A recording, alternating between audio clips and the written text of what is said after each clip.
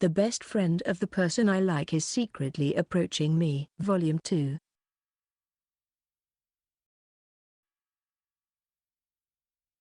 Audiobook by Masquerade at Masquerade Audiobooks. Part 6, Oasis. Chapter 42. I like Misa Yosaki. I was once saved by her during middle school, and I admired her resolute attitude. I wanted to be like her, and I thought it was natural that my admiration turned into affection. The more I observed her, the more I was captivated by her charm, both inside and outside. I've confessed to her many times and have been rejected by her.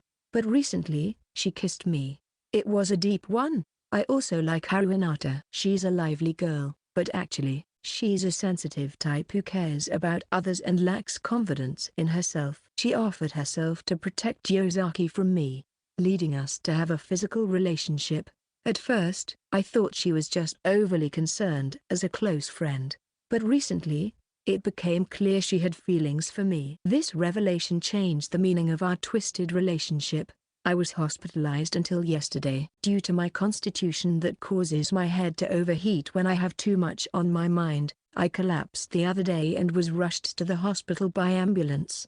So, during this golden week, I'm just resting in my bed at home. My mum told me to rest a little more. She also advised against meeting those two during the holiday. In other words, she wants me to be alone and think things through. I feel like she can see right through me. I'm still in touch with both of them. Misa wanted to visit me but agreed not to after I relayed my mom's words, leaving me feeling a bit guilty. With Haru, we chat casually, but that topic doesn't come up. She said, "I'll be waiting." Probably in that sense. When I rest in my room due to a headache from overheating, I recall that day, the day after I formed that relationship with Haru. I collapsed just like now and missed school. That evening, Haru visited me. Section. I might hate myself more than ever in my life. Why is my reason so fragile? No, maybe it seems normal for a healthy male high school student, but there are lines I shouldn't cross. Sigh. As I looked at my palm, I felt like I could still sense the touch of her voluptuous body from yesterday. No, I'm being way too creepy. I slam my palm down on my cheek. My brain shakes, worsening the headache, and I feel even more terrible. What am I even doing? Peering into my smartphone screen, I see the clock pointed to 3 in the afternoon. Normally, this would be the time for classes in school. It can't be helped since I'm absent due to a headache. But the reason is so absurd that it feels somewhat like I'm skipping school. Now, facing those two feels a bit troublesome.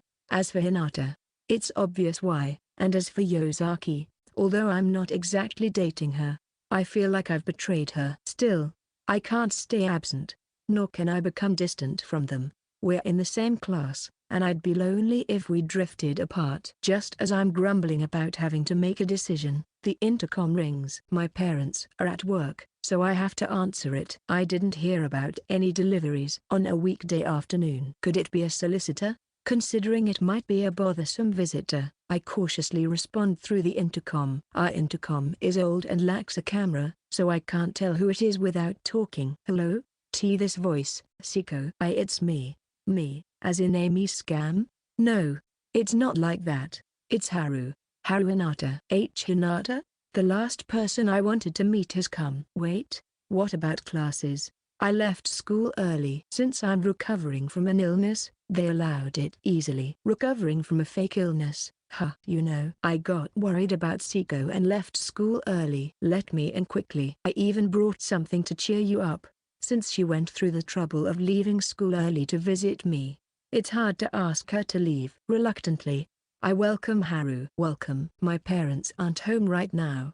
Is that okay? Yeah, I don't mind. Sorry to bother you. I think to myself, well, after everything we've been through, of course she doesn't mind. Haru is indeed in her school uniform, and it seems it was true that she was at school a while ago. In her hand is a shopping bag with what seems to be a gift for visiting. Wait, isn't that the one I gave you yesterday? Yeah. Well, I was faking sickness, so I thought I'd return it today. You didn't have to return it. But I did eat the mandarin jelly. It was delicious. Well, good to hear. You're so shrewd. Seeing Haru's shy smile makes my heart race. However, I'm surprised that we can talk normally like usual. Surprisingly, I'm not nervous. By the way, Seko, is it okay for you not to be resting? Yeah, well, it's just a headache. You don't have to worry so much. A headache? You must rest properly. Where's your room, Seko? Let's go there.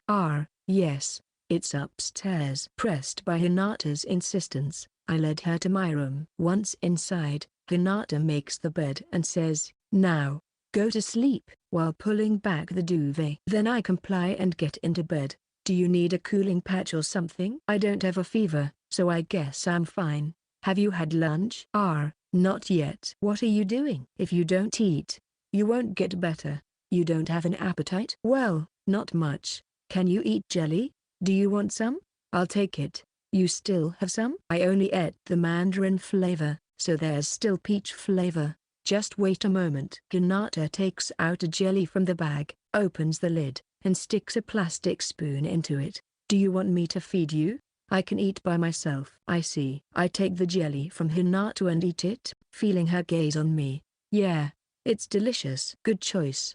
You were the one who chose it, Seko. Self-praise, huh? Haru chuckles. Just seeing that makes me feel a bit better. After finishing the jelly, I handed the empty container to Hinata. She takes it, cleans up the trash, and asks, "Do you think you can come to school tomorrow?" I think so. Yeah, I'll go.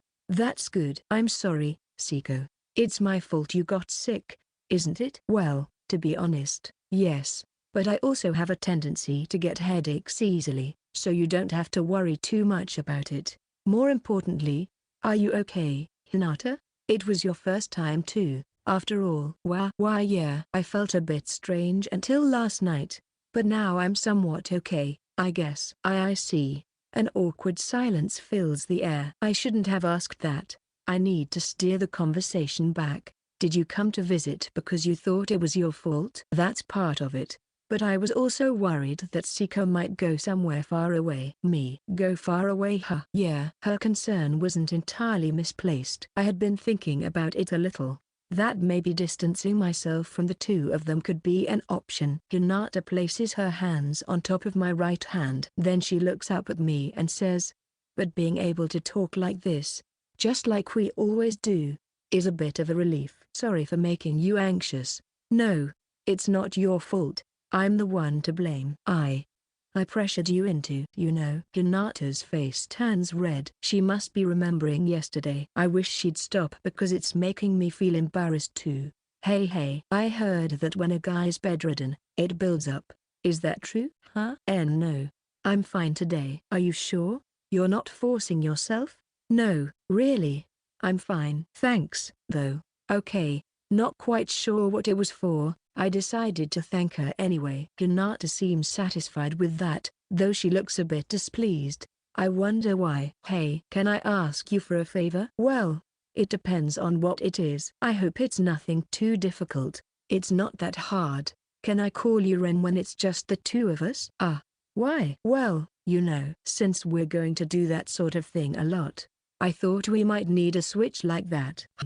And Seko. No, Ren, you can call me Haru too. I'd be embarrassed. So no, Ren, you jerk. Haru threw a cushion at me from nearby. So much for the patient treatment, huh? Since my mom will be home soon, I decide it's time for Hinata to head back. She didn't seem to have left anything out, but we checked for any forgotten items just in case. That's when I casually mentioned something I've been thinking about. Don't forget anything, like you did during the exams. Hinata's ears turn red, and she looks away, continuing the conversation in that state. You remembered that? Well, somehow, I was impressed at the time with how someone can mess up so badly.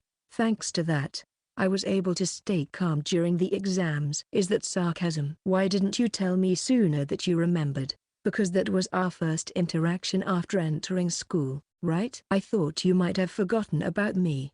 Did you think I was that ungrateful? I'm not that bad of a person. PFF, I know. I've always remembered it too. I've always wanted to say thank you. You're welcome. That day, a faint citrus scent lingered in my room. It was a smell that I liked. Maybe that's why I was able to sleep soundly that night.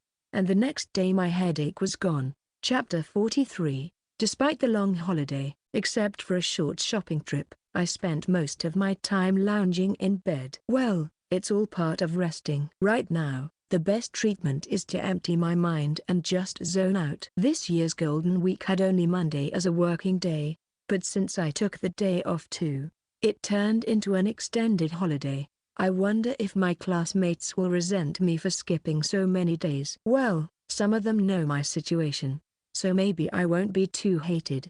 I thought about rereading some manga but stopped when I saw the cover of Dorupani. I felt like it would bring back things I had managed to get out of my head. So, all I could do was watch random videos on a video site. It would be nice if I had other hobbies. That's it. I should look for new hobbies. Wouldn't that be a good use of time?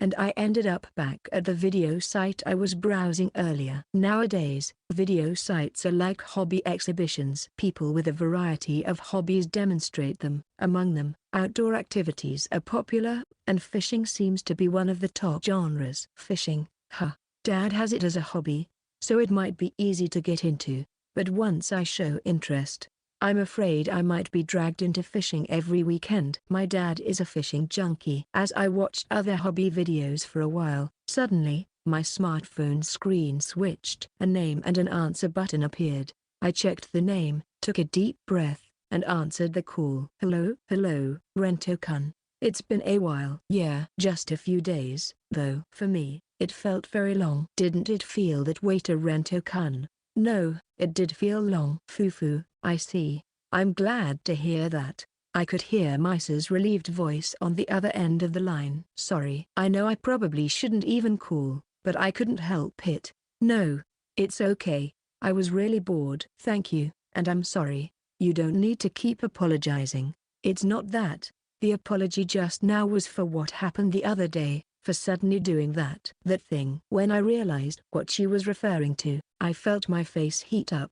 Probably, she was apologizing for the kiss she gave me right before I fainted on the riverbank. It was, well, stimulating. I'm really sorry. I still don't understand why I did something like that, but maybe, deep down, I wanted to.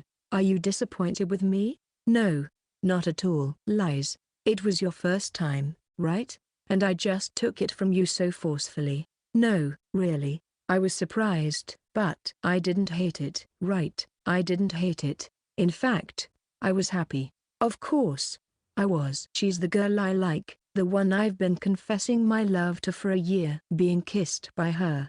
I was confused at the time, but now I feel nothing but joy. Really? Really? You're not just saying that to make me feel better, are you? I've never lied to Misa about things like this before. This could be the first time. You believe in everything else I've done, right? Of course. You've always been sincere with me. Then believe me this time, too.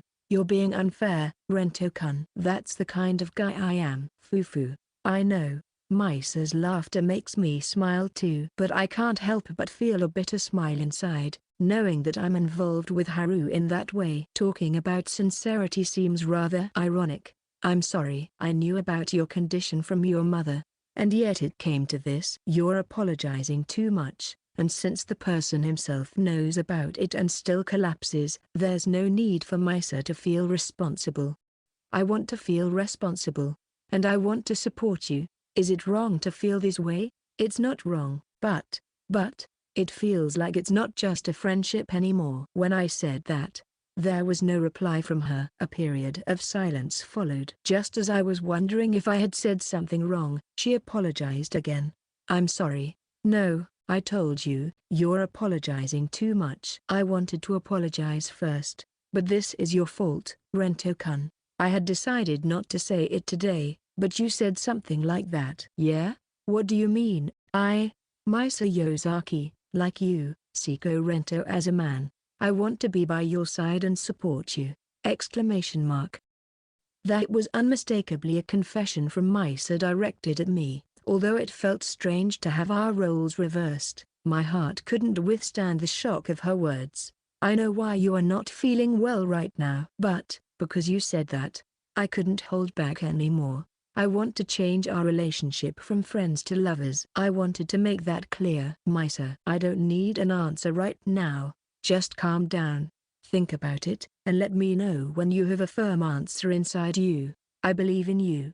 Her words I believe in you weigh heavily on me. In a way, I have been betraying Misa. She must be aware of it after the recent incident. Despite that, she made this statement, which probably means she means it. My head starts to hurt. She was probably afraid that saying this today would affect me like this and has tried not to. But my careless words made her unable to suppress her feelings. It's entirely my fault, and I have no right to blame her. There's one more thing I want you to be relieved about. Relieved? Yes. The other day, I met with Haru. We discussed everything that has happened and what will happen in the future. Wow. That's a space I wouldn't want to be in. Fufu. Well, you are the main subject, after all. By the way, the area around our table was oddly empty. Even strangers could feel the tension. Tough luck for the staff. By the way, where was it? At that cafe run by the dandy old gentleman. Then that's fine. That shopkeeper has betrayed me in the past. It's only fair he gets a taste of his own medicine. Fufu, you're terrible. It's the shopkeeper who's terrible. He enjoyed watching my humiliation. Oh? I thought you were enjoying it towards the end. Well, maybe. I wanted Misa to know how I felt. Idiot. Oh. What's with that reaction? It's cute. This is a new kind of reaction that's making my heart race. By the way, Saki has been wanting to see you. You need to make up for missing out during Golden Week. Why yeah. I should. I've only told her that you were sick without mentioning any details. I hope that's okay. I feel bad hiding the fact that it was our fault. No. It's better this way. I couldn't possibly tell Saki the whole truth. If Saki knew that I collapsed because I was troubled over getting close to two girls, she might be disappointed in me. I couldn't bear it if she stopped calling me her brother. Saki is like a sister to me. After that, we chatted about trivial things for a bit and then ended the call. Although I had been hesitant about meeting her, talking over the phone somehow made me feel more at ease. Just as I was feeling relieved at the calmness of my heart started racing again when I looked at my notifications. A flood of notifications. It was missed calls, all from Haru. The moment I saw her name, my smartphone screen switched. Her name was displayed prominently on the display. When I hesitantly answered, I heard a voice lower in tone than usual. Ren. Who were you talking to just now? I felt a cold sweat run down my back. Chapter 44. Recently, talk apps have become capable of making calls without extra charges. It's amazing. But when you call someone and they are already on a call, the app shows that they are currently in a call. I was just on a call with Misa. Therefore, anyone who tried to call me during that time would see the message, their recipient is currently on a call. When I called Misa, it also said she was on a call. In other words, if it's a common acquaintance, it's possible to guess who the other person was talking to.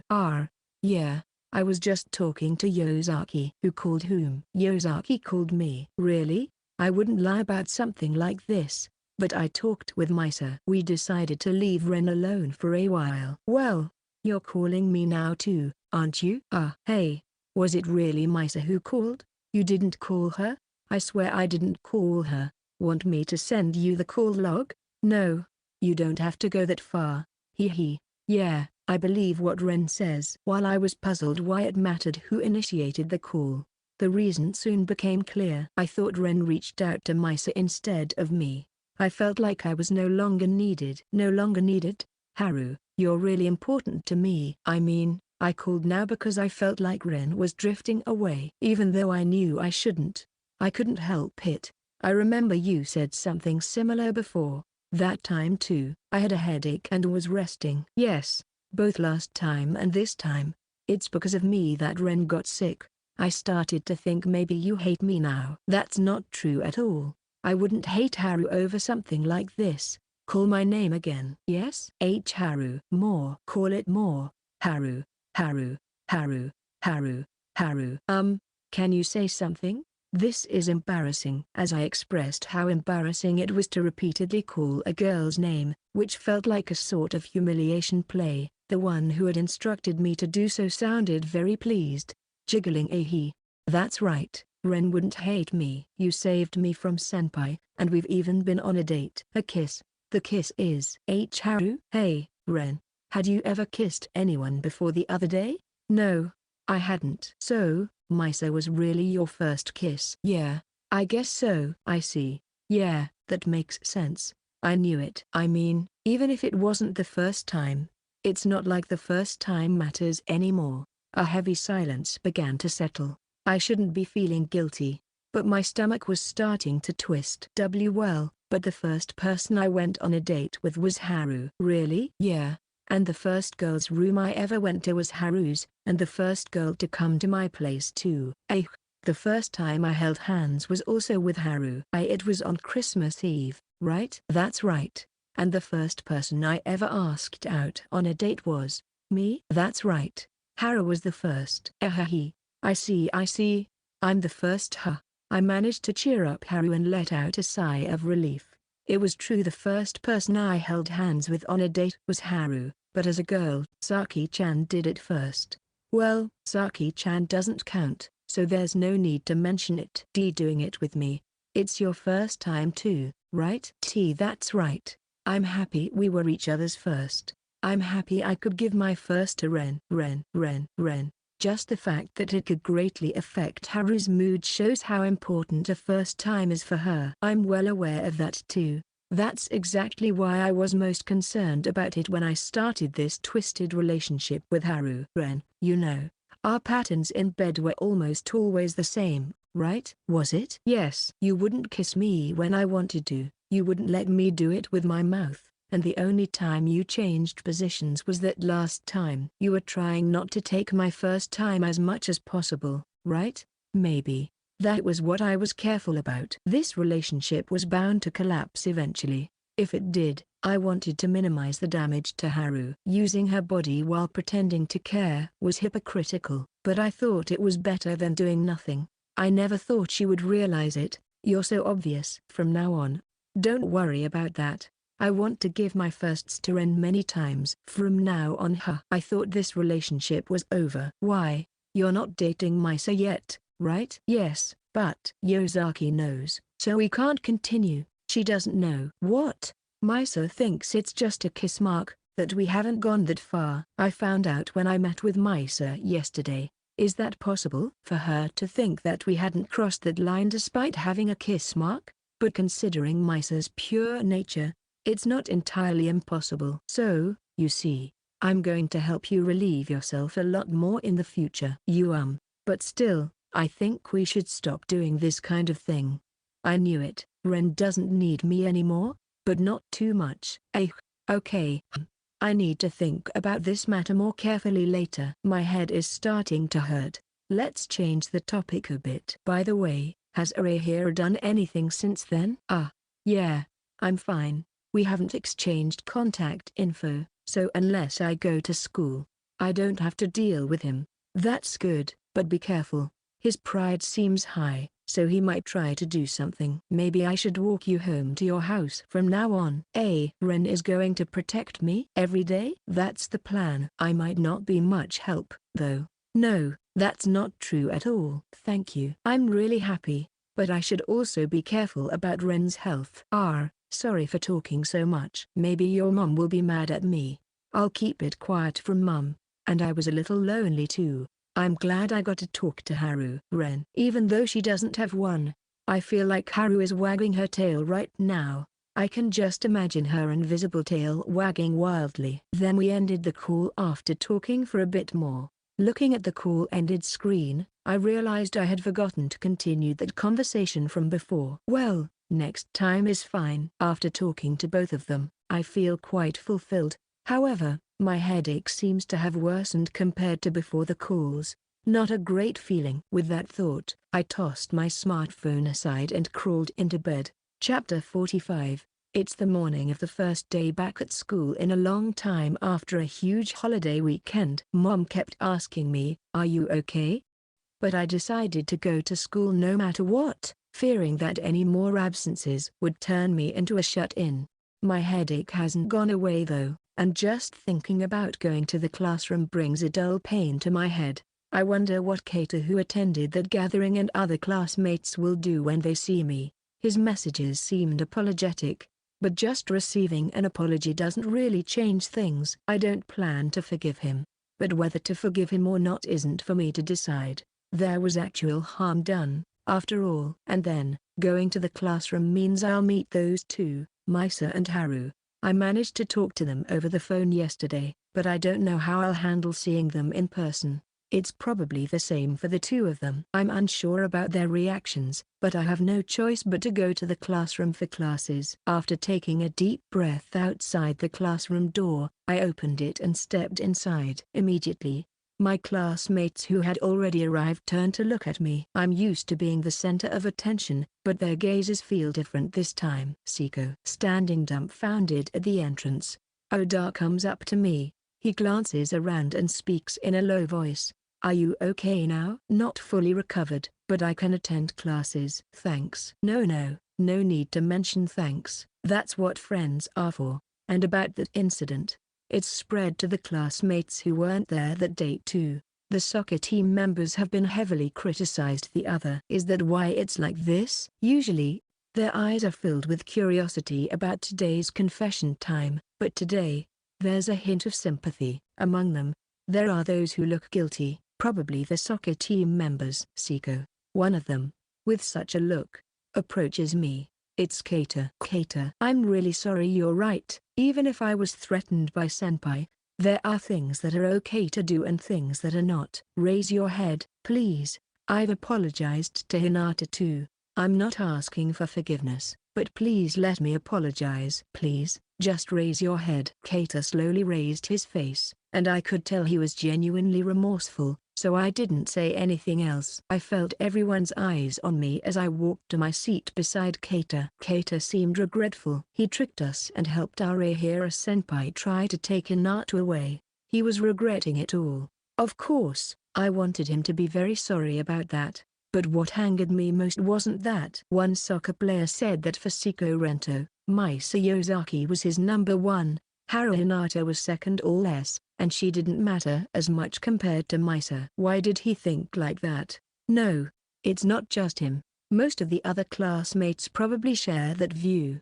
Haru Hinata is definitely not a peerless beauty like Misa Yosaki, but she's a cute girl with many different charms. Yet, the people around us seem to feel a huge gap between them. So why did it turn out like this? Frankly, it's my fault. While I never treated them differently when we hung out together, I did something special for Misa. Confessions. And I did that without worrying about the eyes of those around us. As a result, I instilled a sense of disparity in the minds of those around me. Initially, I was angry with the soccer player, but analyzing the cause turned my anger towards myself. I didn't know where to direct this emptiness and anger. Yet, when I was apologized to, I almost unleashed these dark feelings to others. It's the same with Arahira-senpai's actions. He confessed to Misa first, got rejected, and then set his sights on Haru. She's being treated as second by others too, and I'm likely the one who created this whole situation. My head hurts. I knew it. Coming to the classroom made me think too much. "Seko, are you okay?" "Seko-kun, do you still have a headache?" Haru and Misa came to my desk with worried looks. I didn't want them to look like that, and yet, here they are because of me. I notice Haru's bangs, and the hairpin that used to be there is gone. Realizing this makes me feel a bit sad. If I feel this way, Haru's feelings must be even more distressed. It's okay. I'm just going to space out during class if I need to. You should listen properly if you're attending. Tell me anytime if something's wrong. Thanks. Want to go to the nurse's office? Should I come with you? No, it's fine. I can't afford to repeat a year, so I'll stay in the classroom and attend the class. Thanks. Their concern warms my heart. But, so, no confessions today, I guess. Well, he seems unwell. Can't be helped. Somehow, isn't Hinata-san being nice to Seko today? They're good friends, so it's normal to worry about his health. Hearing such conversations from my classmates, my heart suddenly grows cold. I never cared about whatever rumors were spread about me. No, even now, I'm indifferent to backbiting about myself. However, When I think about the two of them, I can't help but feel guilty. I know it's irresponsible, but honestly, I wanted to run away from this place. Section Lunchtime. Although my constant headache meant I barely absorbed any of the content, I somehow managed to get through the morning classes. Normally, I would have lunch with Misa and Haru in the classroom, but today I excused myself, saying I was going to the infirmary. They both offered to accompany me, but I declined, feeling it would be too much to ask. Maybe they thought it was best not to insist, as they backed off surprisingly easily. Thanks to that, I was able to come to the back garden alone. I hadn't expected I'd need time to be by myself so much. Sitting on a bench, I enjoyed the pleasant breeze and gazed up at the blue sky without thinking about anything. Clearing the cluttered thoughts, I thought that this emptiness in my mind felt good. Even though I realized I was giving up on thinking about it, I couldn't bring myself to stop. Then, I heard the sound of footsteps approaching, 2 sets of them. I wondered if I had stumbled upon another confession scene, but it turned out to be that junior couple. Seko-senpai, it's been a while. It's been a while. Do you remember us? After all that happened, there's no way I could forget. They had confessed in front of me and started dating, saying they respected me. That's when I realized I was infamous around the school for all the wrong reasons. Seems like things are going well for you too. Did you go anywhere during Golden Week? Yes, we went to Enoshima. The classic date spot. And after that, we went to Hakone. Huh? Did you do all that in one day? Isn't that a tight schedule? We went over 2 days. 2 days for a date trip? No, it was an overnight trip. Why you? It's too early for an overnight stay. Kaya, why did you have to say that, Kakan? Well, I owe a lot to senpai. Besides, I'm not embarrassed at all. I want to proudly tell people that I went somewhere with Nachan. Kakan.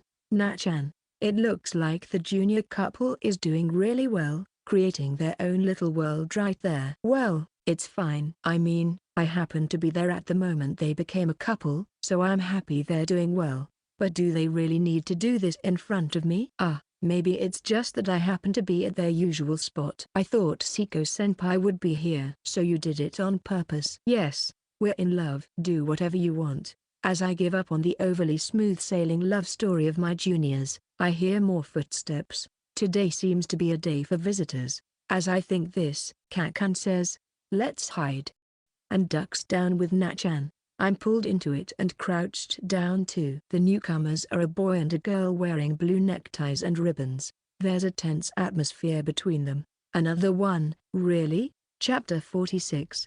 As Oda mentioned before, our school's backyard is one of the prime confession spots on campus. I happened to witness a confession here the last time I came. In fact, the junior couple I'm with now are the two from that time. And now, another junior boy-girl pair has come to the backyard, giving the impression of a confession about to happen. Wow, this is making me nervous. It's my first time seeing someone else's confession. It was the first time for me too, with you guys. We were watching them while hiding. I knew it was in bad taste, but I was taught by this junior couple that it's okay to watch the scene of a confession. Or rather, even if I wanted to leave now, I couldn't. It would just create an awkward atmosphere otherwise.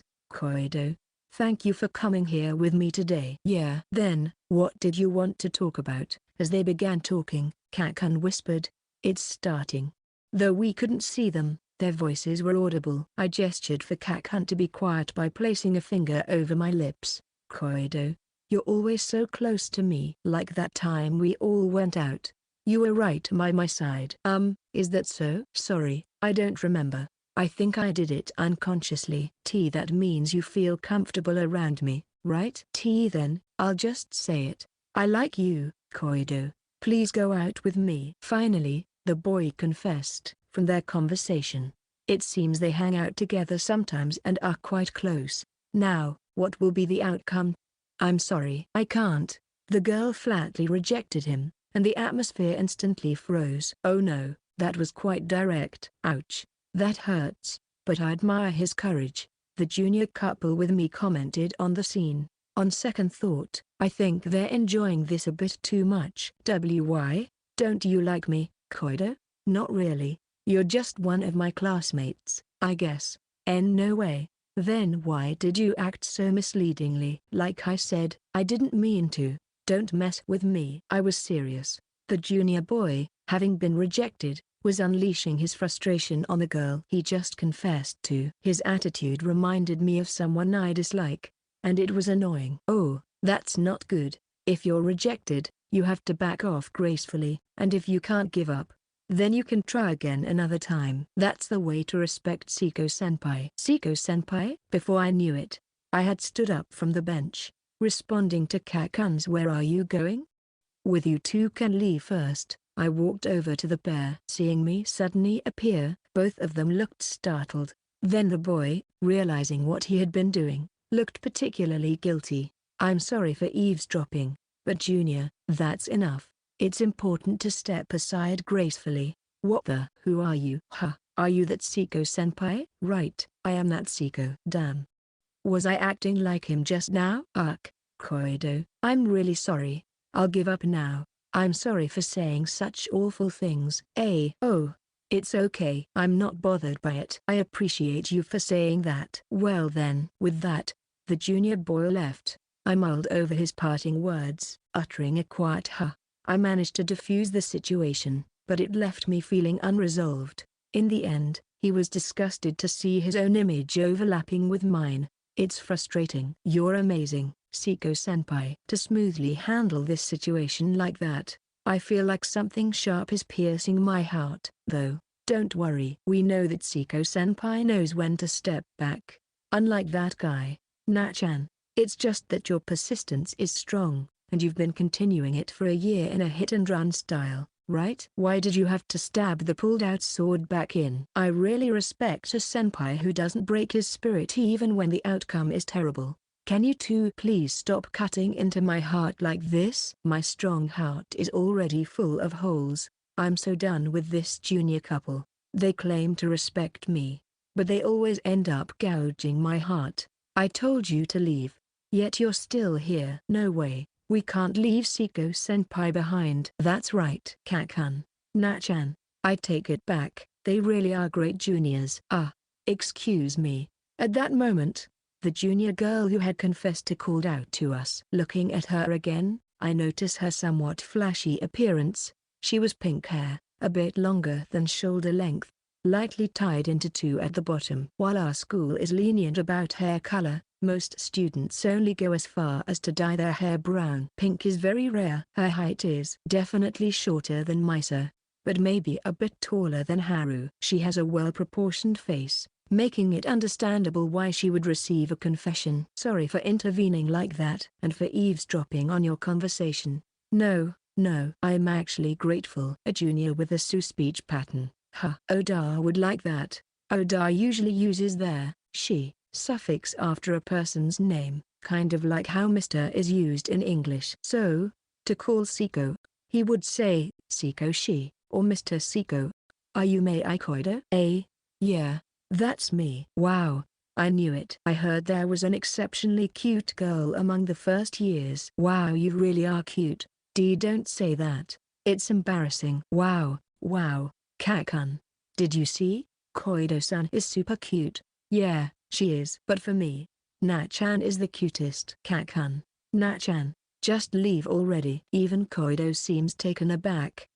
Senpai, me?" I guess I'm the only senpai here. What's wrong? Can we talk for a little after this?" "I don't mind, but please just give me a little bit of your time, and, sorry to say this, but I'd like to be alone with senpai." "Oh, you mean Kakun?" "This is where we should leave without asking anything." "I'd love to dig deeper, but if we intrude now, we'll be seen as insensitive people. You two are already a perfectly insensitive couple. Why pretend otherwise?" After they left, I was alone with Koido. I was waiting for how she would start the conversation she mentioned. Then, Koido turned to me with a smile and said, "Then, senpai, should we sit on that bench over there?" "You knew there was a bench there? You can't see it from here. Have you been to this place before?" "Yeah, I have." Her response seemed to have an implication, but I didn't press further. Maybe this wasn't her first confession here. Sitting on the bench, Koido thanked me again. "Senpai, Thank you so much. If you hadn't come, I don't know what would have happened after that. A girl who refers to herself as Boku, huh? That's adding another layer to her character. Oda would be thrilled. It's good that I could help you without being too intrusive, but it really made me realize that confessions should consider the other person's feelings too.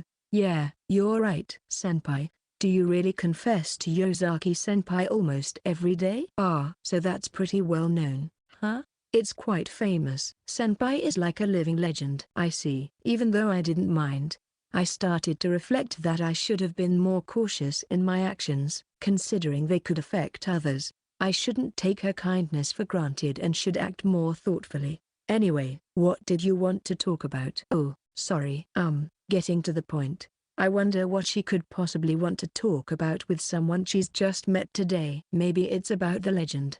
As I was thinking like that, she lit up her big, beautiful eyes and asked, "What is the relationship between senpai and Hinata-senpai?" From her eyes, I sensed not just curiosity but something akin to certainty. And for the first time since yesterday, I felt a cold sweat on my back. Chapter 47. What is the relationship between senpai and Hinata-senpai? Just when I thought I had rescued a junior who was being pestered by the person she rejected, she dropped this bomb on me. They say a pet dog may bite the hand that feeds it, but I never expected to be bitten by the turtle I rescued. It seems like it's almost biting my hand off. I was so surprised that I was left speechless for a moment, but realizing that any further pause would only lead to more suspicion, I quickly answered, "She's a very important friend of mine. You know about Hinata too?" "Yes. You, Yosaki-senpai, and Hinata-senpai are a famous trio." "Ah,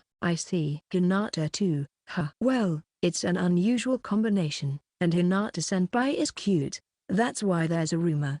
Haru is cute." This junior understands well. Haru is often compared to Misa because she often hangs out with her. That's why few appreciate Haru's charm. Everyone says she can't beat Misa's charm. In this context, Koido has properly acknowledged Haru, and that alone raises Koido's stock in my eyes. Still, she's someone to be wary of. "So, why did you ask about my relationship with Hinata?" "Really, you want to know?" Her response was somewhat provocative, but I had to ask or else it would bother me later. Of course I'm curious. "Well, it's fine by me." "What should I talk about?" "Like how you go home with Hinata-senpai after school?" "Sure, we go home together every day, but Yosaki is also with us, at least halfway." "That's not it. I mean, you and Hinata-senpai going home together, just the two of you." "To Hinata-senpai's house. How much do you know?"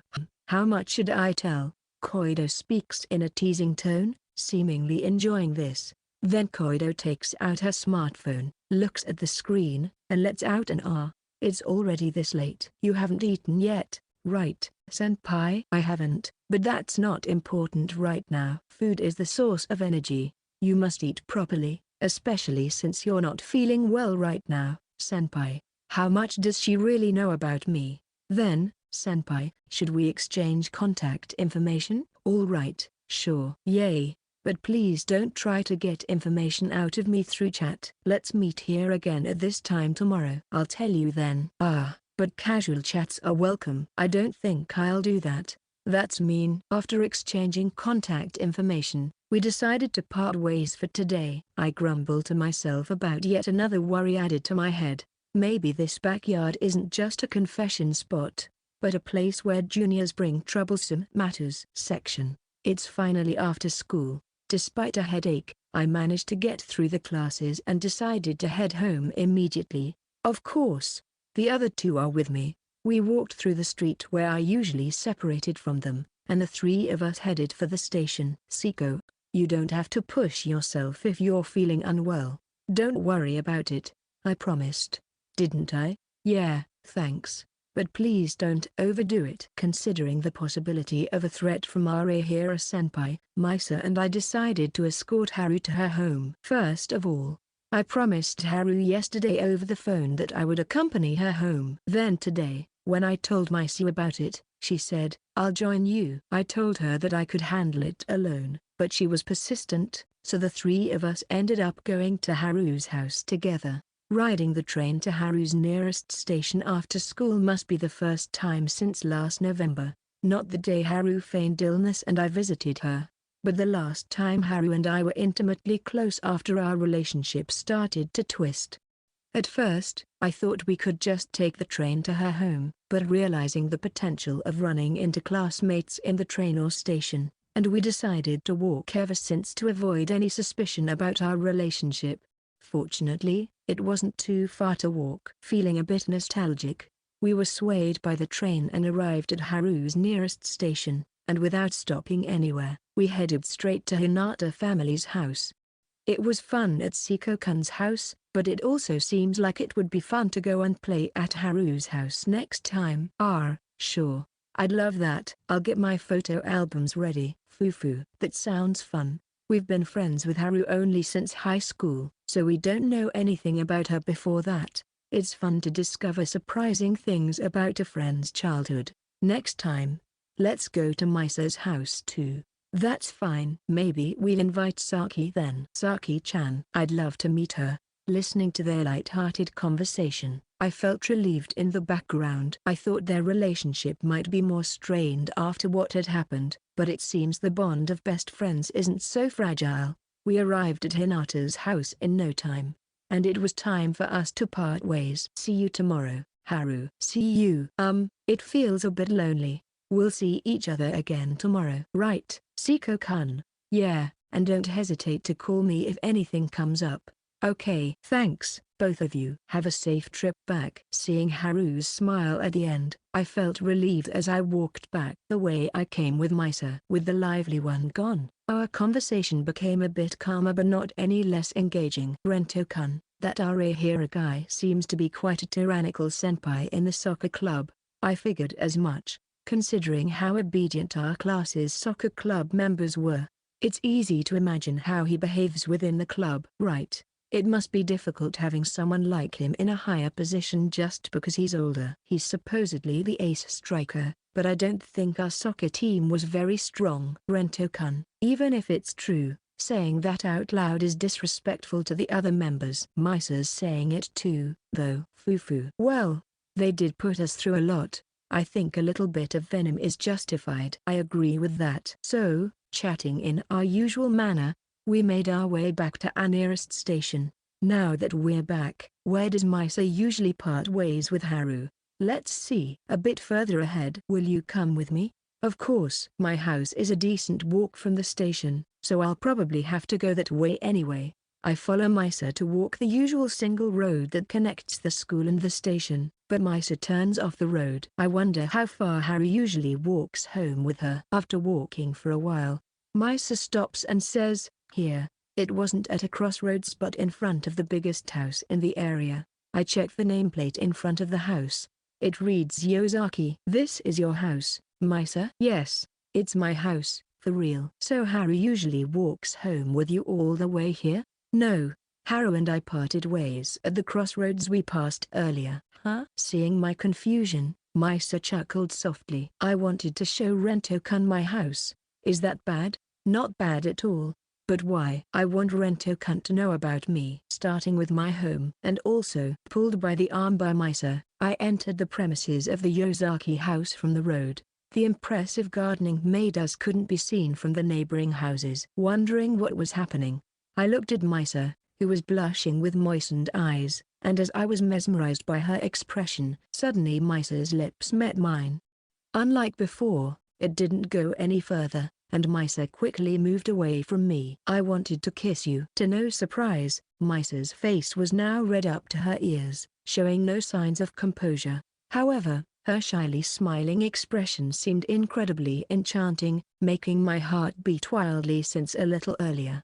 No, this is not enough. With that, Misa embraced me. I naturally wrapped my arms around her back in response. Sigh. As I thought, I feel very calm when I'm like this with you. I wonder why. It's because hugging releases oxytocin, known as the happiness hormone or something like that. I don't need scientific knowledge right now. Rento-kun, you're talking nonsense on purpose, aren't you? My heart feels like it's going to explode if I don't do something like this. Forgive me. Fufu, I see. Well, I guess I don't have a choice. I'll make a special exception this time. Misa's hold on me tightened even though she had given her forgiveness. Misa-san, how long can we keep this up? What's wrong? Rento-kun, you're the one who said it. Hugging releases the happiness hormone, right? Then it's best to keep doing it. You have a point, but we're outside. I don't mind.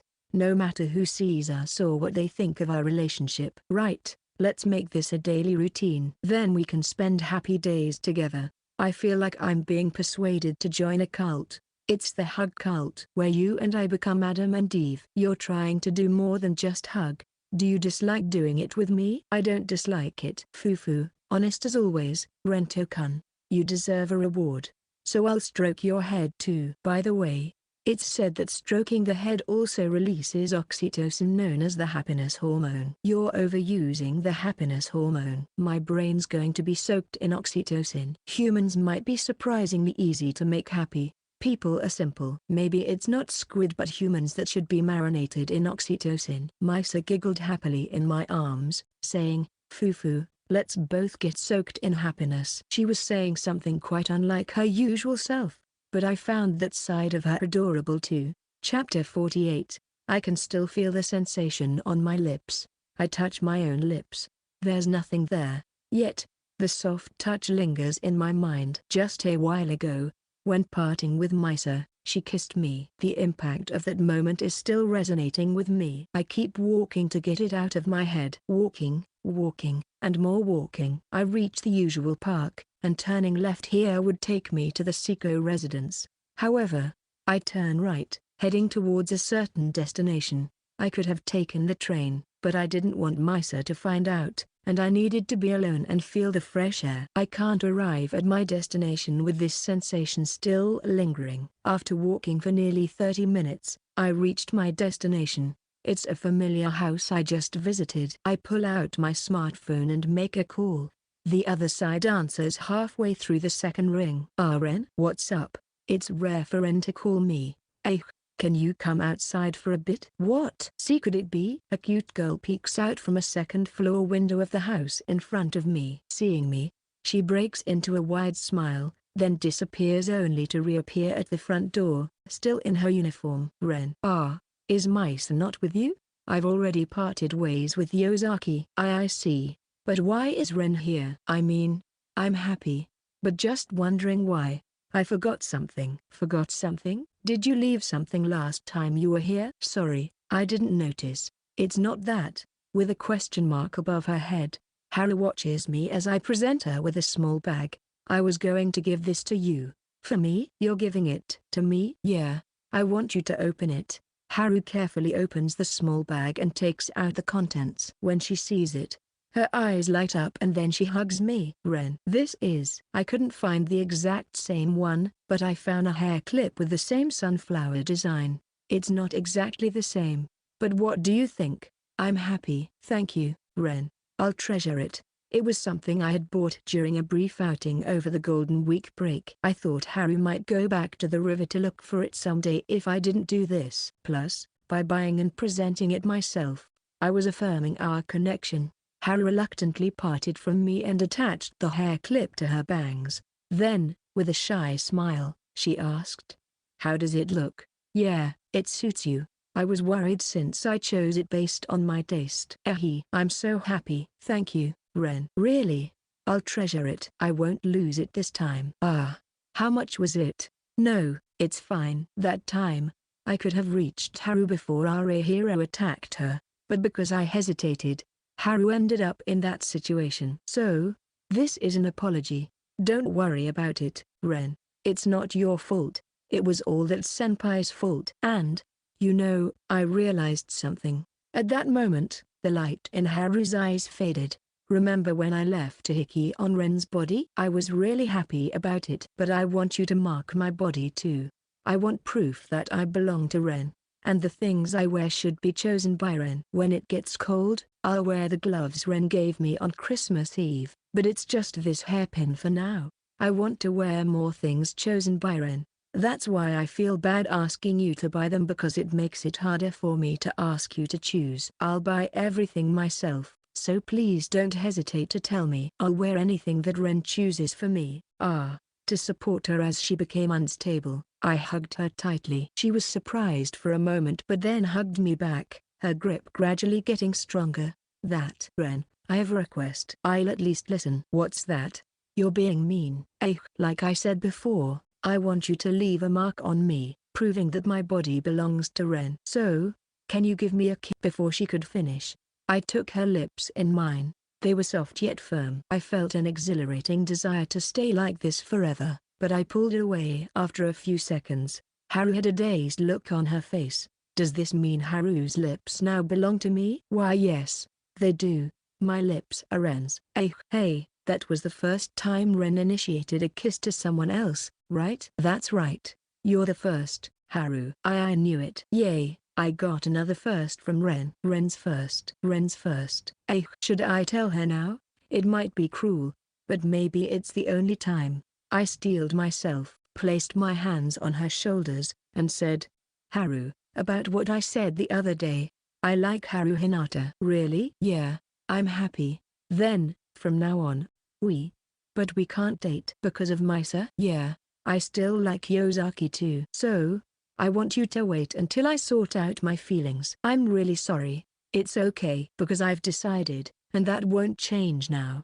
Haru said this while gazing at me with eyes deepened into darkness. I'll wait for you forever. After returning home that day, I received a barrage of messages from a certain person. It was Koido. Koido is very cheerful, or rather fearless in character. Despite being a senpai and having just met me, she keeps sending a lot of messages about trivial things. One thing I learned from these messages is that she commutes to our school from a town 5 towns away. It's unusual for someone to come from so far, and it seems she has no classmates from her junior high here. Though I said I wouldn't engage in small talk, considering our future interactions, getting to know her character wouldn't be a bad idea, so I replied casually, and with her continuously bringing up new topics, our conversation never stopped. The next day, during lunch break, I told everyone I was going to the infirmary and dashed out of the classroom towards the backyard. Someone was already sitting on the bench. It was Koido. You're early. Thanks for your hard work, senpai. Well, it's closer to the classroom for first years. It doesn't feel like we just met yesterday. Well, I guess so after we talked so much. Even though senpai said he wouldn't chat, you replied to me a lot. Maybe you're at sincere? No way. I just wanted to get to know you better. No, that might give the wrong impression. What's that? Are you aiming for me? Senpai? Sorry, I'm not interested in romance. You remind me of someone else I know. That girl is also a little devil type. Koido, you're like her lower tier version of her.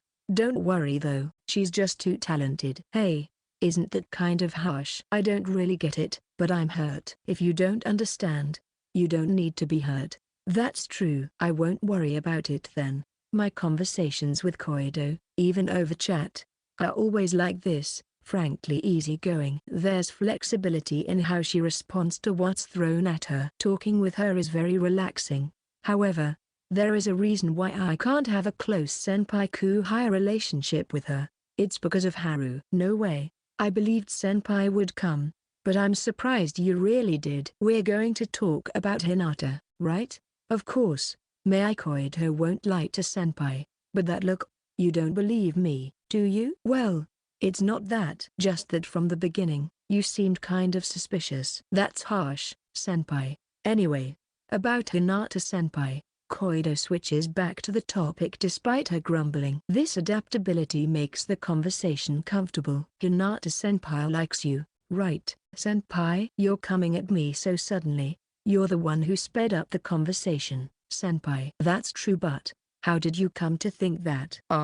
You can tell just by looking into Hinata senpai's eyes. Seriously? The person in question, hadn't noticed at all. Looks like senpai was completely oblivious to it.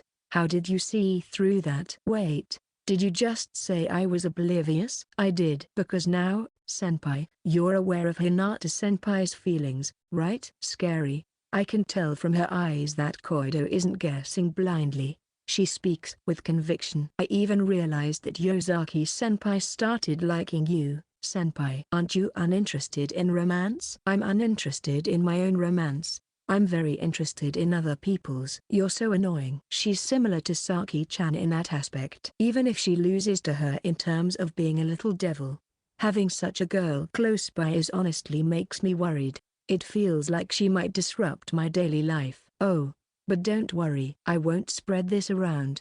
I'm glad to hear that. Do you believe me? You said you wouldn't lie to me, right? Plus, if you had the intention to spread it, it would have already gone around. I'm apparently famous at school, and Koido seems popular too, so the credibility as a source of information would be high. Yet so far, there's no sign of such rumors spreading, so I guess I have no choice but to trust Koido. Thank you. Why are you thanking me? As I made that retort, Koido said with a laugh, I just felt like it. So, why did you bring up this topic with me? You're not planning to use it to blackmail me, are you?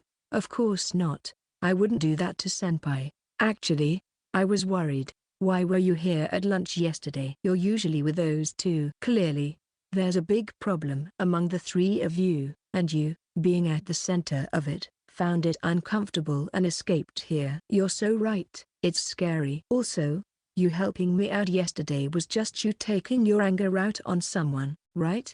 I was happy about it, but that kind of behavior is not really good, you know. Scary, scary, scary, scary, scary. What? Do you understand me that well? Hehe. Nothing can escape my sight. Koido makes a triumphant face, but her ability is so formidable that it's no laughing matter. All right. I've answered your question. Now it's your turn to answer mine. What's going on among you three? Even if I don't tell you here, it feels like you're going to find out eventually. Is that so?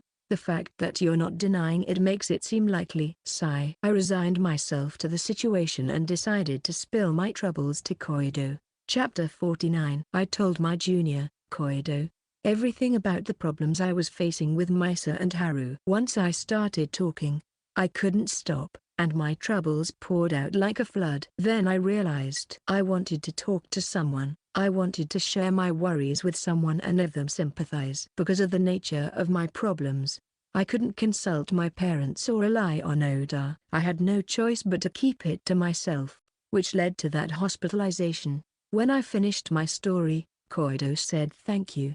Her expression was somehow serene. I didn't think it was this complicated, but I kind of understand the situation now. Why am I even talking about this with my junior? Pout. Just because someone is younger doesn't mean you can't rely on them. Stop age discrimination. Why am I being accused of such age discrimination now? Maybe you're too conscious of your age. Sometimes people want to be relied on as adults, and other times they want to be pampered like children. You have to be flexible. That's good advice. Somehow, I feel like I have no dignity left as a senpai. But why are you thanking me, Koido? Well, it's just a feeling. I think it's like a thank you for answering my question, and thank you for trusting me enough to talk about it. What do you mean? You think it's about you? Maybe you, senpai, are troubled because you don't understand your own feelings.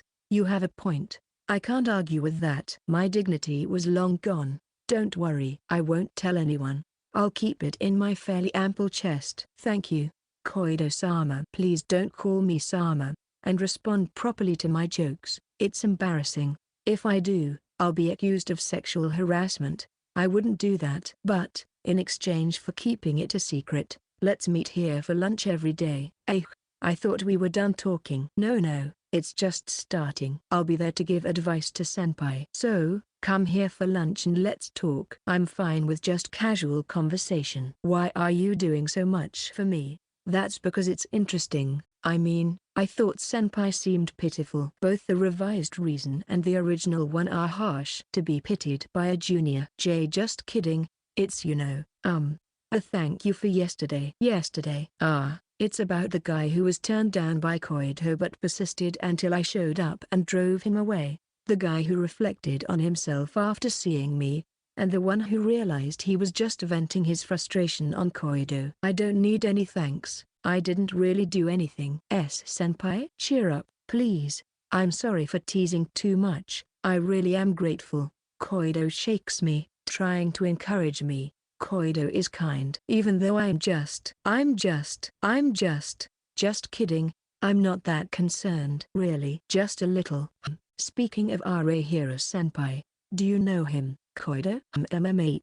It's not something to brag about, but Arehiro-senpai is a well-known figure at school. Not as much as senpai though. Do juniors have a rule where they have to jab at me in conversations? Don't sulk again. Arehiro-senpai is famously known as the Lady Weeper. Lady Weeper. So that guy's been labeled with such a juvenile nickname. But, Lady Weeper? What's that about? Doesn't sound very nice. Yeah. Apparently, he's quite handsome, so he never had trouble with women. He became too confident and started treating them poorly, earning him the nickname Lady Weeper. Now, it seems girls in his grade don't pay him any attention. So that's why he started approaching Yosaki and Hinata. But then, Koido, you should be careful too. What, senpai, are you worried about me too? Koido is popular, right? Given how we met. Ahaha, I can't deny that. Well, for senpai's peace of mind, I'll be careful. My words of concern for Koido were received with such a light-hearted response. Oh,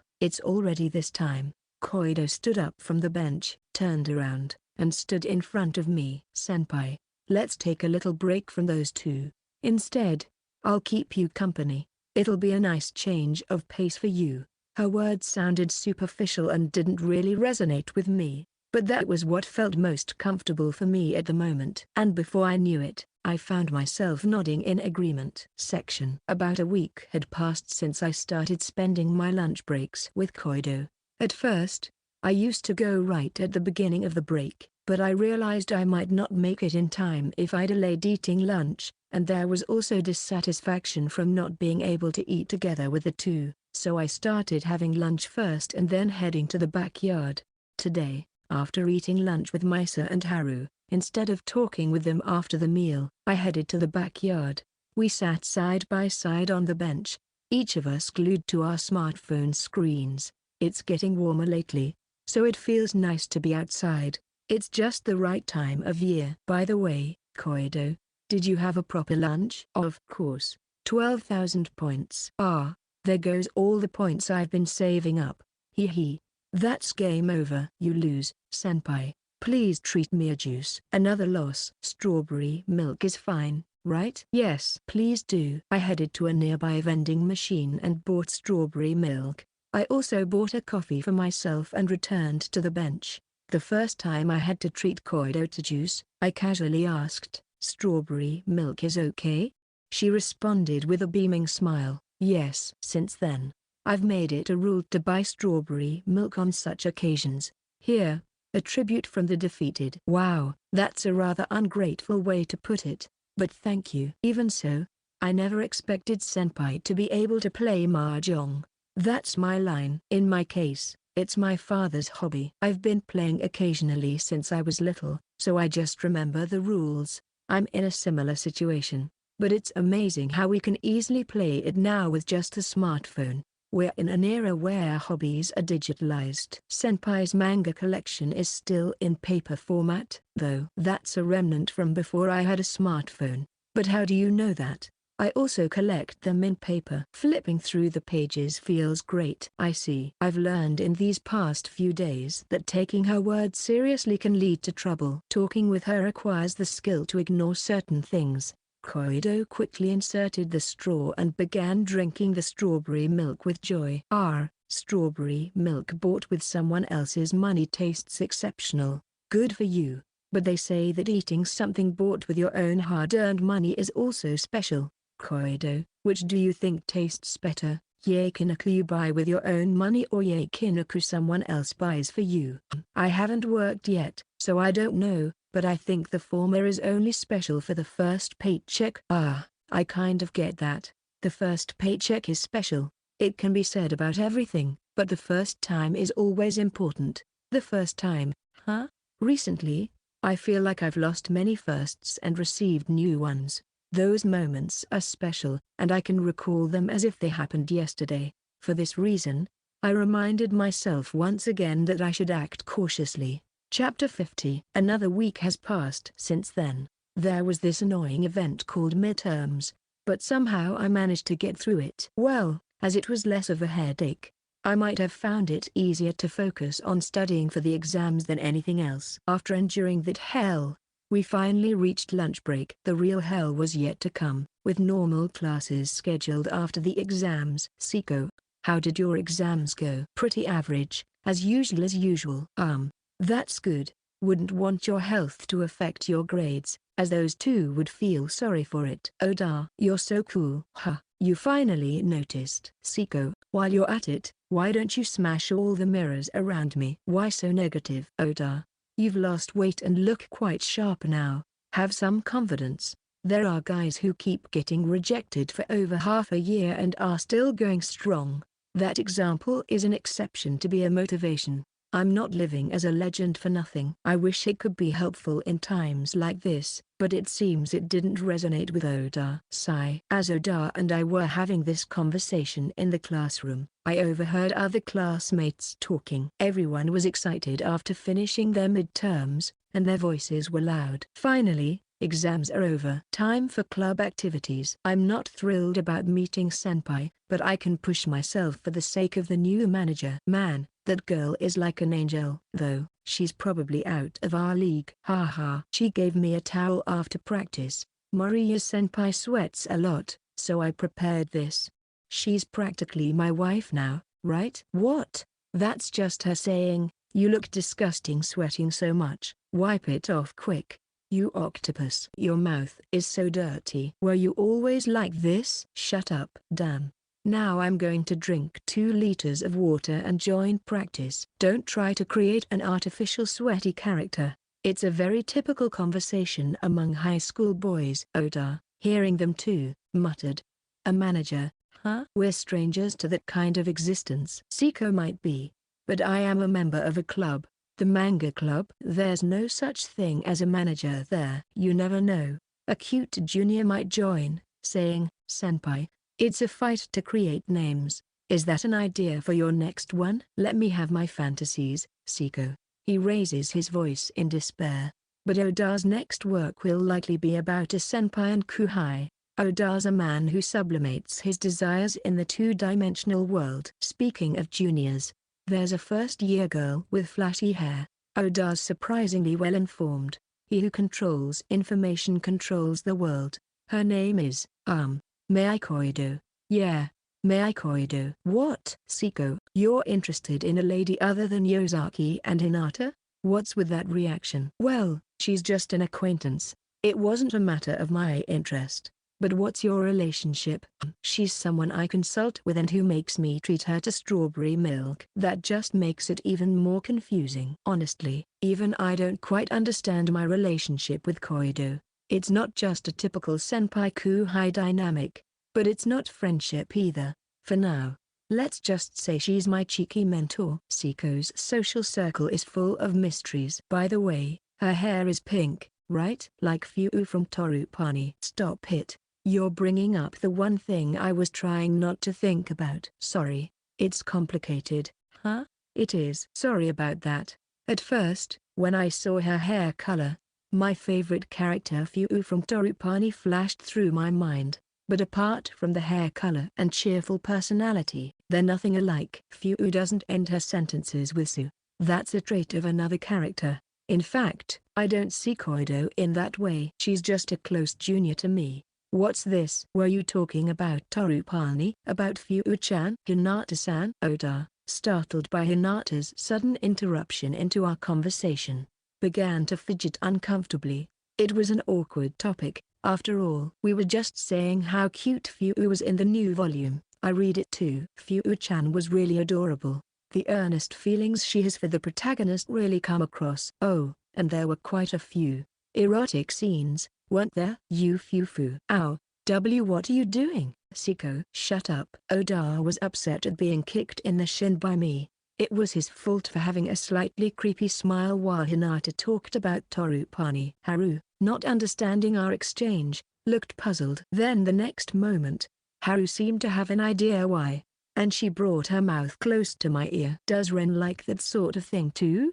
I can do it for you, you know. Feeling my heartbeat quicken, I lightly flicked her forehead as she leaned in. Then, Hinata held her forehead, saying, "Ouch. That hurts, Seko." "What are you doing?" I actually held back quite a bit. "Seko-san, it's not good to lay hands on a lady." "Do you want to try my gender-equal flick?" I'll pass." Oda chose to retreat after seeing my flicking gesture and hearing the sound of my finger cutting through the air. "Haru, what are you doing?" Misa joined in, and Oda seemed to shrink even more. "Weren't you supposed to be inviting Seko-kun to lunch?" "Oh, right. Sorry, Misa.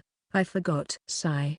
Haru really is clueless sometimes. That's why you make those mistakes in math problems. Ugh, don't say that. Geez, Misa, you're mean. Fufu, sorry. It's comforting to see that they are still close best friends. As I felt relieved watching their interaction, Oda whispered to me, "Beautiful girls interacting with each other is always nice to see. Don't even think about drawing a manga about them." Why would I do that, though? I might have considered it if Seko-san hadn't mentioned it. Hey, I don't want to discourage his hobbies, but I definitely don't want him using our friends as material for his manga. Especially not those two. Though I doubt Oda would seriously consider it. Then, after chatting and eating lunch with Misa and Hinata, I put away my empty lunchbox and stood up. "Seko, are you going to the infirmary again today?" "Yeah. Are you really okay? I can come with you." "No, it's fine. Thanks." "I appreciate the thought. But, you've been going to the infirmary every lunchtime recently." "I'm really worried, Haru." "Seko-kun knows his body best, so let's just watch over him, I guess." "All right." Misa, having calmed down Hinata, gave me a knowing look. She probably understood that I wanted to be alone and acted accordingly. "Thanks, both of you. It's okay, but if something happens, you must tell us. Got it?" With a mix of gratitude and guilt, I left them and headed towards the back garden section. When I arrived at the back garden, Koido was already there, sitting on a bench and swinging her legs as she waited for me. Expecting her to be there, I handed her the strawberry milk I bought as an apology for being late and sat down next to her. Then, I reported what had happened in the classroom earlier, especially about Hinata. "Hinata-senpai did that? It seems like there might be some movement soon." "That sounds like something a detective staking out a criminal would say." "And pan goes well with strawberry milk, huh? Don't sweeten up a stakeout with strawberry milk. Such a naive attitude will give you away to the criminal, you know. Don't steal my closing line. I'll arrest you on the spot for theft." "No way. That's mean." As we chatted in our usual light-hearted manner, I asked Koido something that had been on my mind.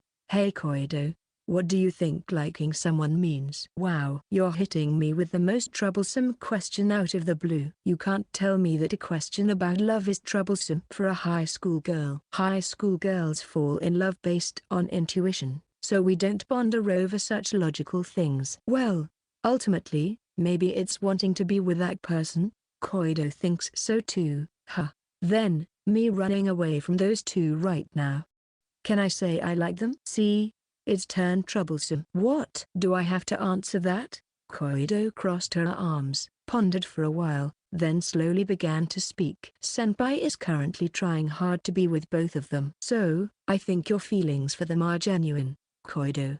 You always say the nicest things, right?" When I thought of this answer, I even wondered if I was a genius. A genius's words of wisdom. I'll take them to heart. Keep up the good work. I think Koido might really be my master after all. Part 7, Together with the Dog. Chapter 51. Today, as usual, I'm walking home from school with Misa and Haru. The three of us. In the end, the only time I was alone with Haru after school was on the first day, and since then, I've been going straight home after parting ways with Misa. Haru doesn't seem to have any complaints, but I've started to receive more chat messages. If I take too long to reply, a follow-up message comes, so it ends up taking quite a bit of my time. Isn't it boring when there are no school events around this time of the year? True. But then, autumn is busy enough as it is. I wonder why they couldn't have the sports festival in spring? It would be a great opportunity to unite with the new class. Apparently it's because the former principal used to say, autumn of culture, autumn of sports. So, both the cultural festival and sports festival in autumn. The source is Oda. Wow, that's an unexpectedly simplistic reason. Thanks to that, we students are having a busy autumn. However, it's actually quite nice in that respect since it's the time when the weather starts to cool down. I heard that the third-year students won't be participating too seriously because their exams are coming up. What? So, this year is practically our last chance? Well, we probably won't have time to participate in school events. If we have time, we'd rather study. Taking breaks is important too. We'll participate seriously next year too, right? Right? We don't even know if we'll be in the same class. Misa, don't say that. It's making me nervous. I don't want to be separated. Worrying about class changes that are still nearly a year away seems like it would be too mentally taxing, but I also want to spend my last year with these three. Next year, it seems we'll be divided based on our choice between humanities and sciences. Humanities and sciences classes, huh? Starting from the third year seems a bit late. Yeah, but then again, being forced to choose between humanities and sciences in our first year would be tough too. Apparently, the latter half of this year's classes will be affected by our arts, sciences choice, as the classes we take will change. The source is Oda. Fufu, your only source of information is Oda-kun. By the way, what are you planning to choose? Seko-kun. I couldn't help it because Oda was my only close friend apart from these two, and I can answer that question immediately. I'm planning to go into the sciences. Yosaki is probably going to choose sciences too, right? You wanted to become a doctor. Yes, my reason for choosing was somewhat vague at first, but recently, I found a clear reason. So I'm thinking of working even harder.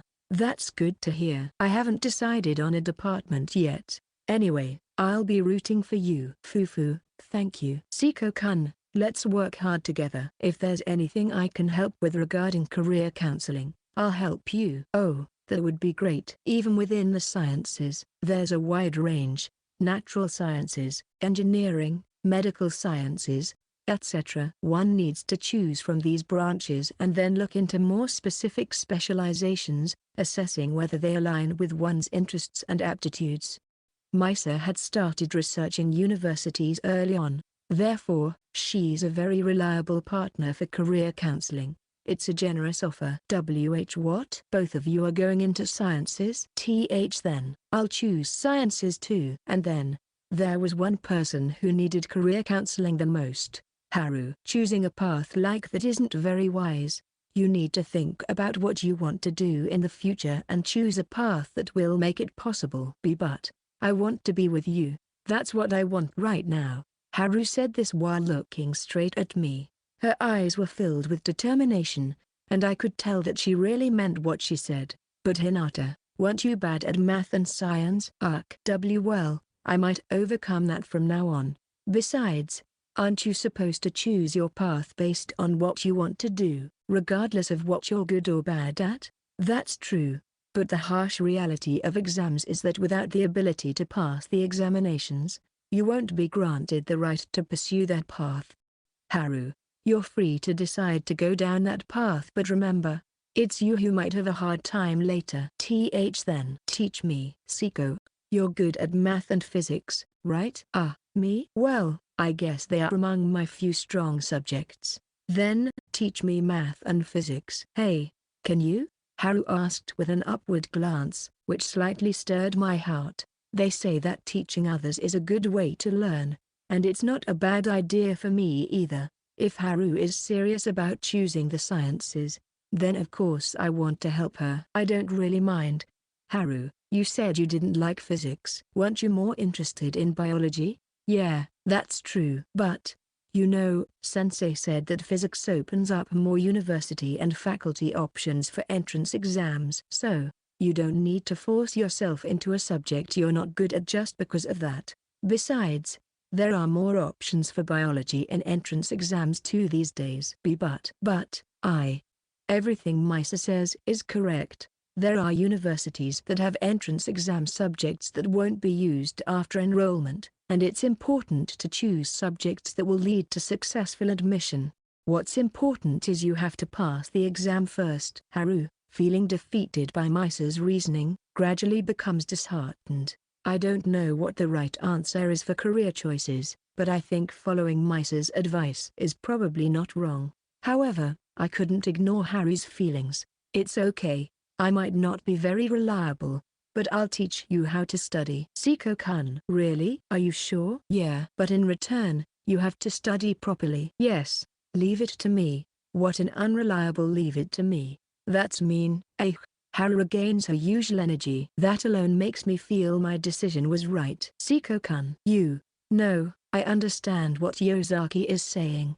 In fact, I think you're right. But I believe it's not wrong to pursue a path that the person wishes for. There's also the issue of motivation. Sigh.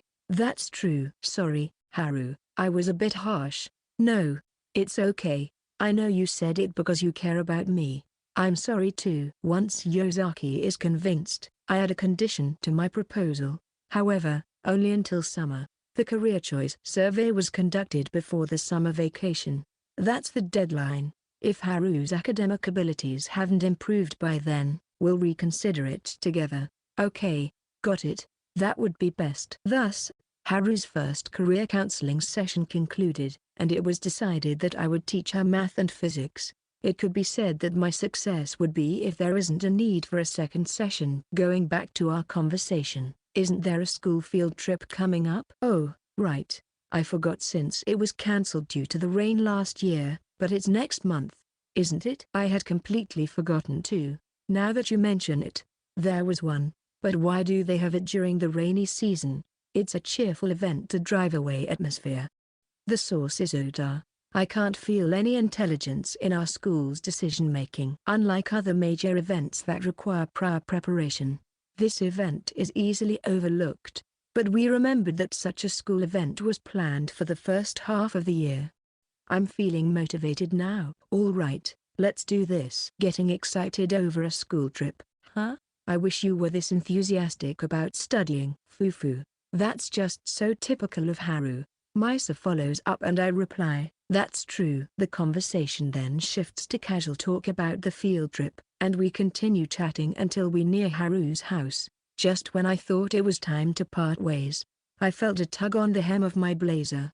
I looked in that direction and saw Haru pulling on it. Next, I looked at Haru's face, but she was chatting and laughing with Misa. As I tried to guess her intention, her hand left my blazer without any further action. When we arrive in front of Haru's house, she turned to us and said with a smile, "Thanks for today." No need to say thank you. See you tomorrow, Haru. See you later. We returned the greeting and headed back the way we came. I take the train with Misa, get off at the next station, and walk to the Yosaki residence. This is our routine these days. Naturally, there's no kissing or hugging like on the first day. Then I walked towards the Hinata family's house after parting ways with Misa while pondering the meaning behind her actions. It seems I was right, as in front of the Hinata family's house was Haru, whom I had parted with just minutes earlier. When she noticed me, she ran over with a big smile and hugged me tightly. You noticed my feelings, didn't you? I'm so happy. After all, for me, it's only Ren. While gazing at her, who had become unstable again, I spoke in my heart to Koido. The detective was right. Chapter 52. As Haru tightly hugs me, I gently pry her arms off by holding her shoulders and separating her from my body. The difference in strength between men and women our age is clear, so I easily manage to distance myself from her. She then shows a really sad expression. Did you not like it? No. It's not that.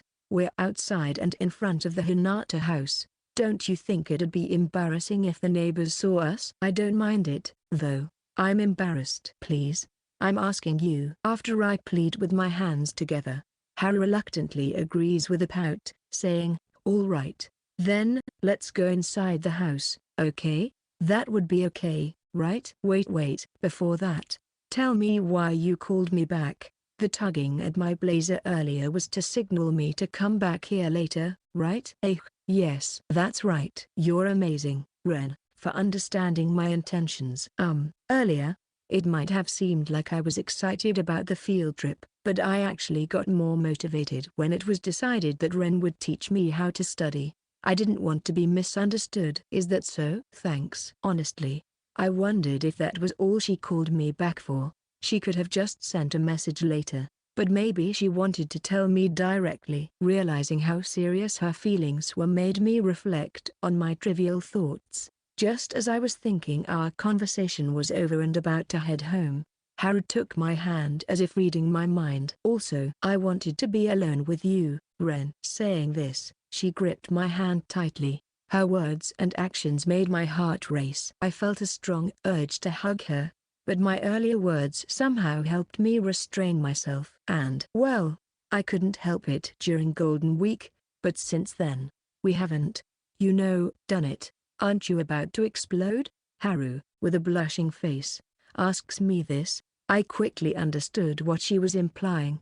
It's been a while since we've been alone together, since the day after the holidays. We also haven't been going out on weekends recently, so there hasn't been an opportunity for such things. I don't think I'm about to explode. I'll be fine. But, Ren, you're surprisingly energetic. Saying so, Haru's gaze shifts below my waist. Her eyes seem to be filled with heat. Hey Ren, let's do it now. Want to go to my room?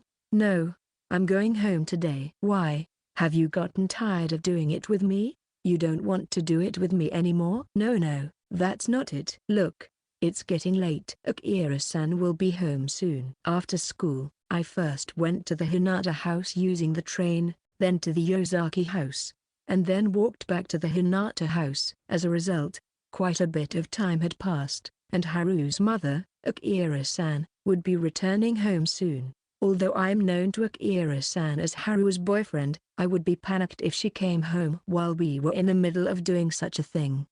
Haru muttered, I see, and looked down. As I was thinking about what to say to her, she suddenly looked up and said, then come over this Saturday. Yes? But didn't you say your mom and dad are usually home on weekends? Yeah, my mom will be there. My dad has to work, though. Recently my mom has been asking, Ren-kun hasn't been coming over lately. Did you guys break up? Not that we've broken up, we're not actually dating yet, but it seems difficult to continue avoiding visiting the Hinata house. If Akira-san was there, it probably wouldn't have led to that kind of situation. Also, maybe I need to come for the sake of showing my face to Akira-san. Okay, I'll come over on Saturday. Yay! I'm looking forward to it. I'll bring my study materials too.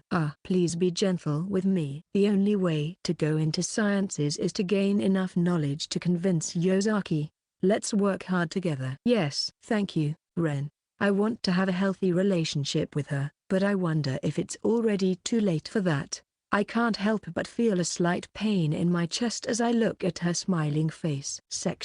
The next day, after the third lesson of the day, I was organizing my desk when a shadow approached my seat. Looking up, I saw Keita standing there. He didn't move away from in front of my seat, so I knew he had something to talk about with me. What do you want? When I asked, Keita responded with an awkward expression. Well, Seko, you've stopped confessing to Yosaki recently, haven't you? Since entering the school, I had been almost daily shouting my love for Misa, but I had stopped doing so after the Golden Week break. It seems Keita had noticed. Technically, I hadn't been confessing since around November of the previous year. Yeah, that's right. Have you been doing it outside of the classroom? No, I haven't. It's not that I've changed the place or timing. Is that so? I knew it. Is it our fault that it turned out like this? For a moment, I was puzzled by what he meant, but then I realized he was referring to the timing of the mixer event, thinking that I had stopped because of it. He's half right. That incident made me aware of their feelings, and now I am careful not to do anything thoughtless, which includes my love confessions. Also, I've started to feel a sense of aversion towards persistent confessions. It's not entirely wrong, but don't worry about it too much. No, even if you say so, I still feel responsible. You've been leaving those two alone during lunch break and going somewhere, right? I'm just going to the nurse's office because I'm not feeling well. Do you know? Recently, because Seko isn't with them, there are more guys targeting those two. What? By that reaction, You didn't know? Some have already confessed. It seems they've all been rejected, though. That was news to me. Neither of them had mentioned it. I wondered why they hadn't told me. Probably not to worry me. I was angry with myself for not noticing. But being with them all the time is indeed hard. Recently, the time in the backyard with Koido has become my oasis. We'll keep an eye out to make sure no weird guys approach them. Yeah. The entire soccer team in our class feels responsible for you. Sorry about that. It's okay. We were idiots. I know that Kato and the others were coerced by Arahira-senpai, so I don't think they should feel too responsible. But I am grateful for their offer to protect the two. By the way, how's Arahira doing recently? Huh? Oh, him? He's into another girl lately. So I don't think you need to worry about Hinata too much. Of course. It's better not to worry at all. I don't sense much trust coming for you to your direct senpai. It's because I'm close and understand him that I think this way. His obsession is abnormal. He even overcame underdog expectations to secure his position as the ace striker. From Kato's tone, it was clear that although he didn't admire the guy's personality, he respected him as a soccer player. Watching Kato return to his seat, I reflected on our conversation. Anyway, for now, I need to focus on solving our own problems as soon as possible. Chapter 53. Recently, I've been calling this backyard my oasis in my mind. In that place, I can escape from my thoughts and forget about my headaches. Today, with a light step, I finish my lunch and head to my oasis. Then I see a figure, thinking Koido is already here. But there are actually two. I instinctively hide from them. Koido, I like you. Please go out with me. The sudden confession reminds me that this oasis is one of the most popular confession spots in school. I guess the backyard wasn't just a quiet oasis. I'm sorry. I can only see Kobata-senpai as a senior. I can't date you. When Koido politely refused, the senior boy who had confessed dropped his shoulders in disappointment but still said, "Thank you for listening to me," and left gracefully. Feeling awkward to show up right after the confession, I buy a strawberry milk from a nearby vending machine to pass some time, then head to our usual bench. I sit on the bench and, as if pretending the confession never happened, Koido relaxes. I surprise her from behind by pressing the pack of strawberry milk against her cheek. Hi what? It's you, senpai. Sorry for startling you. As an apology, I'm giving you this, buying it in advance and saying that you're such a tsundere, senpai. Thank you, I'll happily drink it. Koido takes a sip of the strawberry milk I handed her, smiling slyly. Senpai, you saw what just happened, right? What are you talking about? Don't play dumb. This strawberry milk is actually an apology for witnessing the confession, right? No, it's not. Not denying the confession part shows you're not hiding it well. Oh. But there's another reason, right? Let me say it. It's a reward for me. Having to do the hard work of receiving and rejecting a confession. Scary, scary, scary, scary. Look, I've got goosebumps. Suitable for the chicken senpai. Hey now. When I show a bit of anger, Koido just laughs and starts drinking her strawberry milk again. I feel saved by Koido's presence, but I am reminded that this place is not just an oasis. Hey Koido. Tell me about a place where I can get some peace. Here. This is a dystopia. I'm constantly entangled with juniors, and they are slowly tearing my heart apart. But you've realized that the time spent with this junior is irreplaceable. Haven't you? Affirming that is annoying. Senpai, that's mean, but it's nice to see you indirectly affirm it. It's so like that tsundere senpai. I don't like how I'm being established as a tsundere character in Koido's eyes. I'm always honest. It's just sometimes, I'm too embarrassed to use straightforward words. Speaking of juniors, that insensitive couple hasn't been around lately. The insensitive couple? You mean Takaharu and his girlfriend? They've given up on this place and set off on a journey to find another spot for their lovey-dovey moments. What are they even doing? So, this place isn't just for confessions but also for lovey-dovey moments? According to Takaharu and his girlfriend, yes. So if they saw us now, they'd think they've caught senpai in an act of cheating. That would be troublesome. Hey, don't look at me midway through that sentence. It makes it sound like I'm a troublesome girl. I didn't mean it that way, but arguing with her seemed like too much trouble, so I just ignored it. It's bothersome to be misunderstood by others, but since no one has ever approached while Koido and I are together, I guess it's fine for now. But recently, I've been hearing a lot of confessions around. It's like a strange trend has started. Maybe they're looking for a replacement since a certain someone stopped. If that's true, it's pretty messed up. Why has my thing become something like an addictive substance? But, senpai, it's not just other people's business, right? Yosaki senpai and Hinata senpai have been confessed to as well, haven't they? What, Koido, you knew too? Why didn't you tell me? Well, for the same reason as those two. Senpai, you know, when I'm with you like this, it's to give you a break from your worries. So why would I bring up a topic about those two that senpai might have a hard time wrapping his head around? That's true. Maybe I was just trying to take out my frustration of not noticing myself on Koido. Sorry, Koido. I was again. It's fine. That's what I'm here for. Go ahead and depend on me. Somehow, I've completely lost the dignity of a senpai. If anything, our roles as senior and junior might be reversed. Yosaki senpai has become softer lately. They say, the love-struck maiden changes. Huh? True, Yosaki used to be just beautiful, but now she has this sudden cuteness too. With Yosaki senpai getting attention, naturally, Hinata senpai, who's always near her, gets some too. If Yosaki senpai is out of reach, then Hinata senpai is the next target. Hinata senpai is cute too, and, well, those boobs. Guys are crazy about them. Huh? Hey, don't scare me, senpai. You're oozing murderous intent. But, from others' perspectives, you, who can freely be with Hinata senpai, are the one they want to kill. If your relationship with her gets out, it's going to be a big deal. Regarding that matter, I really owe it to you, Koido-san. Don't start being so humble all of a sudden. Relax. It's okay.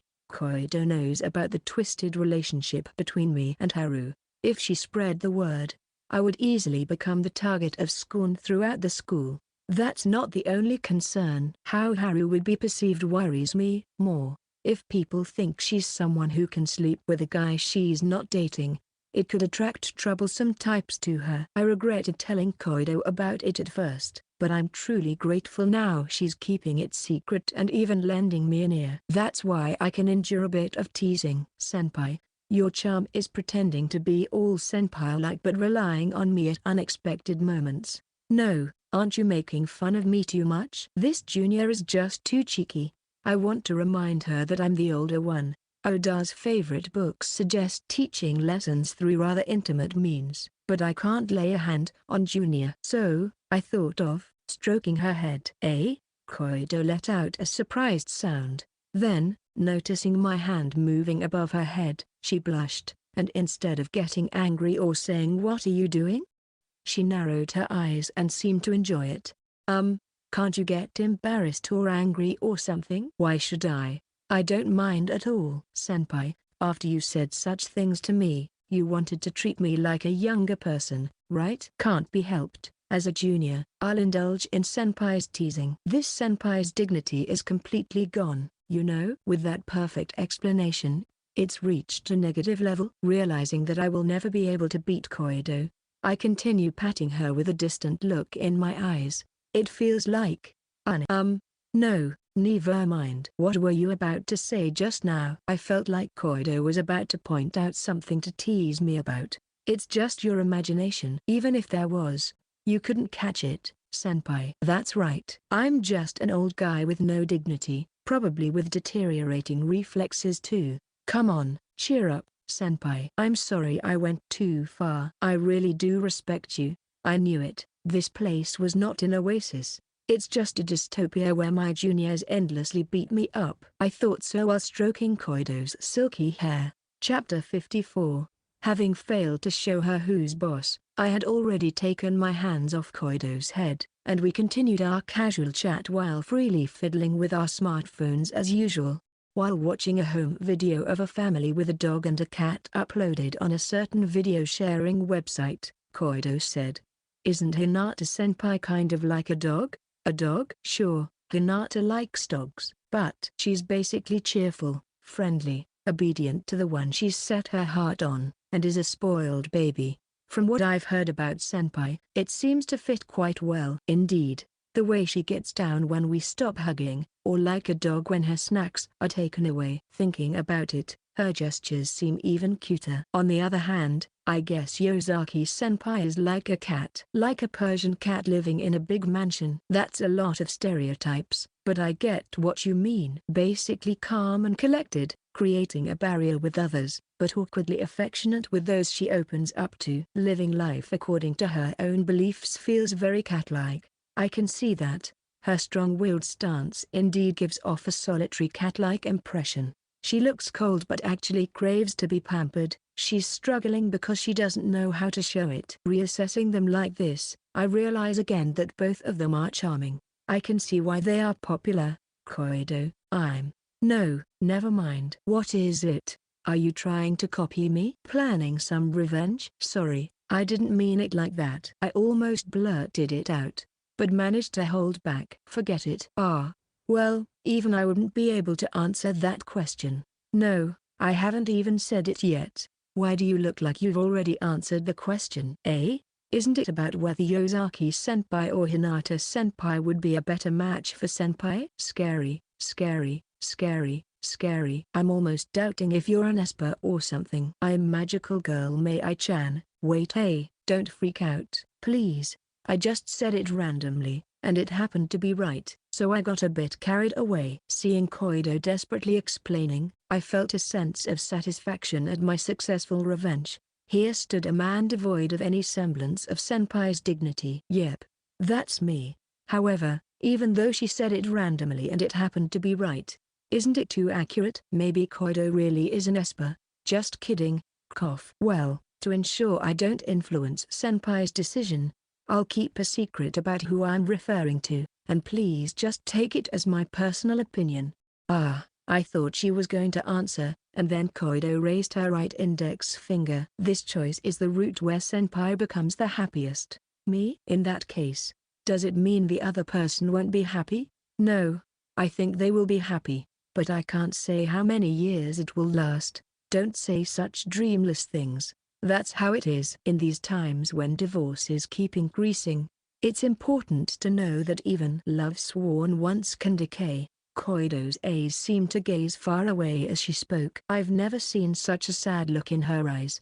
As I was about to speak, she continued, I think that senpai isn't the type who pursues his own happiness but rather finds happiness in the happiness of the other person.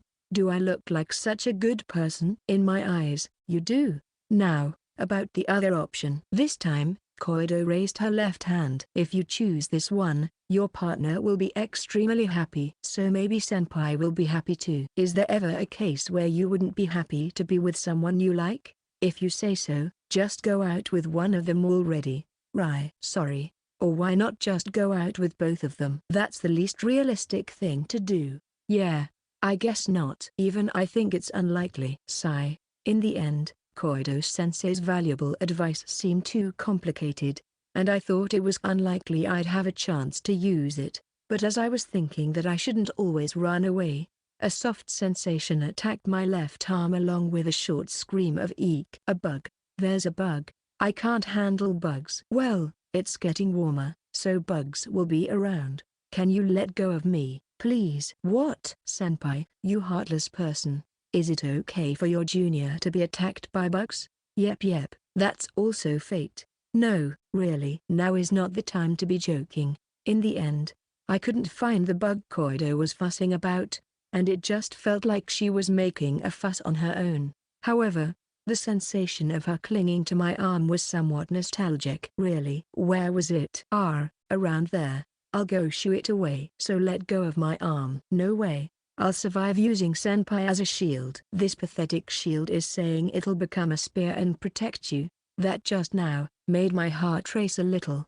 Koido, you're actually calm, aren't you? No.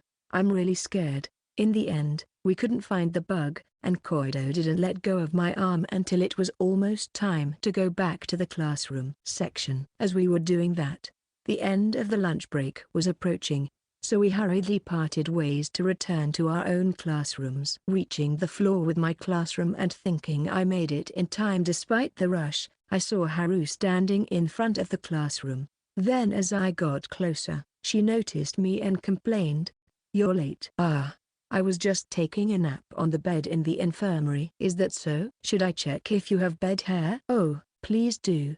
Let's see. But, Seko, you're too tall. I can't see. Crouch down. Haru hopped on the spot. And as a result, something else also bounced. Fortunately, there were no people around, but I immediately squatted down since someone could come at any time. Oh, Seko actually squatted obediently. Let's see. The bed hair is. As I squatted, the height difference between us reversed, and Harry looked down at me. She put her hand on my head and thoroughly searched for any bed hair, though there shouldn't be any since I didn't sleep. However, the bed hair check didn't end quickly, and gradually, Haru's hand started to move as if she was petting my head. "Hinata, are you stroking my head?" No, that's not it. I was fixing your bed hair." "Really?" "So there was bed hair. Does that mean I've been nonchalantly walking around with some of my hair sticking out since this morning?" "Embarrassing. Everyone should have told me sooner." After Haru patted my head for a while, I heard her say, "Okay, that should do it," and I stood up. Naturally, Haru's head was now below my line of sight. "Yeah, this position feels more comfortable." "Thank you." "Thanks to Hinata. I don't have to be embarrassed anymore." "Why yeah." "Really, Seko, you're so oblivious." "I'd rather not be told that by Hinata." "What?" "I'm just trying to be nice here." While exchanging light banter, we headed back to the classroom. Then, as the class began and I managed to survive the sleepy time after lunch, Haru came to me. "What's wrong?" I didn't understand this part of the lesson earlier. Can you explain it to me?" Okay. I guess what you say about being motivated is true." "I'm not lying. I'm serious. Otherwise, we'll be separated. If Haru doesn't improve her science and math skills to a satisfactory level by this summer, she won't be able to choose the science stream and might end up in a different class from us. That's why she needs to work hard on her studies now." Fortunately, I understood the part Haru was asking about, so I could explain it to her easily. It seemed she understood it too, as she could verbally solve the example problems of that unit. "Good. You've understood it perfectly. Well done, Hinata." "Yeah." "Thanks, Seko." Am I great?" "Oh yeah, you're great. You have the motivation and the results to show for it. If you keep this up, Yosaki will be satisfied." Seko-sensei was the type to praise and encourage growth. So, responding to the student's request, he praised her properly. Then, can you pat my head?" "Yes." Haru, the student, made such a request in a soft voice. I replied hesitantly, also in a low voice, "Haru, this is a classroom. It's not a good idea." "No, I want you to pat me." "I patted you earlier. That was for fixing bed hair." Sigh. "Come to the west staircase a bit later." "Okay." Leaving Haru behind, I left the classroom and turned left towards the west staircase. This west staircase, located at the end of the corridor and away from frequently used classrooms, was a place not many people used. Waiting on the landing, Haru soon came running to the stairs. Seeing me, she jumped in with a full smile, reminding me of the conversation with Koido about her being like a dog. It's the first time doing this with Ren at school. It's a bit exciting." "I guess so.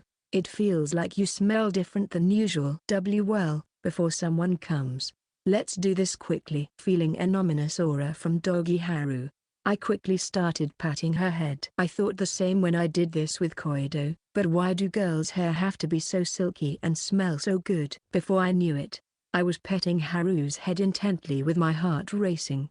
Haru narrowed her eyes and occasionally let out a soft mmm. After about 30 seconds of patting, I took a step back and moved away from Haru. She then showed a disappointed look. "Haru, I'll do it again if you work hard at studying." Okay, I'll do my best." Seeing her like that, I couldn't help but say such a thing. The odd situation where I pat Haru's head in exchange for her working hard on her studies has somehow been established, but well, I guess that's okay if it helps to maintain Haru's motivation. Chapter 55. There's a man standing still in front of the souvenir section of a commercial facility at the station.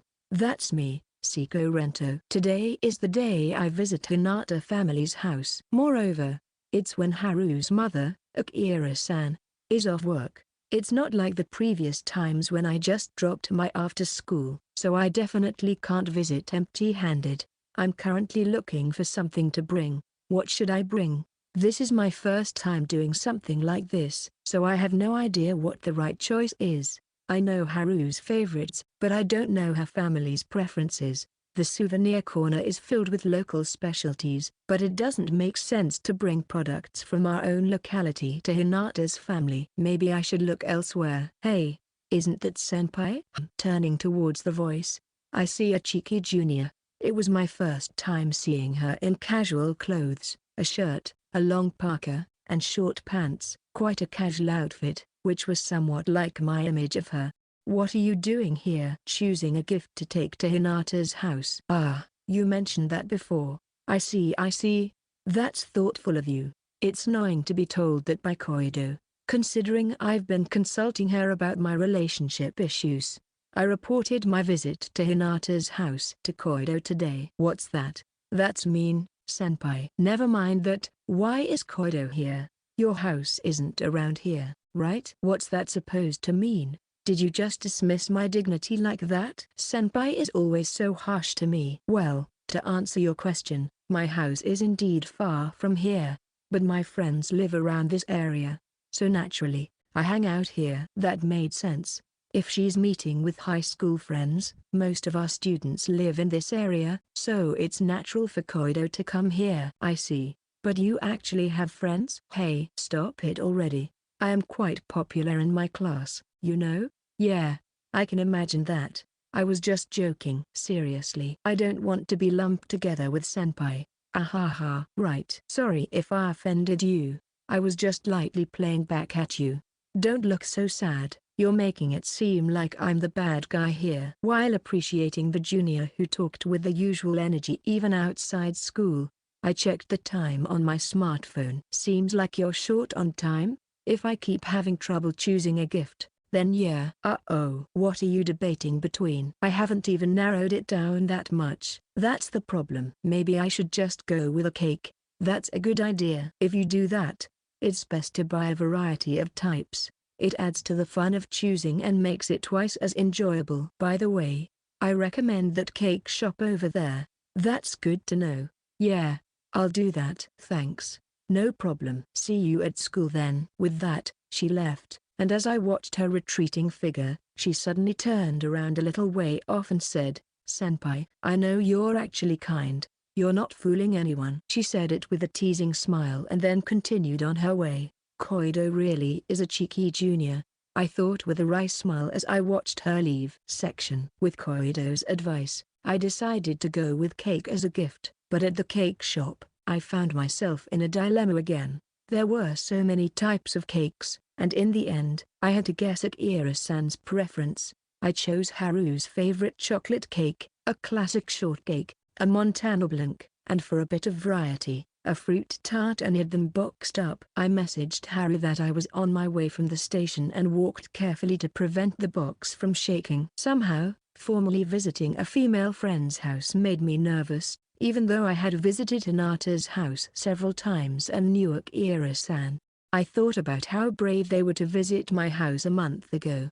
Haru was really nervous back then, I recalled with a smile. That thought eased my tension a bit. Finally arriving at Hinata's house, I took a deep breath and pressed the doorbell, but there was no response. As I was tilting my head in confusion, I heard a commotion inside, and then the door swung open with Haru appeared. Sorry, I was just finishing up the preparations. Haru, slightly out of breath, apologizes. She probably had messaged me about that, but it was my fault for not checking, so I simply replied with "it's fine." I asked if I should wait outside a bit longer, but she said the preparations were done and invited me inside. Sorry for bothering you.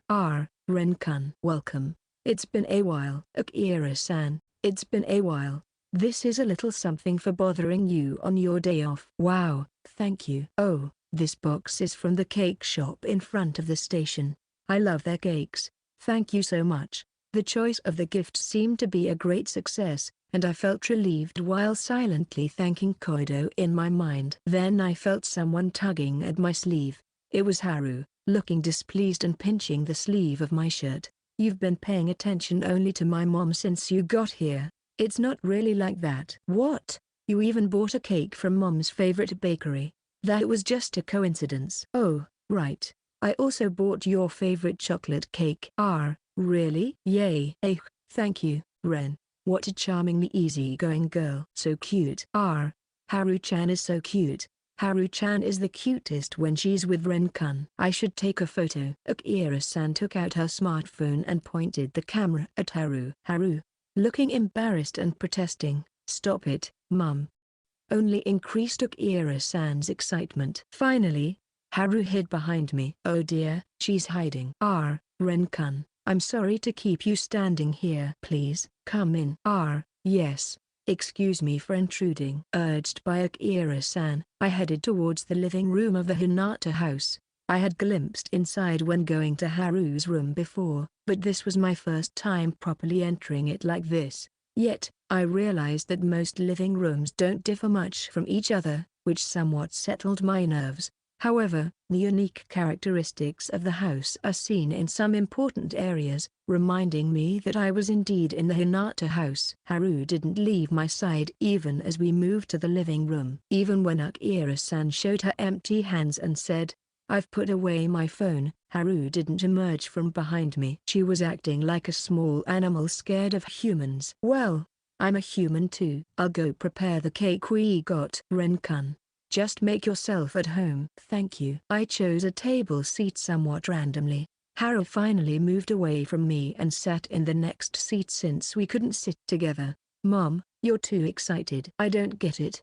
Haru pouted and complained to her mother, but she didn't seem genuinely annoyed. It made me think that the mother and daughter of the Hinata family had a really good relationship. Akira-san brought over cups filled with coffee, plates, and forks, and then Haru swiftly arranged them on the table. I was treated as a guest and was told to just watch, so I did nothing. Akira-san first placed a piece of the chocolate cake she took out of the box onto Haru's plate. Seeing Haru's eyes sparkle at the sight of the cake, Akira-san's eyes also shone. Then, Akira-san had a Montana blink. Haru's further liked fruit in general, so I took the shortcake. Throughout the meal, Akira-san kept looking for opportunities to take photos of Haru, and Haru, although embarrassed, seemed to have given up and accepted it. Haru skillfully brought a piece of the chocolate cake to her mouth with a fork, then smiled brightly as if it tasted good. As I watched her, I found myself taking out my smartphone to take a picture of her. As the shutter clicks, Haru realizes I've taken a picture and tries to take my phone away from me, her face turning red. "I'm sure you just took a picture." "Let me see." I wasn't aware, so I might be making a weird face. "It's okay. You look cute." "Ah, really? Am I cute?" "Yes, you are cute." Ahahahi. The moment Haru smiled even more, countless sounds of a shutter echoed from Akira-san's smartphone sitting across from us. "No, Akira-san, that's too many photos. The shutter sound is almost like background music now." Chapter 56. Even after we finished eating the cake, the conversation among the three of us, including Akira-san, continued. Akira-san asked about how Haru was doing at school and whether she was causing me any trouble. "What do you mean by causing trouble?" Haru said, getting angry. "She's not a bother at all." "Ah. But recently, I have been appointed as her educational supervisor." "Educational supervisor?" "Does that mean Haru-chan is being tutored by Ren-kun?" That's right. Ren is teaching me math and physics." "Wow, that's nice. But wait, wasn't Haru-chan planning to go into the humanities? I get why math, but why are you also studying physics?" "Ah, well, you see." Seeing Haru struggle with her gaze upon receiving Akira-san's question, I realized she hadn't yet discussed her future plans with Akira-san.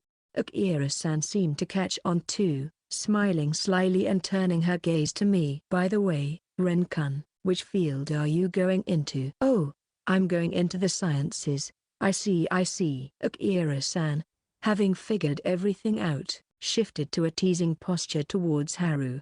Haru-chan is so earnest. Earnest? What do you mean? I'm not like that. Yes. It's okay, Mom understands. Mom, don't jump to conclusions on your own. Well, Haru-chan is free to choose her own path. Mom won't stop you. But are you sure you won't regret it? Akira-san's piercing gaze fixed on Haru. The previously relaxed atmosphere suddenly turned a bit more serious. Yes, I've decided for myself. I definitely won't regret it. Plus, I've found what I want to do. Haru met Akira-san's eyes and answered clearly. Then, Akira-san's expression softened, and she murmured, I see, before taking a sip of her coffee. Then do your best. Ren-kun, please take good care of this girl. Yes, I'll do my best to support Haru. What a nice boyfriend. Haru-chan, you're so lucky. I'll do my best, Mum. Despite usually being playful or joking around, this moment made it clear that Akira-san was truly Haru's parent. Just a thought. You two are always at home together, but don't you ever go out on dates? Oh, I don't mind you coming to our house, though. Akira-san's seemingly casual question struck me sharply. I tried to read her expression, but it seemed she was just genuinely curious. I had thought she might be suspecting that I was dating her daughter for physical reasons, but that didn't seem to be the case. However, I couldn't deny that our relationship could be seen that way. Well, that is. Haru, too, seemed to have her own thoughts and couldn't answer Akira-san's question. Taking a gamble, I said, yes, we used to go out together before, but we've sort of run out of places to go. The Hinata household is so comfortable, and that's why we've been a bit spoiled by Akira-san's kindness. But we were just talking about going out tomorrow for the first time in a while. Right, Haru? Yes. Haru somehow managed to go along with my improvisation. Then Akira-san smiled and said, that's nice, clasping her hands together. But as I said earlier, you're always welcome to come here. I want to see Ren-kun too. Ahaha, thank you very much. Ren, are you coming to my house just to see my mom? No. That's just a polite thing to say. I see. Our relationship is just something superficial. Akira-san, don't join in on her mischief. As I retorted, Akira-san stuck out her tongue playfully. She looks so young that the gesture doesn't seem harsh at all. If my mom did that, what? Why did I even imagine that? Ren, don't get all lovey-dovey with my mom. Then, the not-so-playful daughter beside me puffed up her cheeks. Haru's gesture prompted Akira-san to start clicking away with her camera again. Perhaps because Akira-san was teasing too much, Haru stood up, saying, I'm going to my room now. Then she grabbed my arm as if dragging me to her room. Section. Every house has its unique scent, and the Hinata household is no exception. However, it's intriguing that Haru's room has Haru's own scent. I really like this citrus fragrance, and just being in this room makes me a bit happy.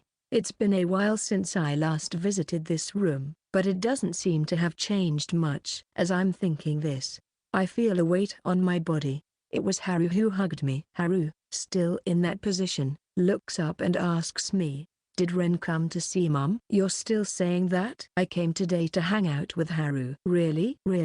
Then hug me too, tightly. Just as Haru asked, I hugged her back. Her body seems so fragile that hugging her too tightly might break her. Yet, not hugging her firmly enough also feels like she might crumble. Looking at Haru's melting expression in my arms, I can feel her genuine affection for me. I should have recognized this expression before, but I couldn't. I excused myself, thinking that understanding someone else's feelings is not always easy. Thanks for earlier. I couldn't answer Mom's question. Akira-san's question. About us not dating outside? Well, I understand why Haru hesitated to answer. Anyway, is there anywhere you want to go? Wasn't that just a lie for the moment? You'll go out with me tomorrow? Yeah, let's have a date. It's our second date. Ren.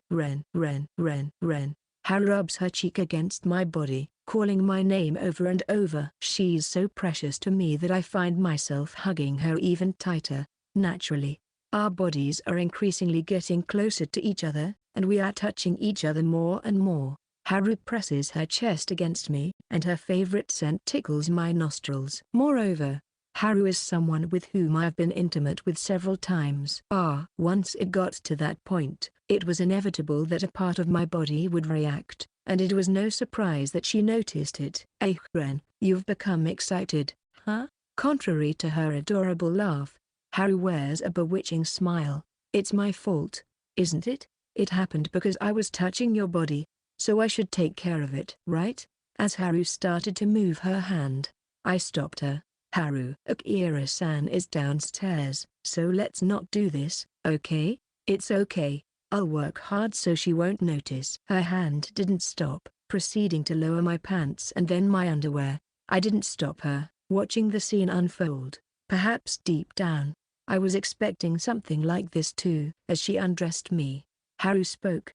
I studied, how to make a man feel better and how to please Ren with these grown breasts. Fu-chan from Torupani was pressing her chest against the protagonist's face due to some trouble. But there are better ways to please Ren.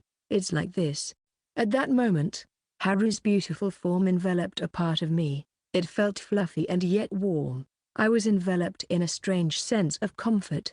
And then she started moving, sending waves of stimulation to my body. How is it, Ren? Does it feel good? Honestly, the stimulation was less than usual, but the excitement I get visually is extraordinary. Additionally, seeing Haru working so hard for me fills me with affection, and my body grows even more heated. Yeah, it feels good. Really? Do you like this? I like it.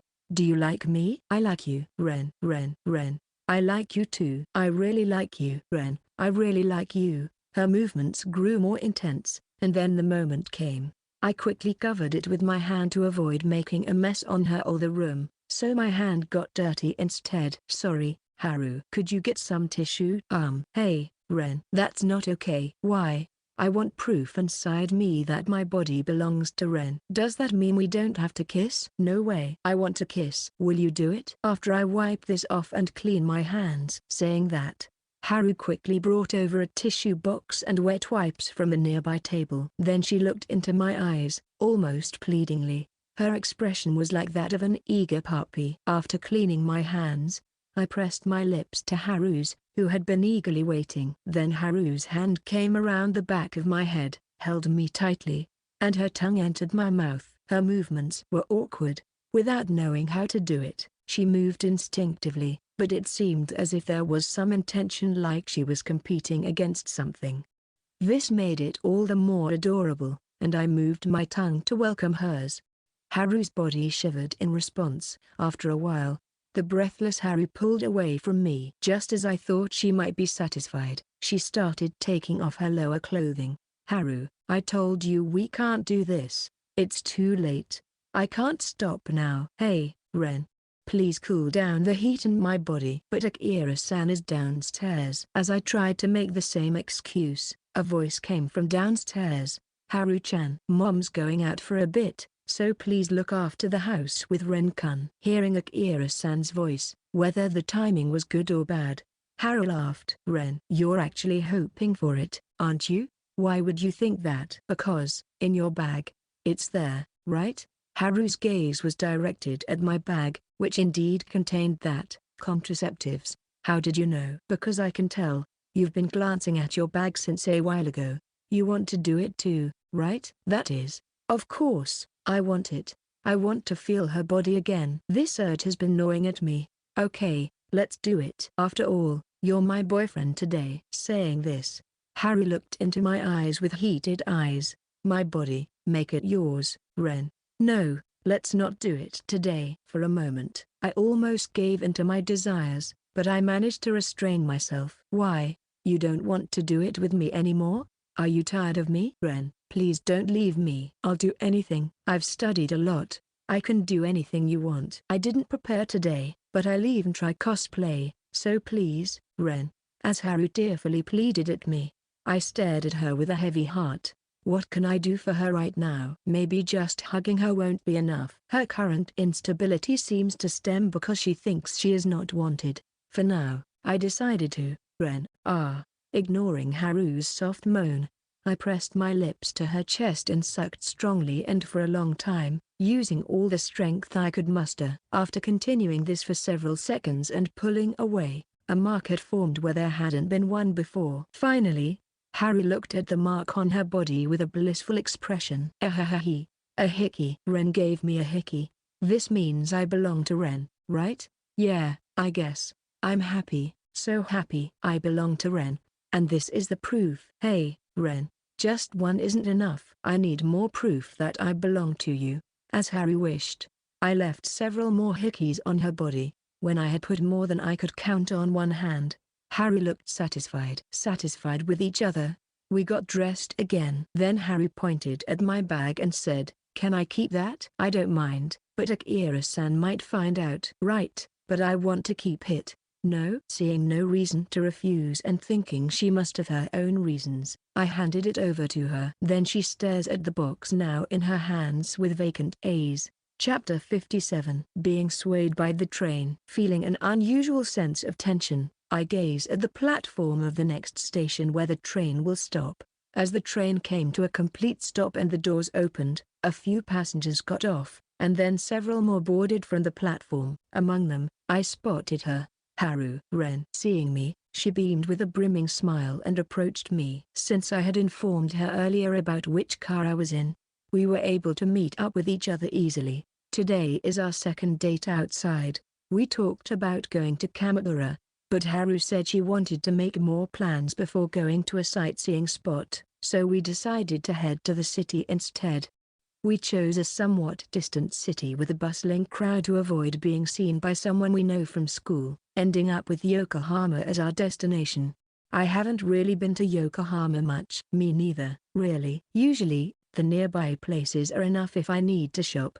Yeah, that's true, but it might be nice for both of us to experience something new together. I responded with "I guess so," and Haru smiled happily. While transferring trains, we headed towards our destination, gradually moving away from our usual area. As we became less likely to encounter acquaintances, Haru moved closer to me. Maybe because of the train's sway, or perhaps because we were just closer, my hand and Haru's hand touched. Haru had been looking out the window for a while. However, her profile seemed somewhat flushed. Sensing what she might be expecting, I took her small hand in mine, intertwining our fingers and holding firmly. In response, her body twitched slightly, and after a while, she squeezed my hand back. She turned to me with a shy smile, incredibly adorable, making me feel like my heart was captured. After getting off at Yokohama Station, we transferred again and headed towards Minato Mirai. We had been holding hands since the train ride and continued to do so. Even while passing through the ticket gate, Haru stubbornly refused to let go of my hand. It's good that the weather turned out nice. Yeah, the rainy season is almost here. I really hope it'll be sunny on the day of our school trip. Where are we going again? I think it's Enoshima. Enoshima, huh? I remember a junior couple mentioning they had gone there before.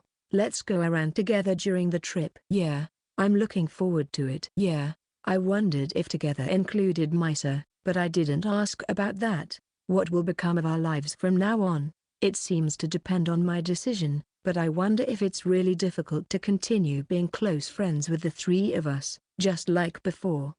We walked from the station towards the harbor. There were sightseeing boats docked at the port. Oh, that's a nice boat. Are you interested in boats, Ren? Not really. It's just that my dad likes them a little.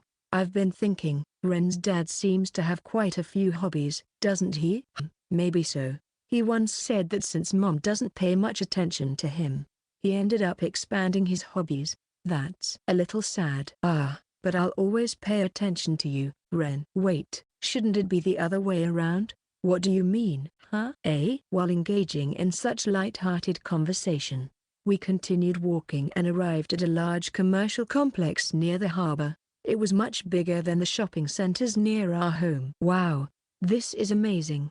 It looks like we could spend the whole day here. It really feels like Yokohama. We entered the facility, each of us sharing our impressions. The place primarily housed shops, but there were also amusement facilities. Our goal for the day was the latter. Since both of us were new to the place, We looked at the map and discussed where to go as we made our way to our destination. It seems to be over there. Yeah, we found our destination, a bouldering gym, and entered the place excitedly. After checking in at the reception, a staff member guided us further inside. Since we had come dressed for the activity, we didn't need to change clothes and just borrowed special shoes before being led to the course.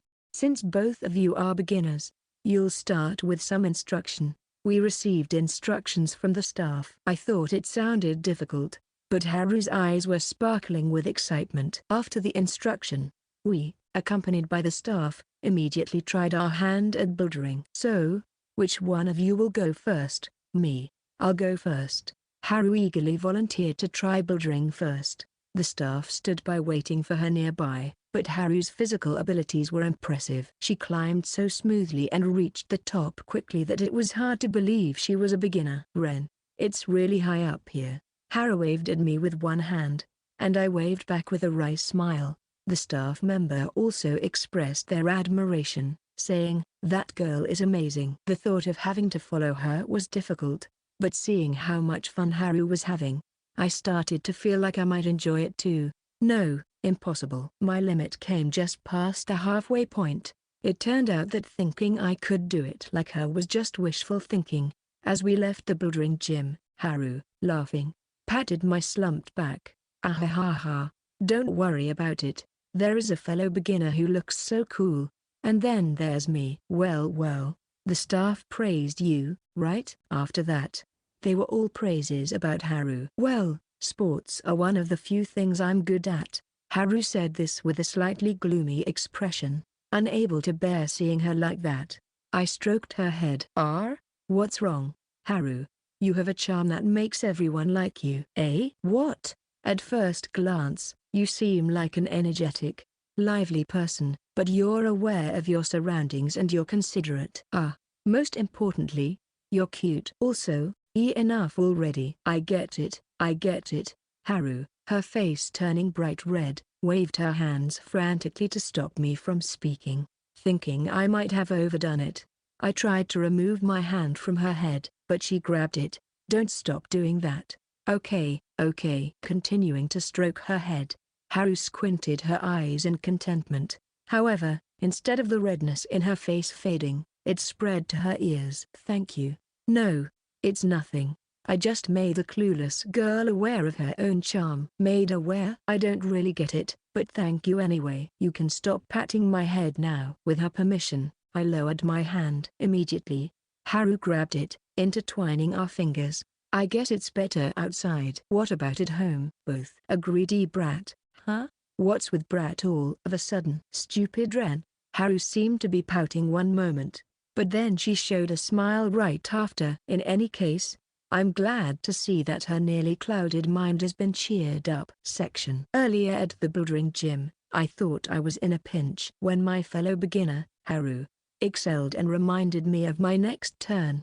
I reached my limit and felt I couldn't climb any further. We left the bouldering gym, but soon I found myself in another pinch. "I can't go into an underwear store." "Please, Ren, come with me." Haru was pleading cutely with her hands together, but honestly, entering an underwear store was just too awkward. "Why do I have to go into that store with you?" "Because I'm usually in my school uniform." "I'd really want to wear something you've chosen for me, but with a uniform, my choices are limited. That's why it is to be underwear." "Please, Ren, choose my underwear." "I'll wear anything Ren pick." "All right. I'll go with you."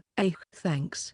She seemed a bit unstable, but maybe she was more subdued than usual since she was in a good mood from our date. Still, I didn't know what would happen if I refused, so I decided to brace myself. "An underwear store? It's called a lingerie shop, right?" The moment I stepped in, I realized this was really not a place for me. Looking around, there wasn't a single other man in sight. If there was at least one, I could find some solace in camaraderie. "What color do you like, Ren?" "How about, black?" "Like this one?" "Black." "That's pretty mature. Do you think it wouldn't suit me?" "No, I think it would suit you, but it's a little too bold." "Then I'll buy this one." That was a quick decision. "Wait. Let's think this through and choose more calmly." "But Ren, you think this suits me, right?" Then I have to buy it. I have to buy it. Huh? I do think it suits her, but I wonder if most high school students wear black underwear. Well, I don't really know what kind of underwear typical high school girls wear. Looking around briefly for something with more subdued color, my eyes landed on a set of underwear. Then I pointed it out to Haru. How about this one? Yellow underwear. It's cute. Do you like this one, Ren? More like, I thought it would suit Haru better. Then I'll buy this one too. Decided so quickly again. Huh? Because Ren chose it, and I have no complaints about it either.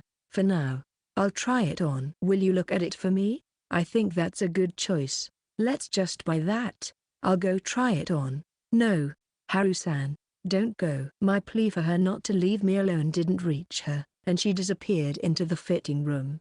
And now I'm alone in this lingerie shop that screams no boys allowed, all by myself. This is like torture. I mentally urge her to come back quickly, looking towards the fitting rooms.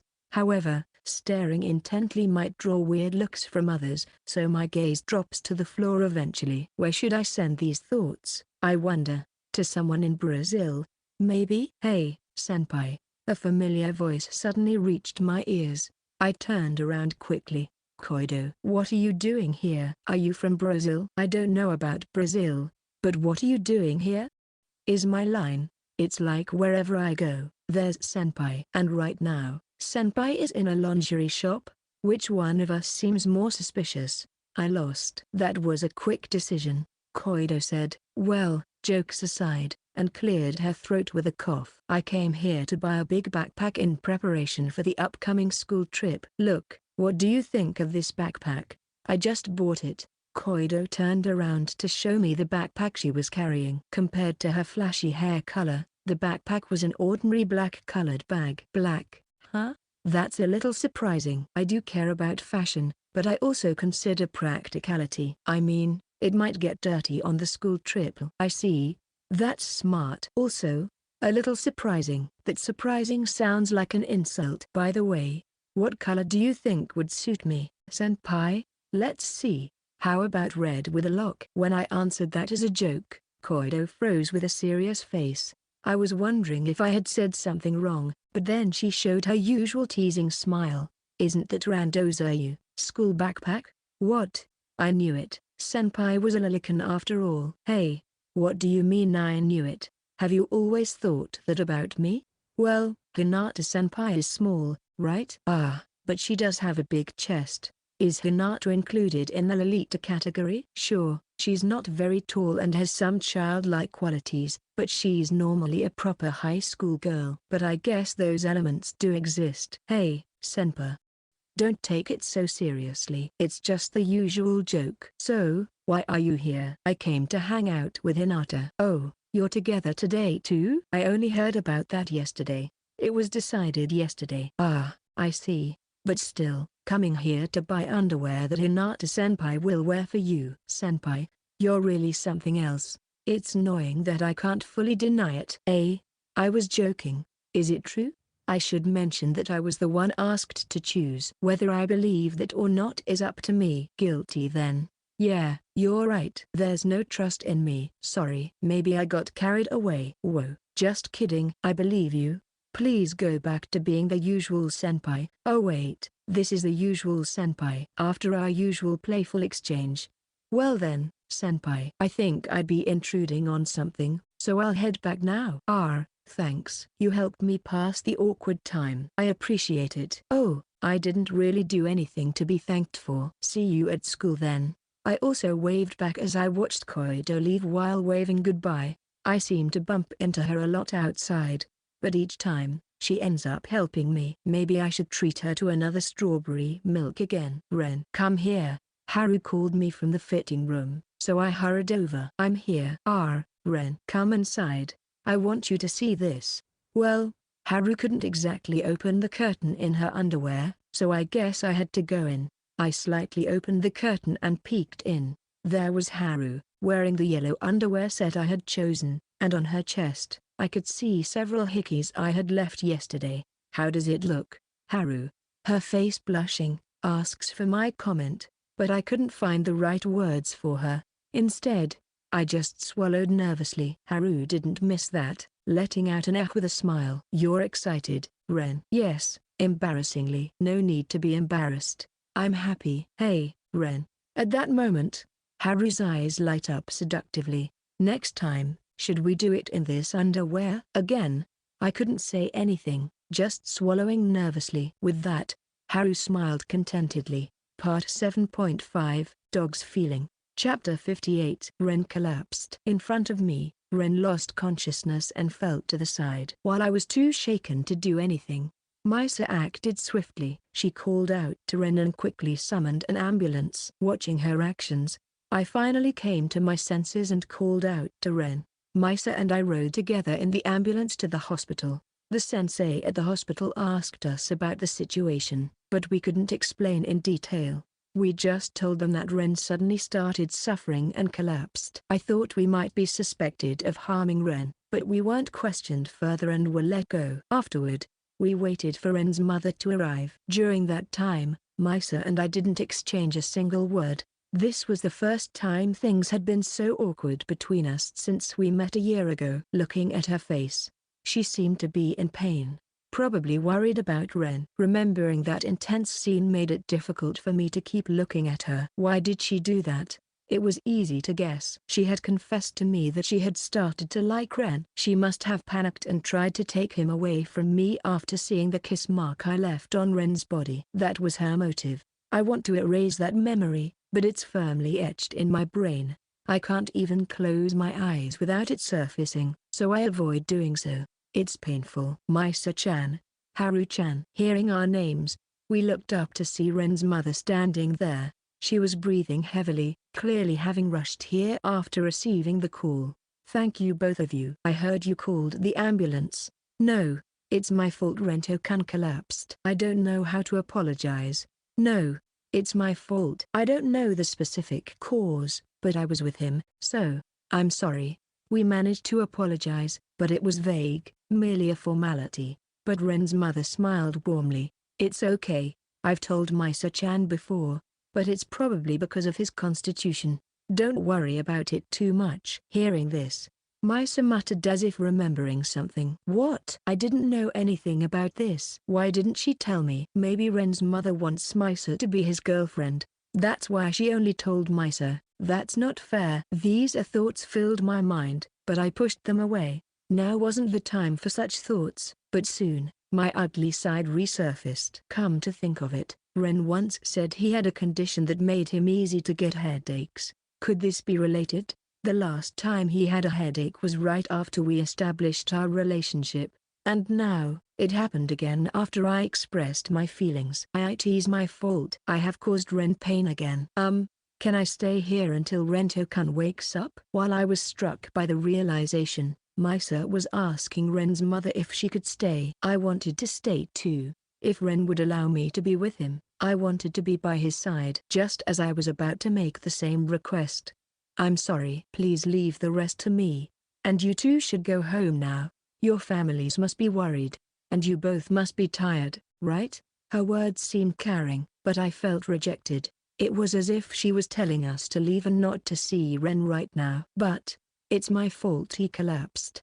I want to apologize to him at least. Misa persisted, seemingly unaware of the true intention behind Ren's mother's words. But, it's okay. He won't blame either of you. He will never. Our request was denied. And, please don't ask him about Ran. Please. I wanted to ask why, but the atmosphere wasn't right. Even Misa, who had been asking questions until then, didn't show any signs of asking further. In the end, we left the hospital.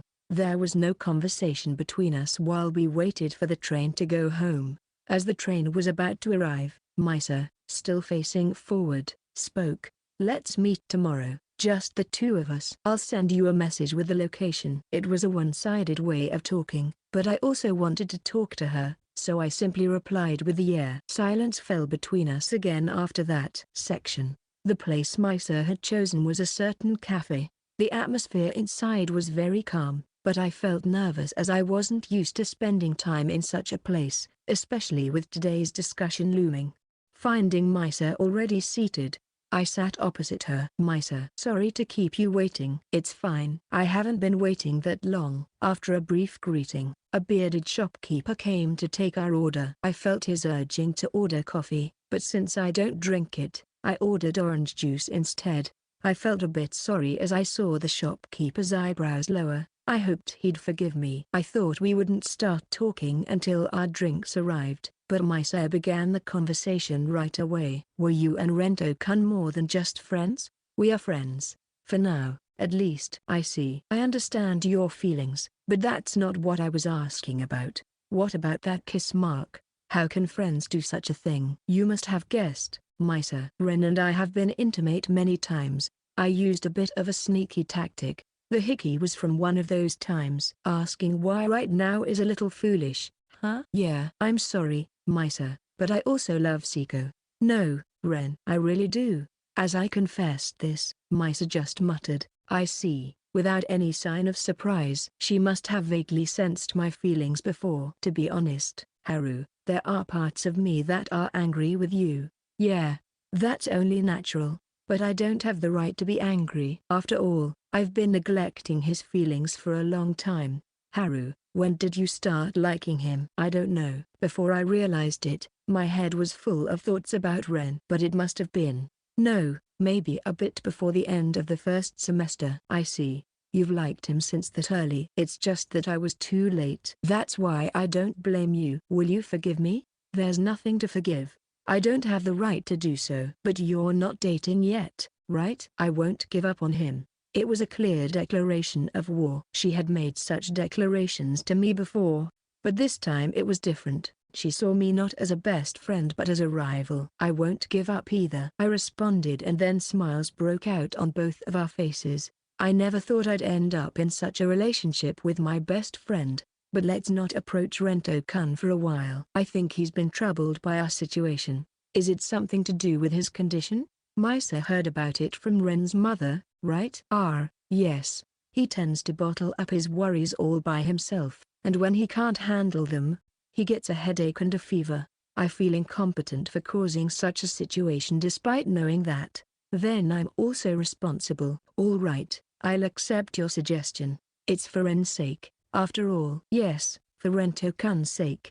Misa has been calling him Rento-kun since earlier. I wonder if that's not just in front of his mother. Could it be? Hey, Misa. Do you call Ren Rento-kun? Yes, only when it's just the two of us. By the way, he calls me Misa. Oh, I see. So, Haru, you've also been calling him Ren? Yes, when it's just the two of us. I call him Ren. Of course, Ren calls me Haru too. I see. The sound of dishes clinking against each other came from the counter. The cafe felt unusually quiet. Misa, you shouldn't fall for a guy who sleeps with a girl he's not even dating. Haru, you shouldn't fall for a guy who publicly shows his affection almost every date to another girl. We smiled quietly. Just then, the shopkeeper brought our ordered drinks. His hand, holding the glass of orange juice, was trembling slightly. Chapter 59. The last day of Golden Week. In the end, I didn't meet Ren during Golden Week. There was the promise I made to Misa and the words from Ren's mother, so I just kept our communication to messages. But when I'm alone with my thoughts, I can't help but have bad thoughts. I have made him sick twice. Maybe he has come to dislike me. I've repeatedly typed and then erased messages asking, "What do you think of me?" I want to hear it. I want to know his true feelings. No, even just hearing his voice would be enough. That should calm me down. After much deliberation, I decided to call Misa, not Ren. She's a rival but still my best friend, and she shares the same worries. I wait for the response. However, the ringing doesn't start. Confused, I checked the screen and saw the message "The other party is currently on a call" was displayed. What does that mean? It's certain that Misa is talking to someone. But who? Misa doesn't have many friends. Essentially, it's just Ren and me. With a feeling of urgency, I call Ren. If he answers, I'll just say it was a mistake and hang up. Maybe we could have a brief conversation. In the end, I found out that Misa's call partner was Ren. Why are Misa and Ren talking? Misa decided that we shouldn't contact Ren rashly. Why is Misa talking to Ren? Could it be that Ren called? Did Ren want to talk to Misa, not me? Is Misa the one Ren wants, not me? After that, I called Ren every minute. Over and over again. The on a call message appeared. My heart felt like being squeezed every time I saw it, but I didn't stop. Finally, after several minutes, the ringing started, and the other side answered immediately. Ren, who are you talking to just now? Before I knew it, those were my first words. When I called Misa, it also said she was on a call. Yeah, I was just talking to Yosaki. Who called whom? Yosaki called me. Really? I wouldn't lie about something like this, but I talked with Misa. We decided to leave Ren alone for a while. Well, you're calling me now too, aren't you? That hurts to hear, but Misa was the one who acted first. Hey, was it really Misa who called? You didn't call her? I swear I didn't call her. Want me to send you the call log? No, you don't have to go that far. Yeah, I believe what Ren says. Ren wouldn't lie to me, because Ren cares about me a lot. Not trusting Ren would be like telling a lie myself. Then, I was able to have various conversations with Ren. I felt relieved as he talked to me in the same way as before. It's okay because Misa broke the promise first. I can do what I want to. Section Golden Week ended. Ren was able to return to school, and I was happy that he came back, but he still seemed unwell and often went to the infirmary during lunch break. I offered to accompany him, but he gently refused, saying it wasn't necessary. Despite him denying it on the call yesterday, I've been thinking negatively and wondered if he refused because he dislikes me. However, he followed me home after school. It was because Arahira-senpai might bother me again. Misa, having heard about it, also accompanied us, which revived my somewhat low spirits. But my blissful time was short-lived and I soon arrived home. Then Ren and Misa left together. My heart ached as I looked at their backs, so I quickly went inside. They were concerned about me and accompanied me home, so I shouldn't feel this way, but I really hate the fact that they have time alone together. I couldn't muster the energy to change into home clothes. I just sat on my room's carpet and stared blankly at nothing. That's when my smartphone vibrated.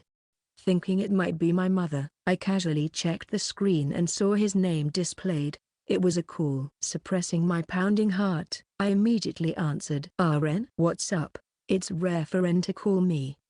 My voice came out softer than I expected. It's a little embarrassing. Can you come outside for a bit? What? See, could it be? Understanding his words, I looked out the window to the entrance. There he was. My cheeks completely relaxed into a smile. I wanted to be by his side immediately, so I rushed to the entrance and opened the door, and there he was. Ren. Is Misa not with you? I called out his name with the excitement of being alone together, then belatedly remembered to ask about Misa. I've already parted ways with Yosaki. I see. But why is Ren here? I mean, I'm happy, but just wondering why. My emotions were a mess, and I was embarrassed that he might notice it. I asked him while fiddling with my short hair to hide my feelings. I forgot something. Forgot something? Did you leave something last time you were here? Sorry, I didn't notice. It's not that, he said, and handed me a small bag. I tried to contain my anticipation. I was going to give this to you. For me? You're giving it to me? Yeah. I want you to open it. It was a gift from him. I carefully opened it so I could keep it properly. Inside was a sunflower design hairpin. The moment I realized what it was, I hugged him. Ren. This is. I couldn't find the exact same one, but I found a hair clip with the same sunflower design. It's not exactly the same, but what do you think? I'm happy. Thank you, Ren. I'll treasure it. I thanked him and tried it on my bangs. Then he compliments me on it, saying it looks good on me. I'm glad. It felt like a missing part of me had returned. Then I told him I wanted my entire body to belong to him. I wanted proof of it. The image that wouldn't leave my mind, to erase that. I wanted him to take my lips first, and just as I was about to say it, he kissed me. I was so happy. So happy. My lips were now Ren's. Realizing this made this kiss become an even more sparkling memory. I found myself wishing for another one. As my feelings reached their peak, he said, Haru, about what I said the other day. I like Haru Hinata. I felt like crying. I was sure that I could be happy from now on. Really? Yeah, I'm happy. Then, from now on, but we can't date because of Misa? Yeah, I still like Yosaki too. So, I want you to wait until I sort out my feelings. I'm really sorry. It's okay because I've decided, and that won't change now. I can't be without Ren anymore. I can't be happy unless Ren is with me. I understand the conflict he's going through now, but someday, he'll come to me. He said he likes me. So, I'll wait for you forever. Chapter 60. Today was a very fulfilling day. Ren visited my house until the evening. The cake he brought as a souvenir was delicious, and he took a photo of me eating it, saying it was cute. Although he declined to go further and do it with me. Instead, he left many marks on my body. Just looking at them under my clothes makes me feel happy. I was also able to please Ren using my breast. Each time I made Ren happy with my body, I felt a real sense of belonging to him, and it was very comforting. We also shared a more grown-up kiss. At first, I was driven by the urge to mark his body and moved eagerly, but then Ren started to move too, and our movements intertwined, and from there, my memory became hazy. When Ren left, I really wanted to see him off to the station, but he only let me accompany him to the entrance. However, he hugged me tightly at the end, so I was happy. Besides, we'll be together again tomorrow, so I shouldn't be too selfish. After seeing Ren off, I immediately returned to my room. His lingering scent in the room was slightly exciting and comforting. It was like being wrapped in his presence, but now is not the time for that. I checked the contents of the box I somehow managed to keep from him. 6. I remember there were 6 last time too, so yeah, it's the same. I sighed in relief. If the number had decreased, it would mean he did something with someone else. I took this to prevent that from happening and to make sure Misa couldn't do anything with him either. It's okay. Even if there was an opportunity, Ren wouldn't do it. It's only with me, I muttered to reassure myself.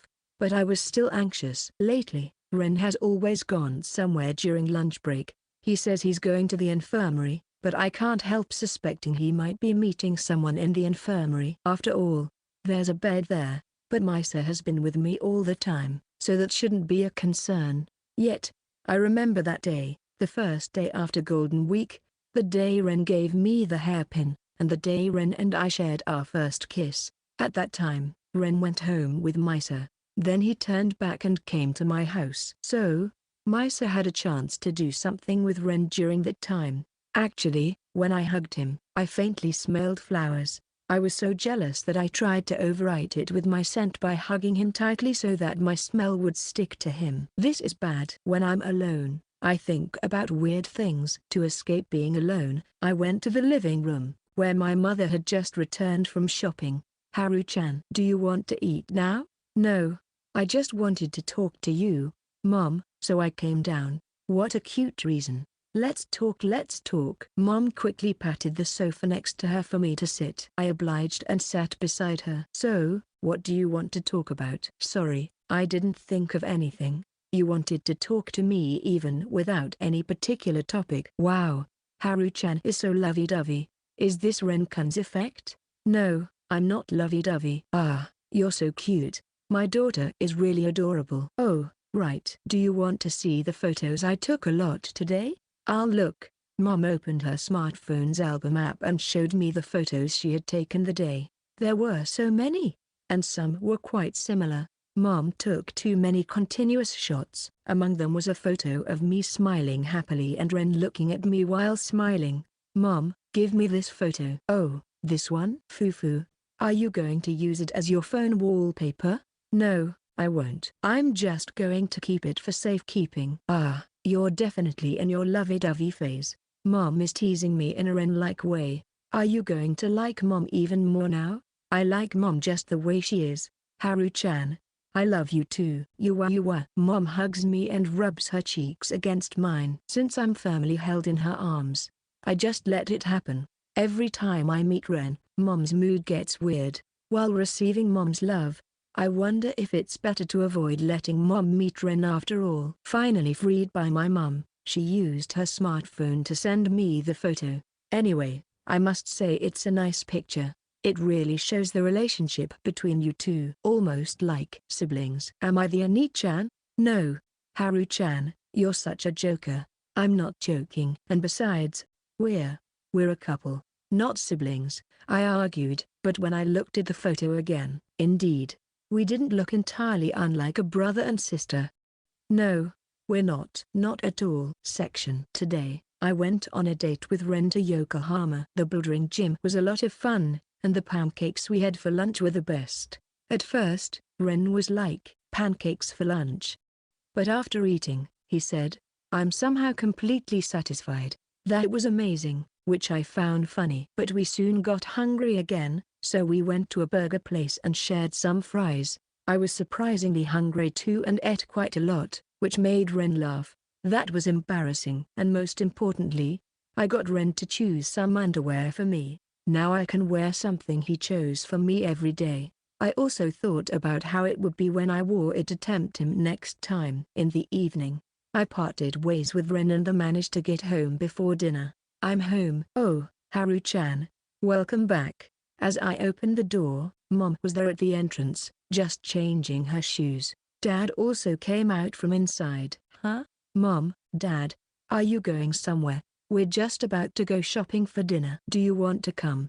Haru-chan? I just got back, so we can buy your favorite chocolate. I'll go. I immediately gave in to the temptation of chocolate, and Mom chuckled. Dad also turned his face away, trying to hold back his laughter. Embarrassing. Just after returning home, I hopped into the car Dad was driving and headed to the supermarket. Huh? Don't we usually turn left here? There's a sale at a different store today, so we're going there. I see. I'm a little excited to visit a store we don't usually go to, so I'm glad I came along. When we arrived at the store, it seemed to be true it was on sale, as it took some time to park the car. When I entered the store with Mom and Dad, it was like a battlefield. Customers with intense looks were jostling each other, fighting over the best deals. Then, Haru-chan, Mom and Dad will go on ahead. What about me? Haru-chan, you're not ready for that battlefield yet. Feel free to do what you want. See you, Mom, in battle mode, and Dad, with a resigned look, plunged into the fray. Don't die, Dad. As Mom said, I decided to wander around looking for the chocolate they would buy me today. That's when I spotted someone familiar. My heart leapt the moment I saw her. Hello, it's been a while. Oh, isn't it Haru-chan? Long time no see. I had instinctively called out to Ren's mother. The last time I saw her was when Ren was taken to the hospital, an incident that was my fault. I was worried she might have a bad impression of me. I wanted to confirm this and hopefully improve her perception, so I approached her. I'm really sorry about last time. Oh, you mean about Rento? It's fine. You two are still getting along well, right? Yes. We're getting along well, and he's helping me with my studies. Rento is? Was he smart enough to teach others? He explains very well. I'm not good at science and math, but I really want to go into a science field. Oh? Why do you want to go into a field you're not good at? Part of it is wanting to be in the same class as the two of them, but I've also thought about what comes after. I want to be a nurse. I thought maybe I could help someone close to me who gets sick. Becoming a doctor is impossible for me, but I still want to pursue a medical field. I want to be able to nurse him whenever he gets sick. It's a dream I've recently had. I see. I think that's admirable. Also, if Rento chooses to get along with Haru-chan on his own will, then I have nothing to say about it. Please continue to be good friends with him. Yes, of course. If anything, I'm the one who wants to ask you. As I became embarrassed and my words trailed off, Ren's mother chuckled softly. Haru-chan, you really like him, don't you? That. Well, yes. I love Ren. Deciding not to dodge the question, I gathered my courage and answered clearly. Ren's mother narrowed her eyes and said, I see. Do your best. I didn't fully understand the intention behind her words, but I replied energetically, yes. Haru-chan, you call Rento Ren, right? Yes. Previously, when Rento collapsed, he called out to name Ran.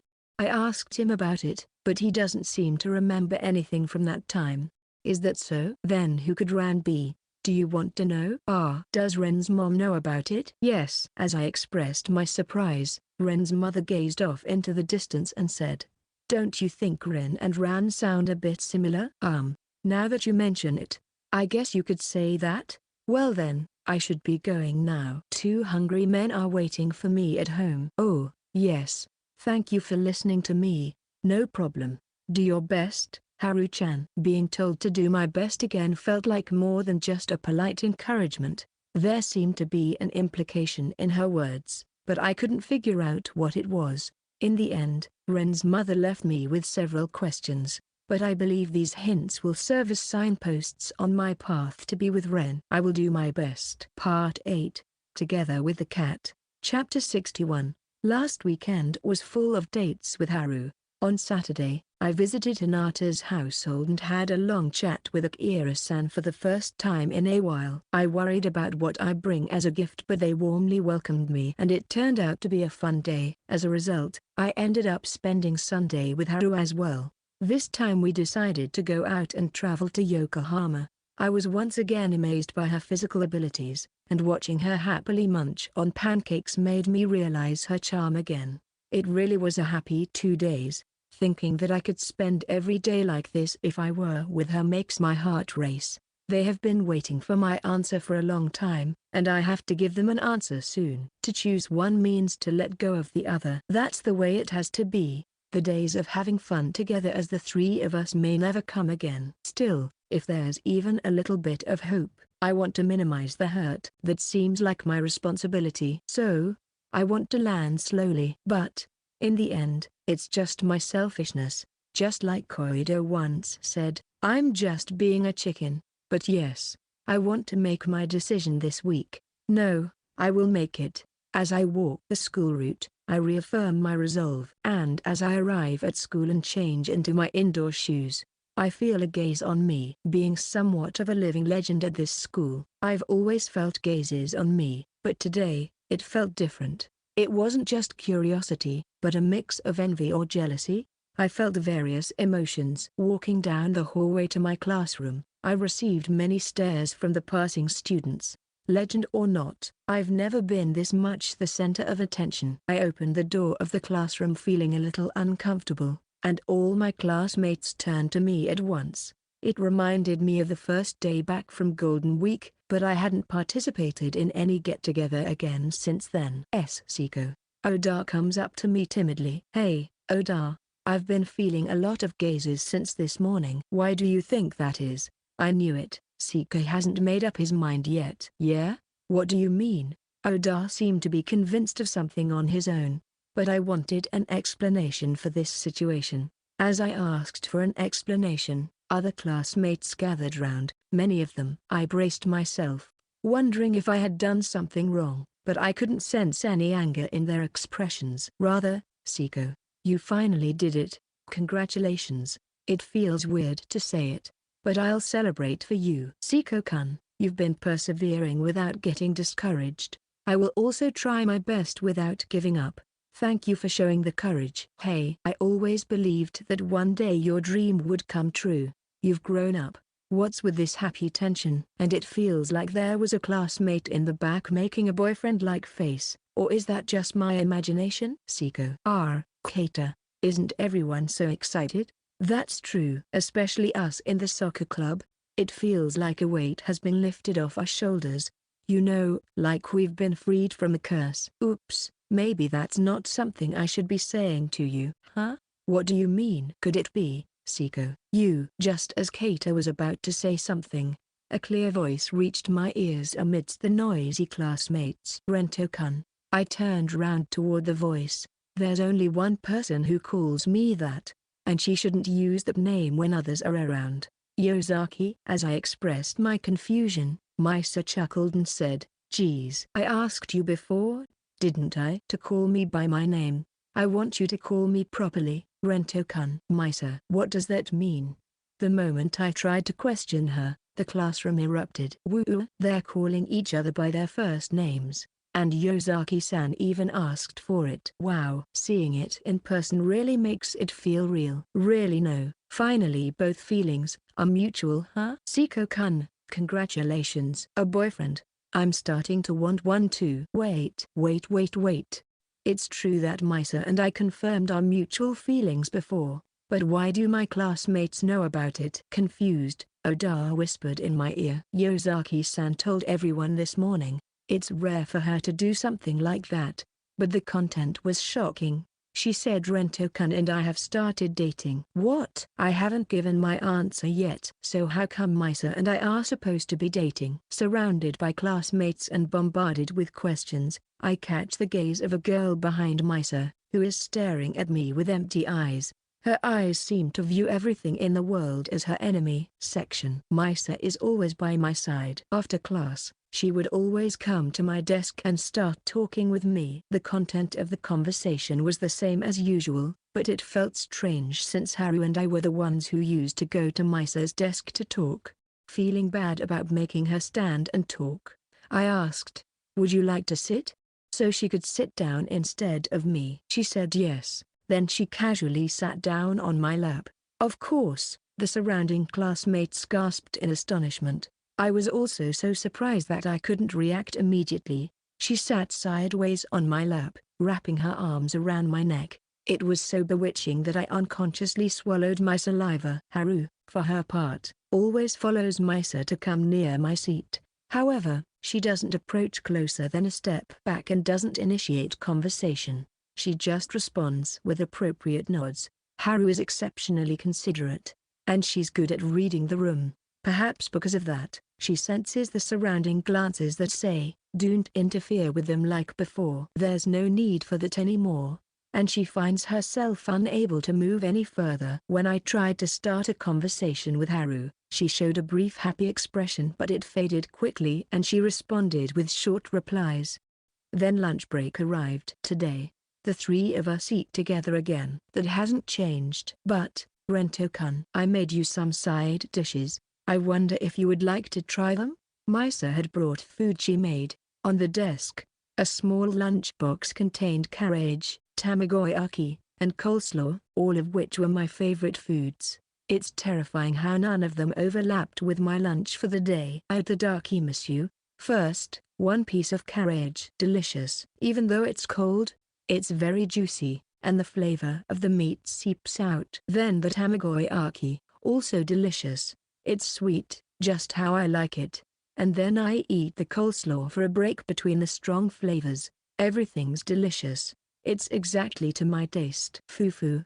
I'm glad. It was worth observing your eating habits all this time. Ah, you were doing that? It's embarrassing to think I was being watched. Rento-kun secretly smiling while enjoying his favorite foods was adorable. Misa said so with a seductive smile. The shocking truth she revealed made me feel a little embarrassed. Seeing her smile made my face grow even redder. No, never mind. Haru started to say something, then stopped and put down her chopsticks. I wanted to ask her what was on her mind, but she gestured with her eyes for me to be quiet. Showing concern for Haru here would probably lead to antagonism of those around us.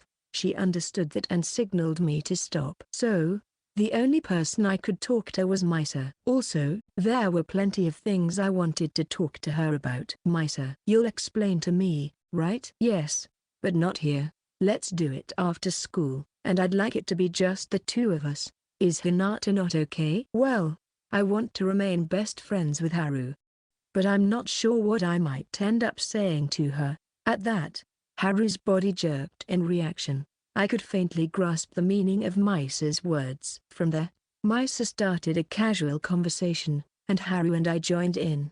We were supposed to be smiling and chatting, but our hearts were not at ease. Although we were smiling and talking, our hearts were not at ease.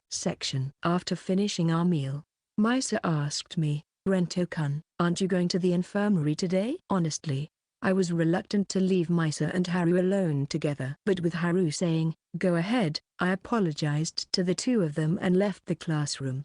I needed to calm down for now, because my mind and heart have been in turmoil since this morning. For that reason, I headed to the backyard. Chapter 62. When I headed to the back garden, Koido was already sitting on a bench. I offered her the strawberry milk I had bought in advance and started the conversation. Here you go. Ah, Isn't it the famous senpai of legend, Senpai Obugendo, who finally captured the love of his life, Yosaki senpai? What's with that? Sounds like a member of a rock band. The legend has even invaded my name now. Yep. The legend of senpai now is like a force that could bring down flying birds. It even reached the first-year classrooms by this morning. Thanks for the strawberry milk. That definitely sounds like a legend. I comment as if it's someone else's story. I mean, I try not to be too conscious about it because it can be quite taxing on my mental state. After enjoying the strawberry milk I gave her, Koido took a deep breath and started talking. Now, how did this happen? Weren't you on a date with Hinata-senpai yesterday and the day before? It just turned out this way when I came to school this morning. That's just like me being confessed to because of a misunderstanding then. Don't you have more details? I always come to school at the last minute, but Yosaki apparently told the classmates in the classroom this morning. She said she started dating Seko Rento. I plan to hear the details after school today. I see. I guess Yosaki-senpai got impatient and took a drastic measure. You think so too? There's no other explanation. I had some guesses, but could it really be like that? Is it my fault for making her wait too long? Well, more like, Yosaki-senpai might have panicked seeing Hinata-senpai's intense appeal. Panicked by Haru's actions? Does that mean Misa knew about our recent date?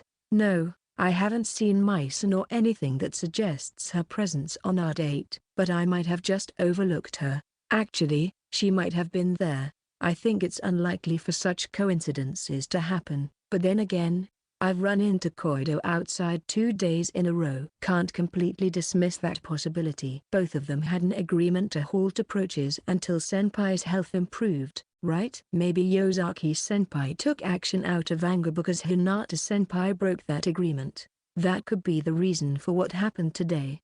But I think Hinata is good at keeping her promises. Oh? Defending Hinata-senpai, I see. It's not like that. Right. When I heard about that agreement, Hinata was angry at Yosaki for being sneaky because she called me first. Oh, that's probably it. Since Yosaki-senpai made the first move, Hinata-senpai must have thought it was okay for her to do whatever she wanted to. I nod in understanding. But, well, it's not like either of them is to blame. The bad one is senpai, right? Yeah. Even so, it's going to be tough for you now, senpai. Until now, everyone just watched with curiosity as Yosaki-senpai kept rejecting you, but from now on, you'll get looks of jealousy and even hatred from those who liked Yosaki-senpai. That's true. I already got the full course this morning. Are you full already? I'm stuffed to the brim. Did it burst?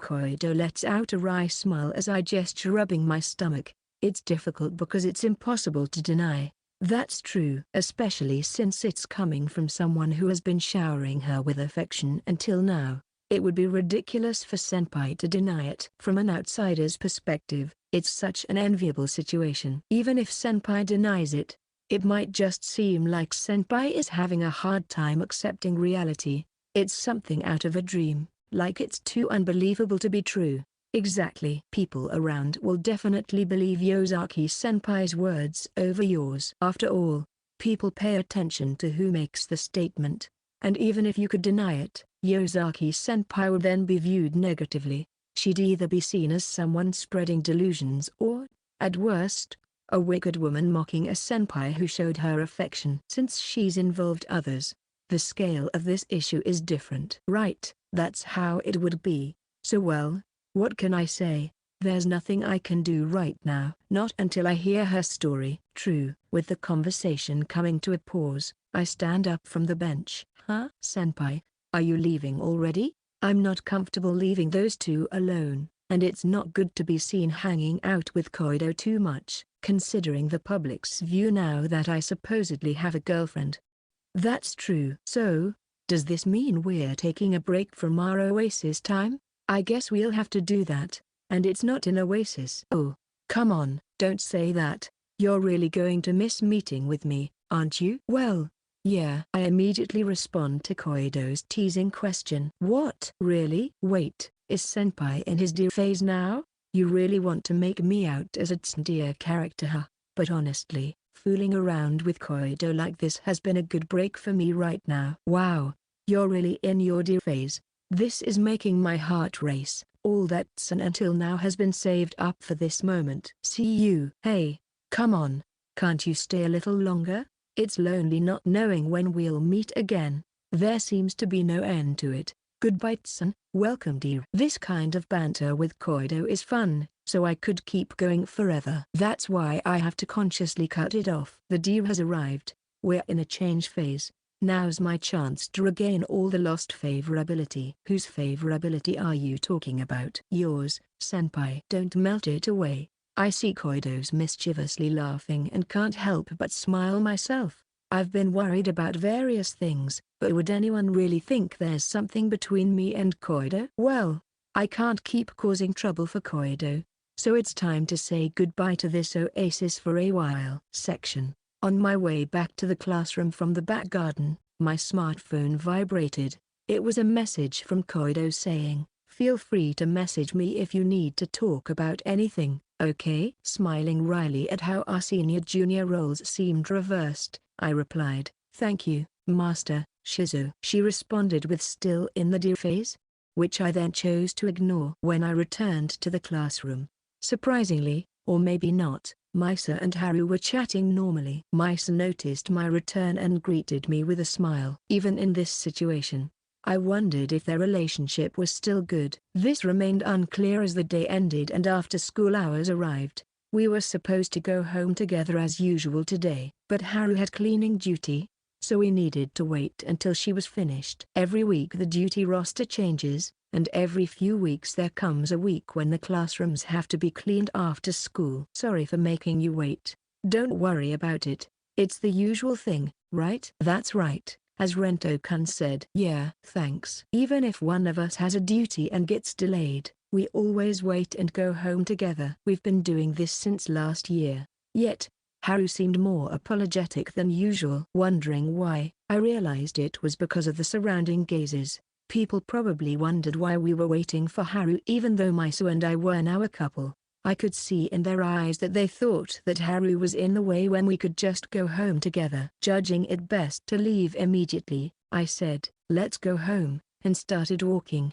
The other two followed. From there, it was a normal walk home as usual. Upon reaching Hinata's house, we said goodbye to Haru. "See you tomorrow, Haru." "See you tomorrow." "Yeah, both of you, see you tomorrow."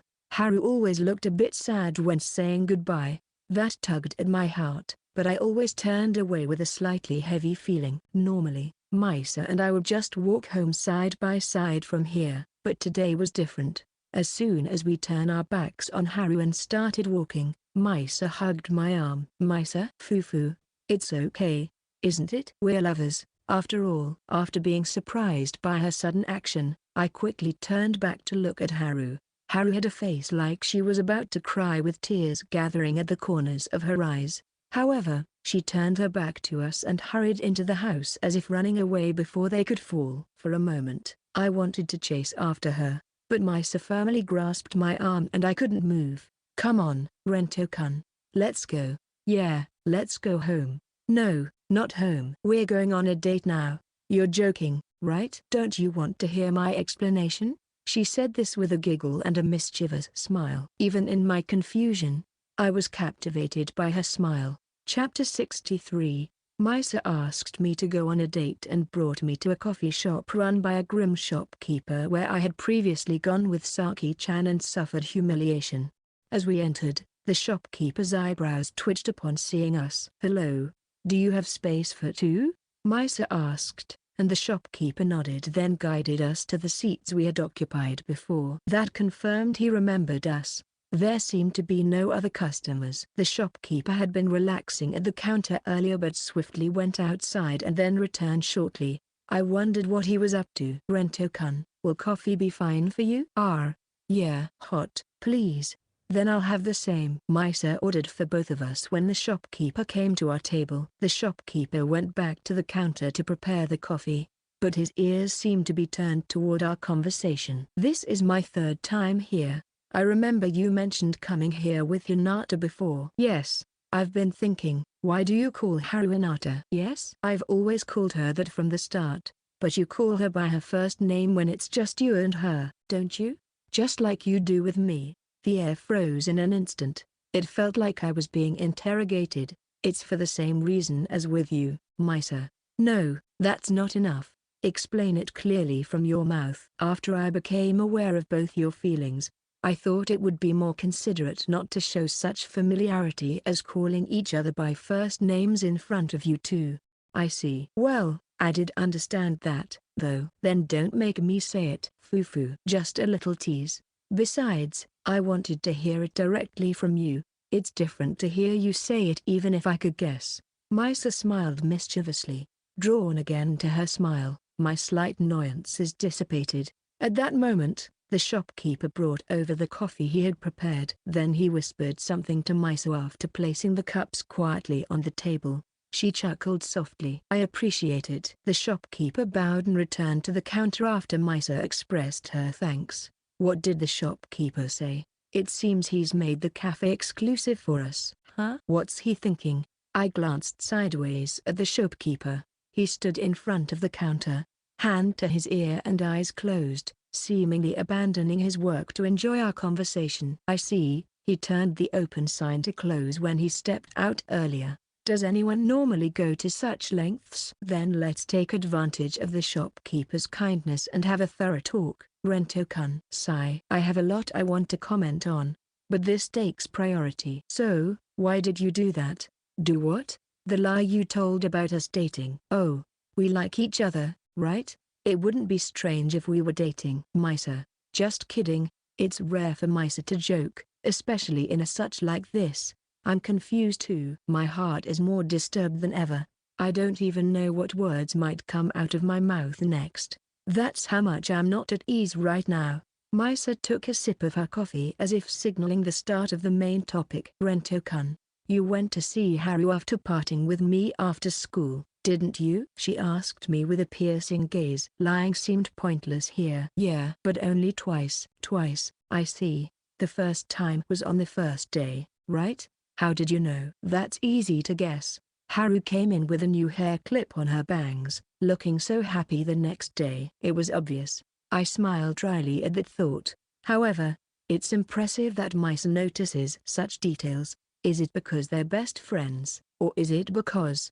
And the second time was last Monday, right? I can understand why you noticed the first time. But how did you know about the second time too? "Because she came to school with a big smile the next day. Of course I can notice that. She was in a good mood this morning too." "You must have met over the weekend." "Ah, I think I understand now. Your actions this morning, the motives, and all that. Maybe Haru's good mood this morning had triggered her." Then she said it. "Seko Rento and I have started dating." I took a sip of my coffee, letting the slightly cooled bitterness spread in my mouth. "Hey, Rento-kun, if I had asked you out, would you have spent this weekend with me?" "That is, the reason I went to Haru's house on Saturday was that her mother, Akira-san, perceived me as Haru's boyfriend and was worried because I hadn't visited recently.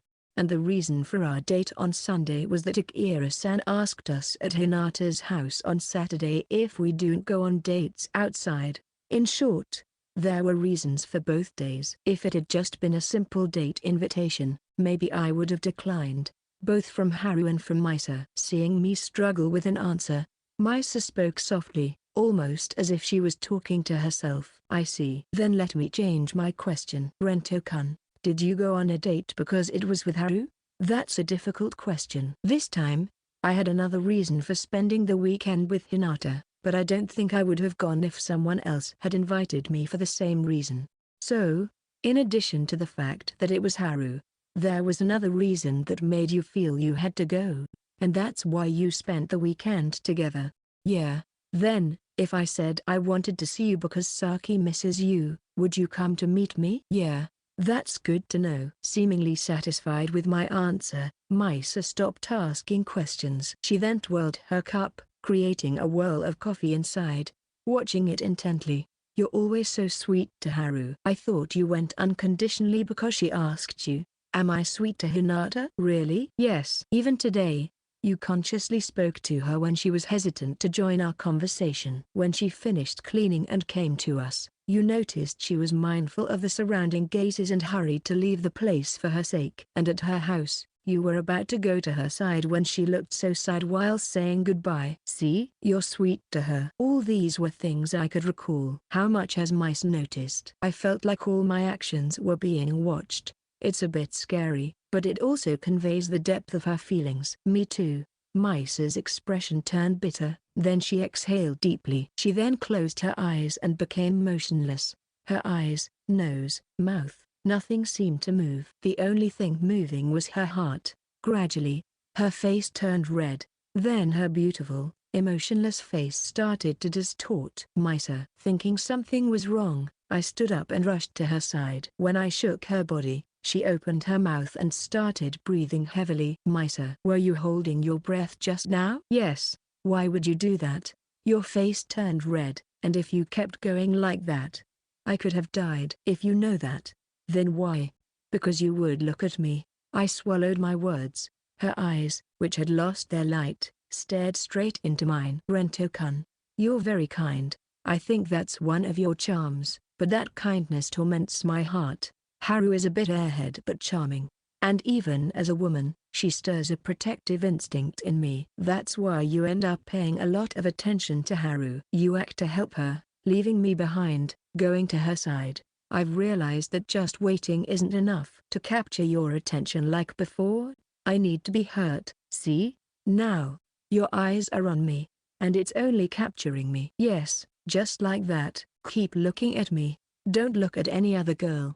Look only at me. Rento-kun. Misa. Call my name. Call it more. Call only my name. My name alone.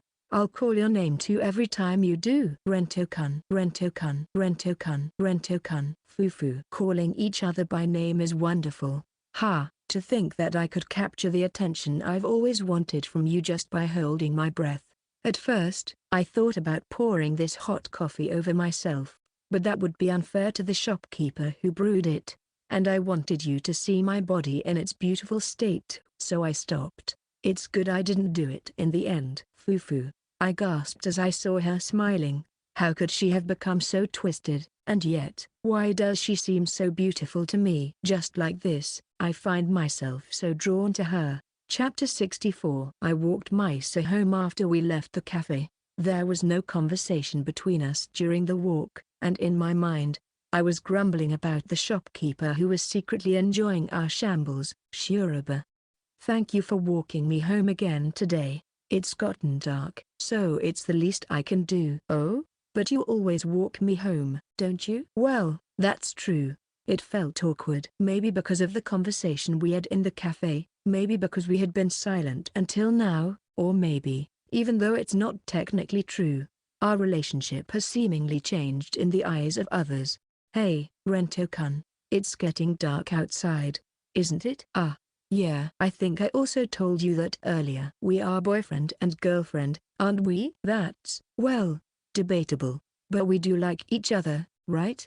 I guess so. Suddenly, Misa's face came closer, and our lips met. It was a sensation I hadn't felt in a while. That's why I instantly remembered the previous touch in the scene from that time. Misa stepped back while touching her lips with her finger and smiled. Then this much should be okay, right? I don't think that's good. It's for me to decide. Do I have a say in this? Do you dislike it? It's not that I dislike it. Then it's fine. Fufu, Rento-kun, I like you. Let's kiss a lot from now on. Her mischievous smile was so beautiful that it shone brightly even in the darkness. Section. Upon returning home, I headed straight to my room and dove onto my bed while still in my uniform. Lying there, I let my thoughts wander. I understood why Misa had acted the way she did. My lenient attitude towards Haru seemed to be the root cause. I hadn't realized it before, but now that I think about it, I seem to have often agreed with her request. That's why I wanted a third-party opinion. Well, of course Misa is also a third party, but there might be some bias due to her position. I took out my smartphone and sent a message to someone, and the reply came quickly. I need to talk to you about something. HMMPH. You sure have the nerve to ask me for help after ignoring all my messages about the talk I had with Yosaki after school today. A. Ignoring me? You're completely ignoring my messages. How much more do you plan to ignore me? I'm trying to have a serious conversation here. Can you calm down for now? Whose fault do you think it is, Koido? You're the only one who will listen to me. Please. What's that? You're showing your vulnerable side to get my sympathies? Well, your strategy is a huge success. I'm totally on board now. Now, please tell me what you want to talk about. After a bit of banter, I typed the main topic into the chat app. Koido, do you think I'm too lenient with Hinata? Well, I haven't seen the two of you together, so I can only go by what you've told me, but I think you're very sweet to her. Seriously? Seriously, and I mean seriously. Here, it's easier to understand this in a chat, isn't it? Can you tell me the reason? And by reason, I mean reason. You don't have to play along with my joke. Well, let's see. I always have the impression that you rush to Hinata-senpai's side whenever she's in a pinch. Even when Hinata-senpai doesn't send an SOS signal, you seem to sense it. That matched the view on love that I once shared with Misa and Saki. Maybe that's why Misa was so anxious.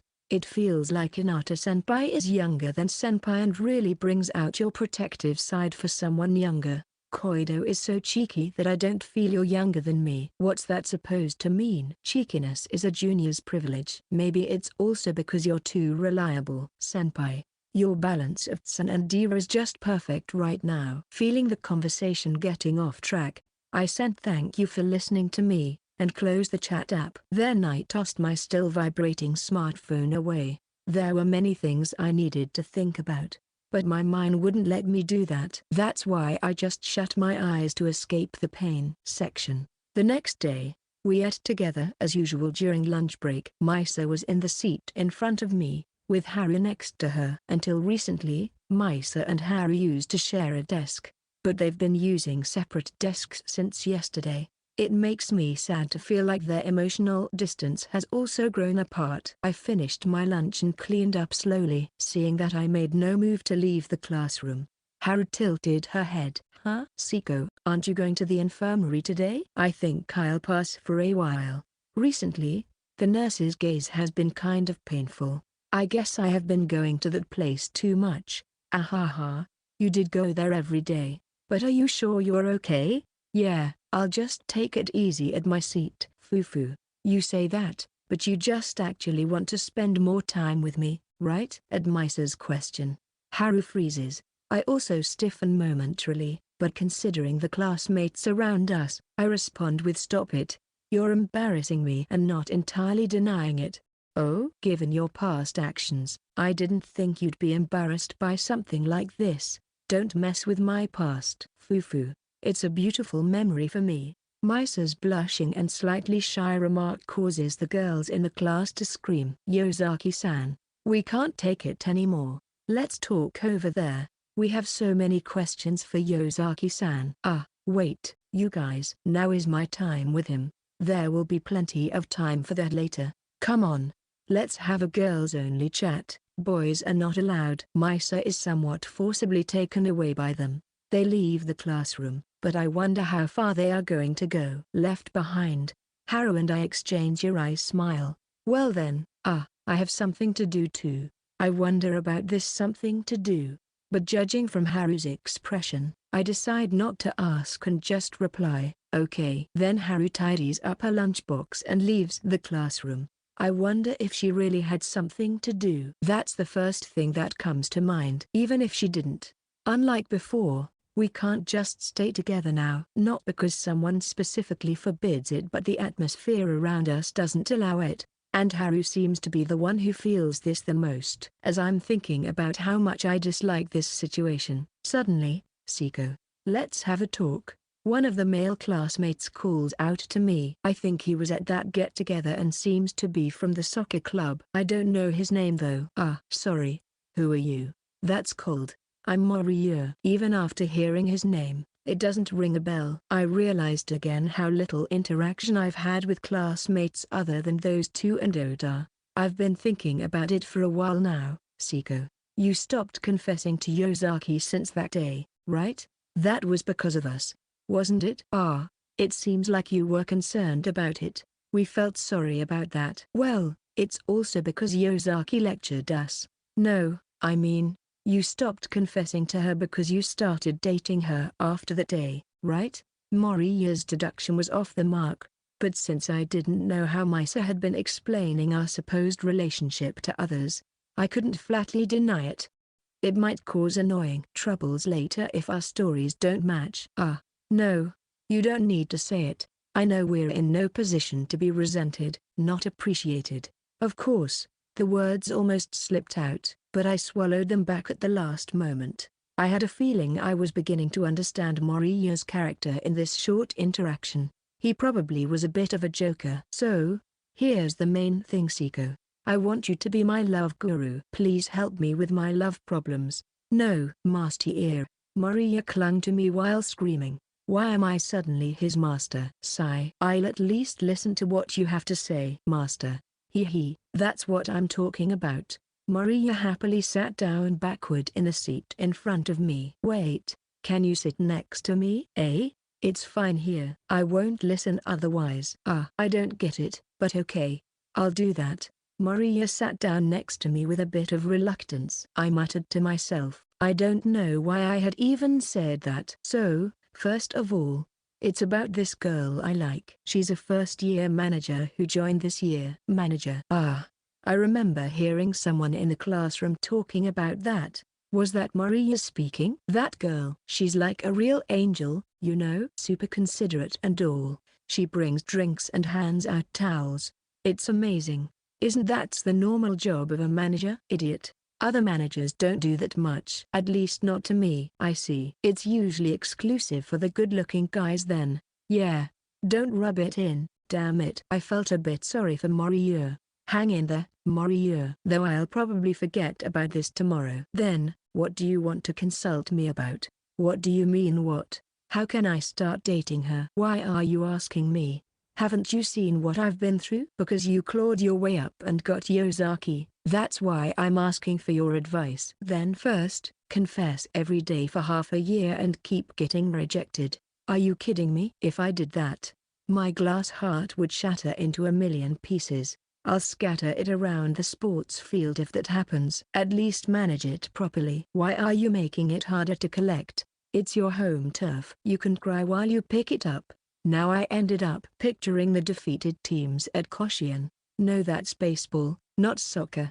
I'm in a soccer club. I responded casually because I was not really in the mood to have a conversation like this right now. But Moriya seemed to get excited on his own. It's a little funny. Master Seko, I'm really counting on you. The half-a-year part was a joke. But if you don't have the guts, you might as well give up from the start. Yeah, well, you've got a point there. But it's not that, you see. That girl, she's, Moriya glanced at me repeatedly, struggling to find the right words. Watching him, I had an inkling. Is she Arahira's favorite? Yeah. Arahira-senpai is popular despite everything. He's got a lot of trust from others too. If she's his favorite, who knows when she might end up in senpai's clutches. I remembered what Kato had said before. He mentioned that Arahira already had someone he was crazy about apart from Misa and Haru. Then you have no choice but to attack, or pray that her defenses are rock solid. If they're solid, I don't stand a chance. Then you've got to attack. She must be popular, right? Obviously. She's cute and has an angel-like personality, but she doesn't come to club activities on weekends. She says it's due to family circumstances. Maybe she's going on dates with her boyfriend. Thank you for your hard work. Now give up. Hey, you don't know that yet. Don't just end it like that. You're the one who said that. Anyway, you better act fast if you don't want to turn that pain into reality. Yeah, all right. I might not be able to confess right away, but I'll try a little harder. Thanks, Seko. Yeah, I didn't think I gave any concrete advice, but if he's satisfied, that's all that matters. I had never been asked for such advice before. After all, I was the guy who had always lost. I didn't know adding one win to my record could suddenly make me a big player. Just as I was thinking about how quickly people's impressions change, I heard a scream-like voice from a female classmate. Hinata-san? What happened? Hearing the name, I quickly turned towards the classroom door. There stood Haru, looking like she was about to cry. Without thinking, I rushed over to her. "Hinata, are you okay?" "Seko, something happened with the something to do you mentioned earlier." "Yes, I was called to the back garden, so I went. There was a senpai I didn't know, and he asked me out. I properly refused. I really did. Then he got angry and said, 'Don't get cocky.' And I got scared, didn't know what to do." I noticed her body trembling slightly. Maybe she had developed a trauma towards confessions because of that Hira. "But, you know, a first-year girl pretended to call a teacher and helped me. So, nothing happened to me. I'm still untainted." "Seko, maybe that first-year girl who appeared in the back garden was. I should thank her later. I guess I'll have to treat her to strawberry milk again." "I see. I'm glad you're safe, Hinata. From now on, you don't have to force yourself to accept confessions. If you want, I can go and refuse it for you. Is that okay?" "Won't you be disliked for that?" "Either way, I'm already getting various kinds of attention at this point. It won't make much difference." "Thank you, Seko." "Thanks, Seko." I stayed with Haru, who was in a fragile state until she reached her seat. Meanwhile, I could hear our classmates talking. "Seko is being awfully nice to Hinata-san. The distance between them. I wonder what Yosaki-san thinks about it." Chapter 65. It was a Saturday weekend. I found myself at a certain station, not the one nearest to my home, but one that's popular for shopping. Simply put, it's the station I always use when going out for fun. I had arrived here by train. After passing through the ticket gates, I headed towards a certain monument often used as a meeting point, and she was there. "Rento-san." She noticed me and hurried over while being careful of her surroundings. "It's been a while, Saki-chan." "It's not just a while. The last time we met was mid-April, you know. Tell me what the date is today." "Should I go buy a newspaper from that convenience store for you?" "I haven't time traveled." "Oh, you're biting into this joke." As expected of Saki-chan, it's a perfect comeback. No, that's not the point. It's already the end of May. Regarding that matter, I truly acknowledge my fault.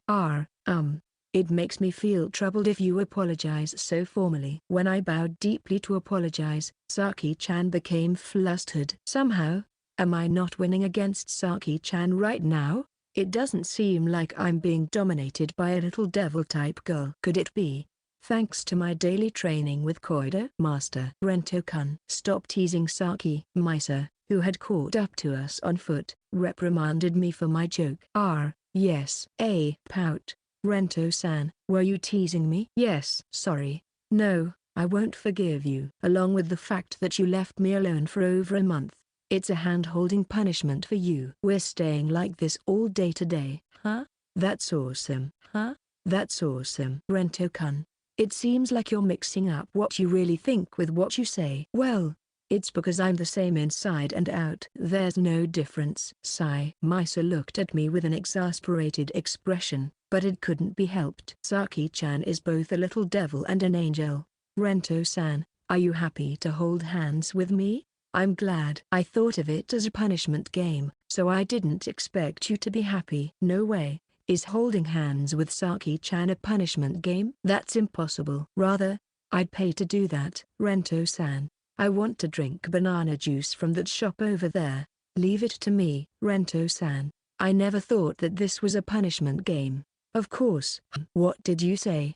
I know my own worth." "There's no way that holding hands with me is a punishment." Confronted with Saki-chan's mischievous smile, I was left stunned and dumbfounded. I thought I had the upper hand against this little devil just now. Now what? I was completely at her mercy. "But why did you ask to hold hands?" "That's because, I just wanted to hold hands with Rento-san." NNGH. Total defeat. That word surfaced in my mind. It was very fit for my current situation. I knew it.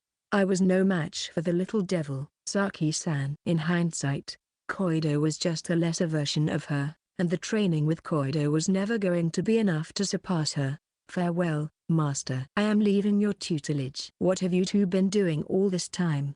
Misa said in an even more dismayed tone, followed by a deep sigh. Section The reason why I'm out today with Misa and Saki-chan is because Misa told me the day before yesterday, Saki wants to see you. I mentioned the other day at that cafe that I would go out with Misa if there was a reason like Saki-chan wanting to meet me. Essentially, she used my words to invite me out. Well, it doesn't feel much like a date if I pay attention to Saki-chan like this, and I was not so nervous since we used to hang out together like this before. Currently, my left hand is connected to Saki-chan's right. This is my punishment for neglecting her for so long and I accept it willingly. Meanwhile, my right hand is free, and Misa has been glancing at it from time to time. Ani-chan, would you like to hold hands as well? Of course. It seems Misa can't resist Saki-chan's requests either, and they end up holding hands. This means Misa and I won't be holding hands. It would be ridiculous for the three of us to walk in a circle holding hands. Anyway, we headed to a nearby fruit juice shop to buy the banana juice Saki-chan wanted. Looking at the menu for a while, Saki-chan gets her banana juice, Misa chooses blueberry milk, and I order a fruit mix. Here you go. Oh my, were all three of you holding hands? You look like a happy family. Like a father, mother, and daughter. The shop clerk makes such a joke, and I can't help but give a wry smile. It was clearly a remark made to tease us. There's no way we have a big daughter like Saki, but it's a nice thought. Fufu, me and Rento-kun as a married couple. One person reacts not so displeased. Pout. At least tell us we were like close siblings. Another person voices her objection. With these varied reactions, we take our drinks and sit down on a bench in the square in front of the station. Thank you for buying it, Rento-san. It's fine. It's true I neglected you. Saki-chan. Consider this an apology. I wonder if it was okay for you to buy mine as well. It was just convenient. Look, I could only use one hand, so paying with an IC card for everything was easier. Fufu, I see. In that case, I'll gratefully accept it. Thank you Rento-kun. It's the end of May, and the weather is getting warmer. It's nice to sit outside without feeling cold. However, drinking cold beverages makes me feel cold, so I sip slowly. The banana juice is delicious. It tastes very banana. That's because it's banana juice. Fufu. This blueberry milk is also delicious with the sourness of the blueberries mixing nicely with the sweetness of the milk. That's because it's blueberry milk. Just describing the flavors doesn't really change the fact that it's still blueberry milk. Pout. Rento-san, why don't you give us an example if you're going to say that? That's right. You should set an example before criticizing other people's impressions. Hey, leave it to me. I sipped my fruit mix through the straw while trying to analyze its taste with my admittedly unrefined palate. It's some mix of various berries, citrus, and other assorted fruits that come together and create a nice flavor. Sigh. Rento-kun, your drink review lacks anything concrete. Honestly, I'm disappointed. This is truly a miraculous taste. You're still trying to continue? Rento-san, just give up already. But seriously, it's a fruit mix. You can't really tell them apart once the flavors are mixed. If I had to describe it, it's just a mixed flavor, that's all. If only my drink had one fruit as the main character like theirs. Really? Seriously? Seriously, as in seriously. Fufu, that's true. After all, you can't know the taste until you try it. So Rento-kun, can I have a sip of yours? I was momentarily surprised to hear Misa's request, but I thought it would be strange to worry about it since we had already kissed. So I handed the fruit mix to Misa. Without hesitation, Misa put her mouth on the straw I had just used, took a sip, smiled and said, "It's delicious." Saki-chan watched the whole scene and widened her eyes. Ani-chan, isn't that like an indirect kiss with Rento-san? Yes, it is. Is there a problem with that? Oh, Ani-chan has become an adult without me knowing. Oh, I've been an adult for a long time. Right, Rento-kun, I guess so. It was somewhat difficult to agree with that. It's true that we had crossed the step of kissing, but I still believe she's still a pure and innocent person inside. What's with that reaction? Rento-kun, do you want to try mine too? Sure, I'll have some. Oh, it's so blueberry and milk. Fufu. You're saying the same thing as me. In the end, we're amateurs, not cut out for drink review. Oh, I think I have more confidence in it than you. No way. I think both of you are on the same level. But that's not important. Just now, Rento-san, you also had an indirect kiss with Ani-chan. Hey, Saki-chan is still such a child. Me, taking a rather childishly adult stance against Saki-chan, who is 4 years younger than me. You see, Saki-chan, being contradictory is part of being an adult. Meanwhile, Saki-chan puffed up her cheeks. Pout. I'm already in junior high school. I'm a proper lady now. Then, here, Rento-san, let's exchange drinks too. How much? The thing I said earlier was a joke. I wouldn't put a price on such a thing. Right. An indirect kiss with Saki-chan is priceless. You can't put a price on it. Pout. Please don't tease me. Saki-chan's slightly sullen response made my heart flutter. This little devil girl does this unconsciously, which is terrifying. But still, with Misa, it's okay because we've kissed. But with Saki-chan, I feel a bit resistant because we haven't. Saki, don't be selfish. Why is it okay for Ani-chan but not me? Because Saki and I are different people. Right, Rento-kun. Misa. I appreciate the follow-up, but I don't know if Saki will be convinced by that. Wait, Rento-san, did you just call Ani-chan by her name? Yes. Now that you mention it, I haven't met Saki-chan since I started calling her by her name. Anyway, Saki-chan, about the juice. I don't care about the juice anymore. Tell me about this matter now. I stepped back as Saki-chan approached me while breathing heavily, wondering how to explain it to her. Chapter 66. In the end, I explained to Saki-chan that I started calling Misa by her name because she said it was unfair. Saki-chan was extremely excited throughout the explanation, and her juice quickly disappeared as she drank it to cool down her heated state. Just as I managed to avoid an indirect kiss with Saki-chan, our drinks were all empty. Then Misa held out her palm upwards towards me. Rento-kun, I'll go throw away the trash. Give me those empty containers. Oh, no problem. I can do it by myself. In fact, I'll take both of yours too. It's okay. You're here even though you're not in perfect condition yet, so let me do this much. Well, I mean, Misa, won't you get lost? Don't be ridiculous. HMPH. Just give them to me. I'll go. Misa snatched the drink containers from my hand and walked somewhat angrily off towards the station. Is she really going to be okay? She'll be fine. She can always contact us if something happens. Besides, how did you know that Ani-chan is actually directionally challenged? I had a hunch before, but she admitted it herself. Ani-chan admitted it herself? Today is full of surprises. If you haven't seen a boy for 3 days, you should look at him with renewed eyes. I guess this is what it means. I think it's a little different. If Saki-chan found out that Misa and I were supposedly dating at school, she might faint. It seems like Misa hasn't mentioned that to her. While I was making conversation about her life in junior school similar to the kind of conversation anyone would have with their uncle at a family gathering, someone approached us from the opposite direction of where Misa had gone. Turning around cautiously, I saw a girl with flashy pink hair. Long time no see, Saki-chan. We meet again. May I-san? The girl, may I Koido, called out to Saki-chan instead of me, and Saki-chan reacted as if she knew her. What's going on? You look surprised, senpai. I wanted to see that reaction. Rento-san. You know Mei-san? Koido is my junior in high school. Does Mei-san go to the same high school as Ani-chan? Saki-chan didn't know which high school Koido attended. Then how did they meet each other? Yes, that's right. Oh, senpai. I happened to meet Saki-chan recently when she was lost. It was a chance encounter. Saki-chan, you got lost again? I wasn't lost. I just wandered into the maze of life. That's pretty much everyone, though. Saki-chan, making an absurd excuse, puffed her cheeks in response to my teasing. I don't know. I often run into you outside, Koido. Really? After that scene last time when I said I didn't know when we'd meet again, now it's all spoiled. Right.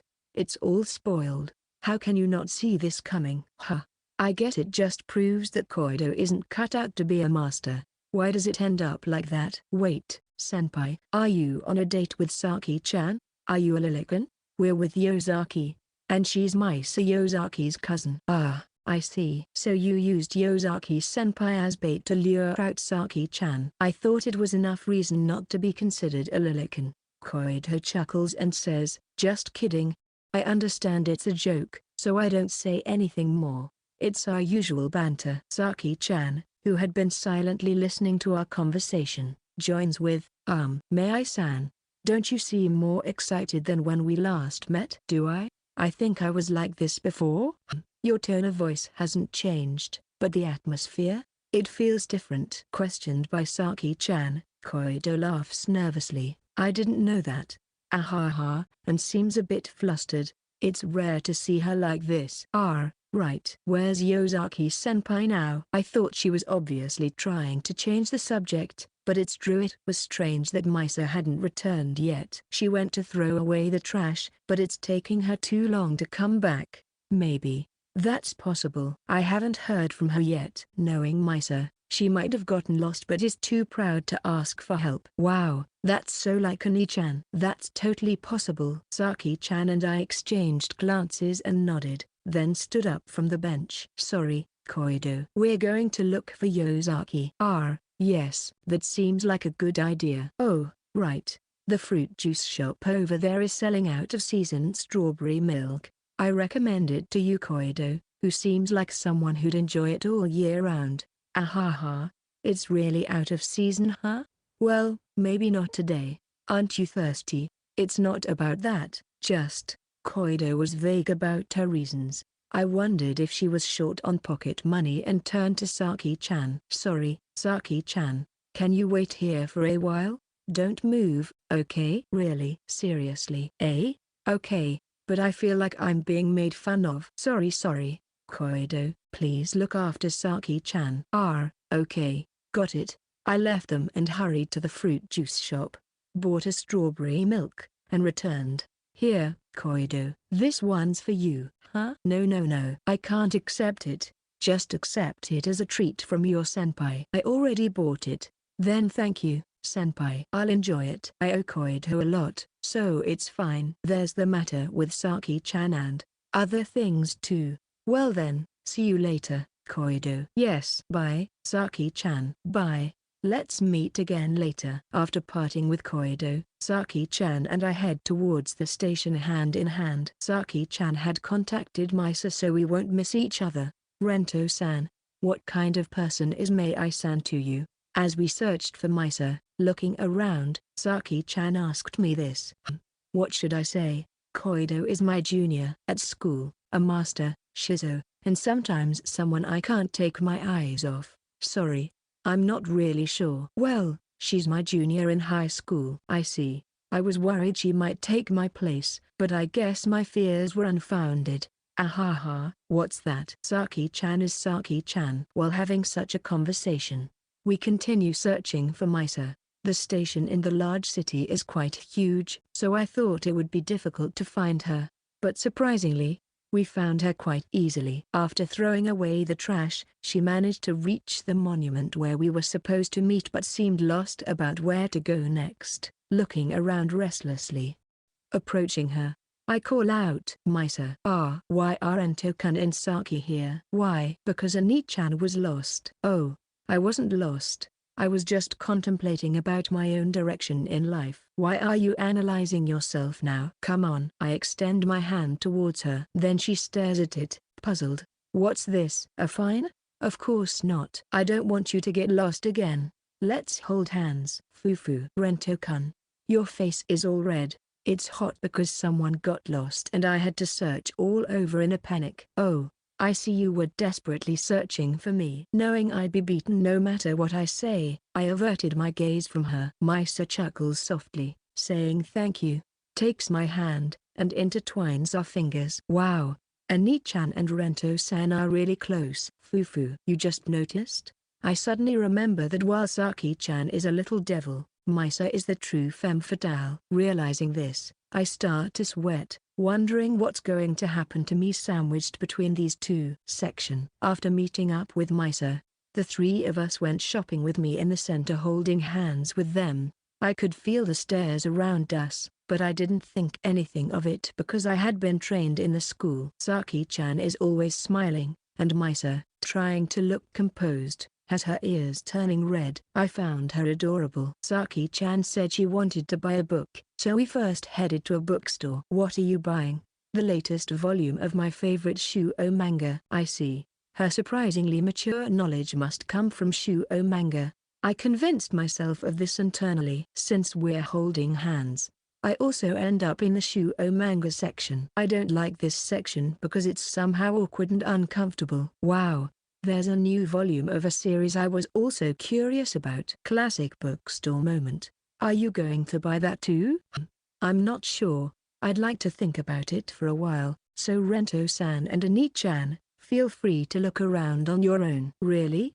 Okay, but Saki-chan, you absolutely must not move from here, okay? Pout. What's with that? Are you treating me like a child again? No, when it comes to you sisters, it's serious. Ah, I can't let that pass. I can understand Saki, but why am I included in that? I see. You've already forgotten your earlier mistake. I really wish they would just admit they're directionally challenged. Seriously, I really do. Now, Misa and I moved to the shelves lined with reference books for college entrance exams after leaving Saki-chan in the shoujo manga section. Among them, I picked up a physics reference book published by a prep school. Is that a reference book for Haru? Ah, yeah, something like that. Thinking about another girl during our date. Rento-kun, you're so bold. Misa's grip on my hand tightens. But it doesn't hurt, right? I'm sorry. Fufu, just kidding. It's about her future. So it's natural for you to be concerned at a bookstore. Rather, well, I'm actually in love with your kindness. Ugh. Her sudden affection hits me hard. After all, it's the affection of someone I like. Rento-kun, are you not struggling with your PWN studies? I'm a bit weak in Japanese. That's partly why I chose the science track. Oh, but even for less competitive national universities, Japanese is needed for the common test. Yeah, I know, but I don't understand what to study for it. Then let me help you. For example, this reference book is recommended, and for classical Japanese, this one. Misa then suggested some Japanese reference books for me. Since I couldn't buy them all at once, I decided to start with the first one she recommended. She also mentioned she would give me one-on-one lessons on reading comprehension periodically. What a generous support. After reuniting with Saki-chan, we each paid for our purchases and left the bookstore. Then, as usual, we aimlessly walked around, entering stores that caught our interest. However, Misa frequently suggested taking breaks, probably still concerned about my condition. Grateful for her consideration, we enjoyed our time while taking short breaks along the way. Rento-san, Ani-chan, I want to go to that store. Sure. All right. The store Saki-chan wanted to visit was a so-called accessory store filled with reasonably priced accessories. She seemed to have something specific in mind as she let go of my hand and headed straight to a particular item. Picking it up, she gathered her hair at the side and tried on the scrunchie she was holding. How does it look, Rento-san? Does it suit me? Yeah, it's super cute. Then I'll buy this. Are you sure you want to decide so quickly? Yes. I fell in love with it at first sight, and you said it's super cute. I almost blurted out that she herself was the cutest, but somehow managed to hold back. Why do I feel compelled to compliment her? Maybe it's also a skill of this little devil girl. Rento-kun. Turning towards the voice, I saw Misa. Her face flushed as she gathers her hair at the back like Saki-chan. I want you to choose a hair accessory that suits me. Is that okay? Of course I couldn't refuse her request. I immediately began looking through the items on display and instinctively chose a small white scrunchie with a red flower accent and handed it to Misa. After checking the scrunchie I handed her for a moment, Misa tried it on and asked, "How does it look?" The white scrunchie stood out beautifully against her black hair, looking incredibly beautiful. My honest opinion slipped out. Then I covered my mouth in a hurry. Realizing that my words were genuine, Misa's face turned even redder. Thank you. I'll go buy this. Misa quickly went to the register with the scrunchie, and Saki-chan followed her to pay together. Wow! This scrunchie is lovely. What flower is this? I think it's a rose. Hearing their conversation, I, who knew nothing about flowers, realized that the design was a rose. That was about all my mind could process at this moment. I was simply mesmerized by her beautiful appearance. Chapter 67. Yesterday, I went out with Misa and Saki-chan. It was supposed to be a date. You might wonder how it's a date with Saki-chan there, but it probably was a date because Misa used my condition of if Saki-chan requested, I'll go to get what she wanted. And today, I was out of my house again. This time it was because of a request that Saki wants to play with you at home. So I was unexpectedly going to visit Misa's house. Your family will be there, right? It's only natural because Saki is also here. She can't come to my place without her parents driving her. Right. Wait. Am I going to encounter both families? This was part of the conversation Misa and I had over the phone last night. Meeting Misa's parents was nerve-wracking enough, but now I'd also have to meet Saki-chan's parents. What's my role supposed to be in all this? We're still just friends, right? Instead of heading directly to the Yosaki family's house, I first went to the station area and bought the usual cake as a gift. Well, it's only the second time. However, the price was quite expensive because I bought enough for everyone. Thankfully, the Yosaki's house was close to the station, so my trembling hands didn't ruin the cake. If it had been a longer journey, it would have been a disaster. I took a deep breath and pressed the intercom as I reached the Yosaki family's house. Hello? There was an immediate response. It sounded like Misa, but to be sure, I responded formally. Excuse me, I'm Seko Rento, a friend of Misa-san from the high school. I explained who I was to the intercom, but there was no reply. Did I make a mistake? As I started to sweat, the front door opened, and Misa appeared. She was unusually wearing a skirt today. Moreover, her hairstyle was different. She was wearing the scrunchie we bought yesterday, and her hair tied at the back flowed to the side, resting on her right shoulder. Misa. Was Misa the one who answered just now? Yes, that's right. Rento-kun, we are still just friends, huh? Supposedly. Yeah. She seemed displeased that I had introduced myself as Misa's friend, showing a sulky expression. Recently, she has started showing such expressions. It's a cute gap between her usual expression and this one. Well, it's okay for now. Please come in. Sure. By the way, your hairstyle suits you. It's really cute. Thank you. I really like it when you compliment me. Is that so? Feeling a bit embarrassed, I awkwardly handed over the box with the cake. This is a gift for your family. I'm sorry, I didn't mean to make you prepare so much. It's okay. Consider it a return for the time you came to my house. The one you gave me.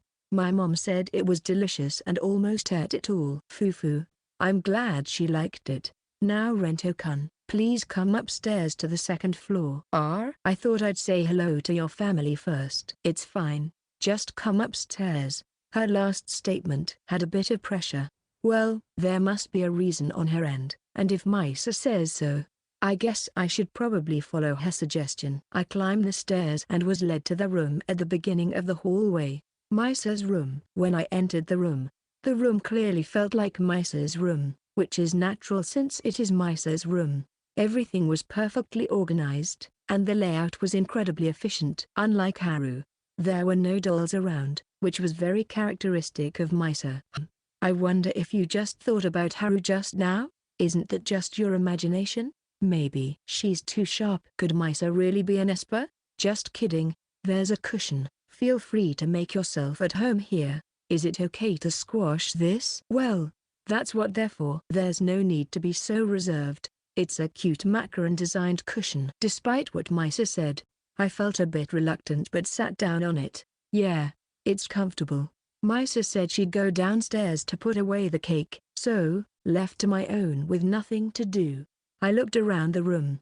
My eyes caught a photo frame, and I leaned in to take a closer look. It was a three-shot of me, Misa, and Haru, taken by Oda at last year's cultural festival. Back then, I never imagined things would turn out like this. In a sense, our relationship now has progressed further than it was at that time. But with that, it has become considerably more complicated and tangled in a twisted way. I wonder which one would made us happier. Such thoughts cross my mind. Sorry to keep you waiting.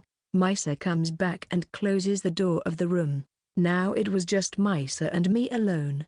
What? Where's Saki-chan? Saki isn't here. Yes? But wasn't it because Saki-chan wanted to play at home today? You hadn't realized yet. That was a lie. What? Why? Obviously it's to have you all to myself. While I was still confused, Misa came up to me and sat down on my lap face to face me while I was sitting cross-legged. Then, she pressed her lips against mine. I was surprised by the situation. Misa's face moved away, freeing my mouth. Just as I was about to speak, Misa's face came close again. Because I had opened my mouth, it was no longer just a kiss on the lips but something involving tongues. My head became numb as pleasure rushed to my brain. I felt like I wanted to stay like this forever. But I knew this couldn't continue, and with what little reason I had left, I pushed her back by grabbing her shoulders. She looked disheveled, with a tongue hanging out dripping with saliva. It's something unimaginable from her usual composed self. At the same time, her eyes looked empty. Misa, what's going on? Why did you do this all of a sudden? Didn't I say earlier? To have you, Rento-kun, all to myself. All to yourself. You were all over Saki yesterday. Do you prefer petite girls? Or maybe you like girls who make you feel protective? No, Saki-chan is like a sister to me. MMFFT. Again, something wet and slimy penetrated my mouth. I carefully yet firmly pushed Misa away to avoid hurting her. Why again? I told you, don't think about other women when you're with me. Saki-chan is your sister, Misa. Yes, Saki is my sister. My irreplaceable and precious sister. I've never felt this way while the three of us were playing together. But my heart was constantly clouded with a heavy feeling yesterday. Rento-kun, I think I'm going crazy. I don't know if she has gone crazy, but I understand that she's become twisted. Yep. The cause is me. I get the same feelings I get when you're close with Haru when I see you and Saki laughing together. It hurts just as much. Hey, Rento-kun. We love each other, right? Yet, why can't we be in a relationship? Why would I become the villain if I say we're dating at school? Don't you think it's strange? You've liked me for a long time. And now I like you. I really do. But why? Why has it come to this? Tears start to spill from her beautiful eyes. First one drop. Then as if a dam had broken, tears overflow from her eyes. Rento-kun, you said you'd make a decision. So I've been waiting for your answer all this time, and it's been 4 weeks since then. Can't you decide yet? Are you that torn between her and me?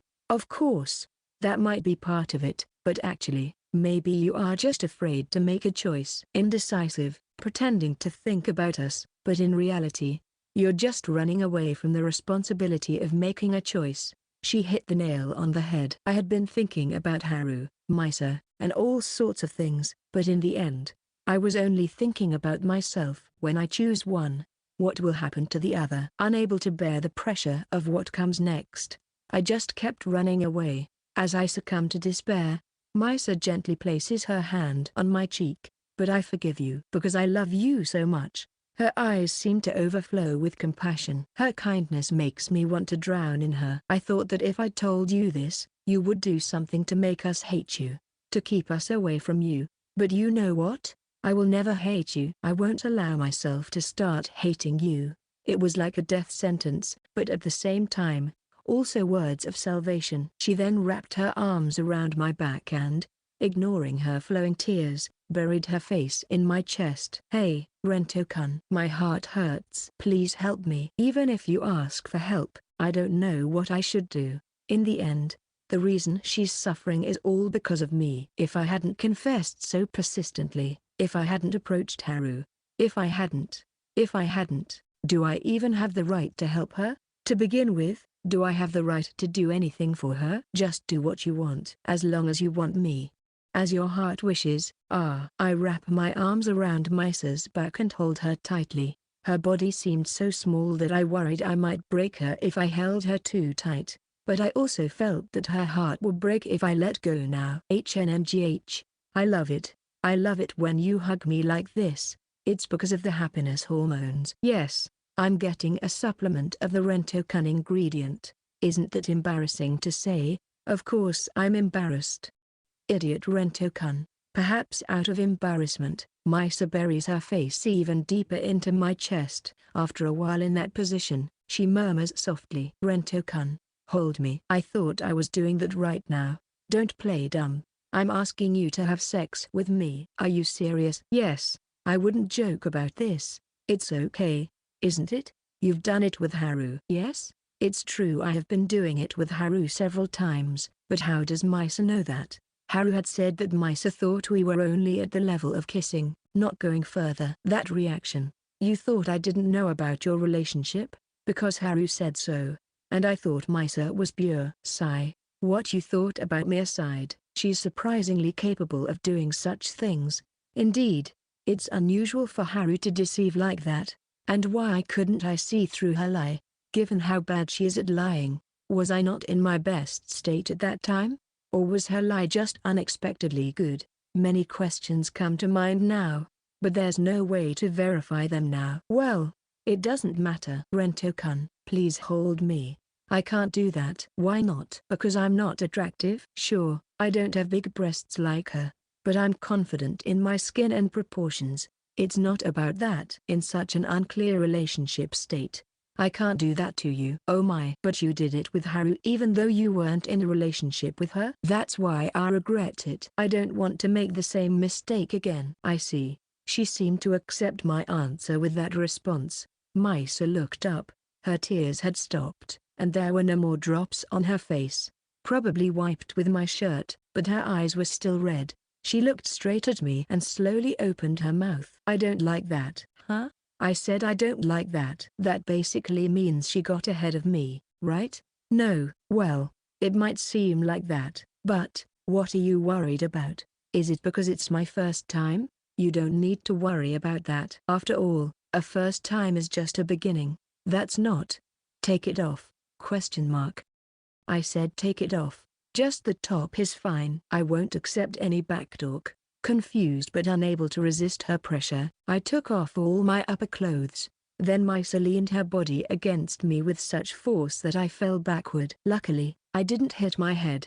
Now in a straddling position, Misa looked down at me with a dreamy expression while tracing her fingers over my chest. It was ticklish. I thought this when we went to the pool, but you have a surprisingly strong body. I'm in the going home club, but I do some light workouts at home.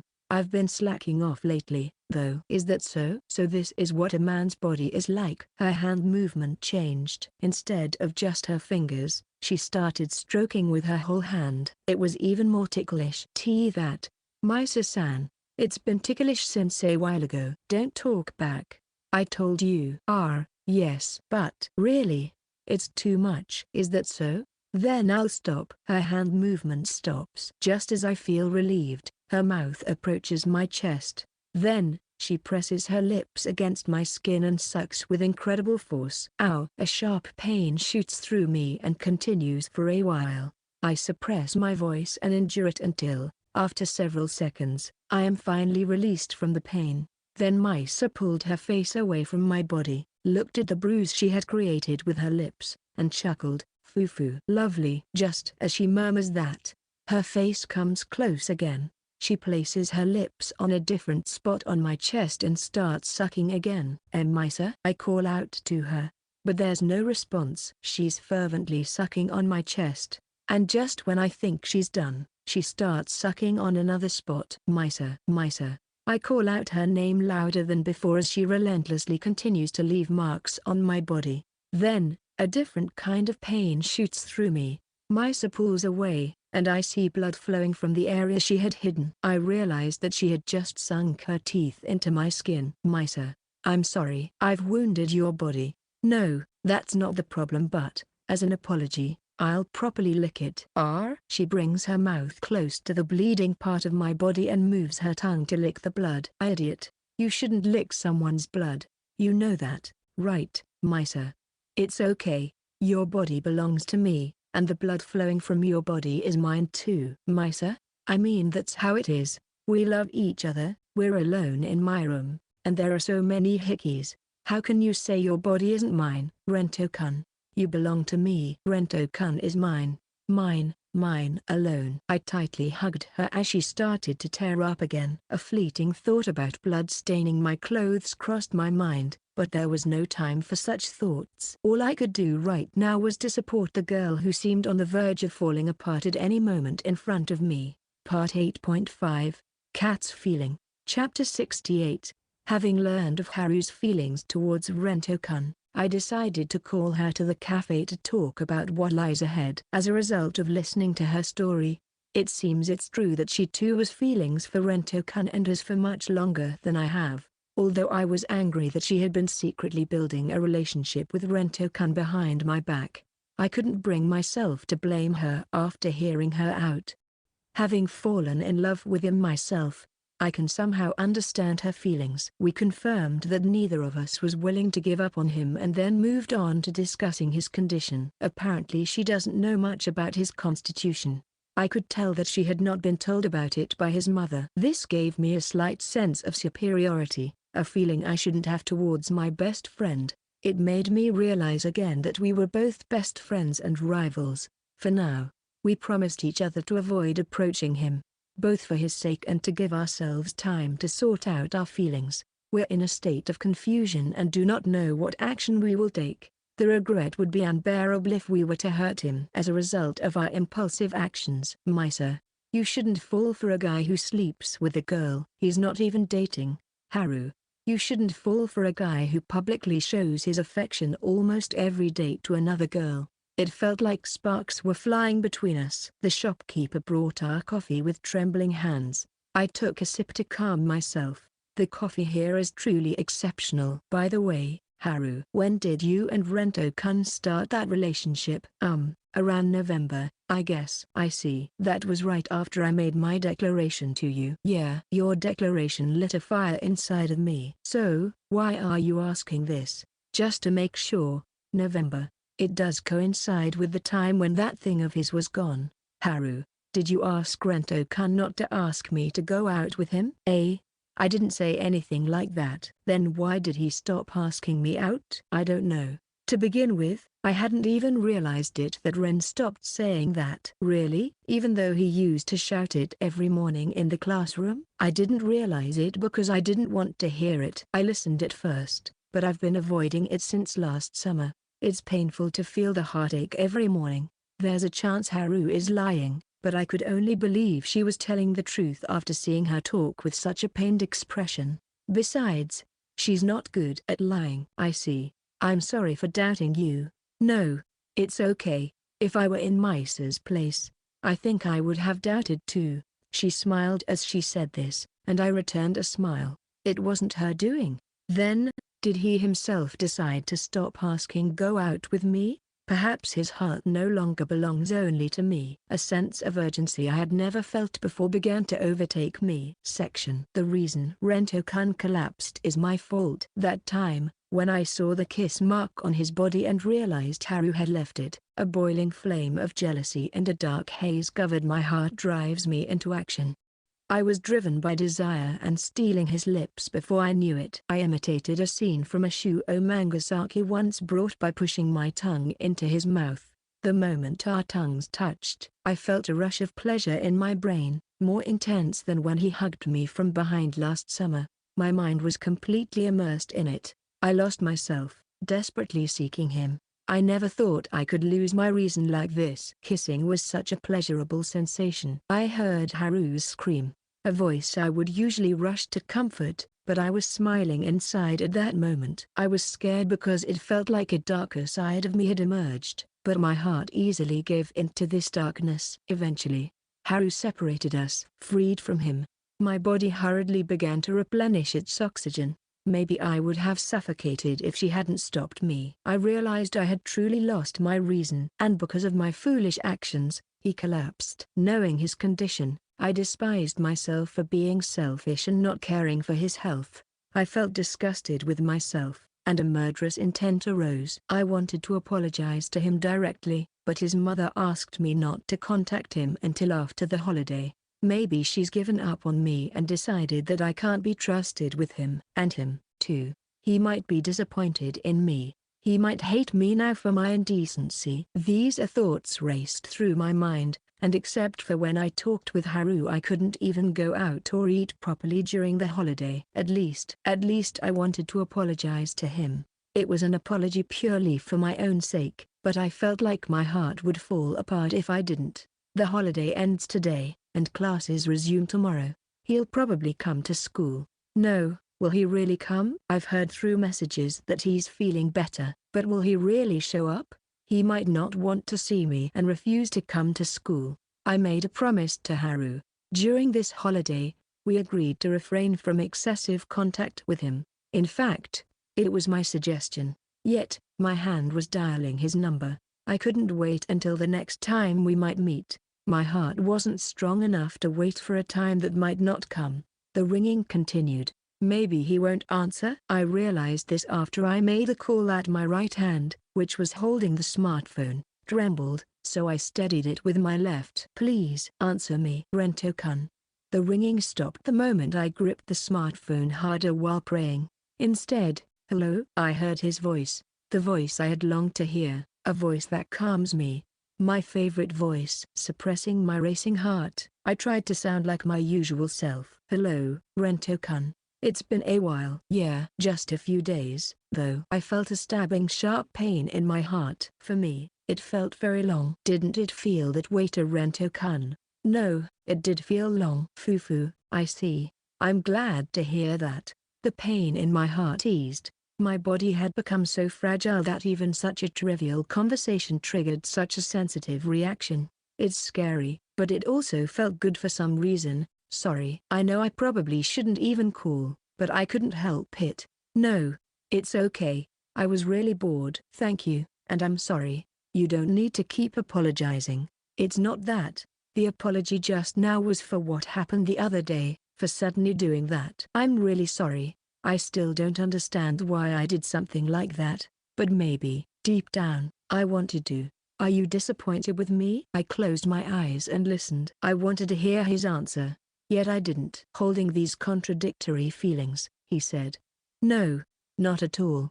He said that so smoothly. Lies. It was your first time, right? And I just took it from you so forcefully. No, really. I was surprised, but I didn't hate it. Really? Really? You're not just saying that to make me feel better, are you? I've never lied to Misa about things like this before. This could be the first time. You believe in everything else I've done, right? Of course. You've always been sincere with me. Then believe me this time too. That's not fair, Rento-kun. You're being unfair, Rento-kun. Fufu. I know. Just as he recognizes my charm, I understand his. He's not someone who would lie in a situation like this. I see. He forgives me.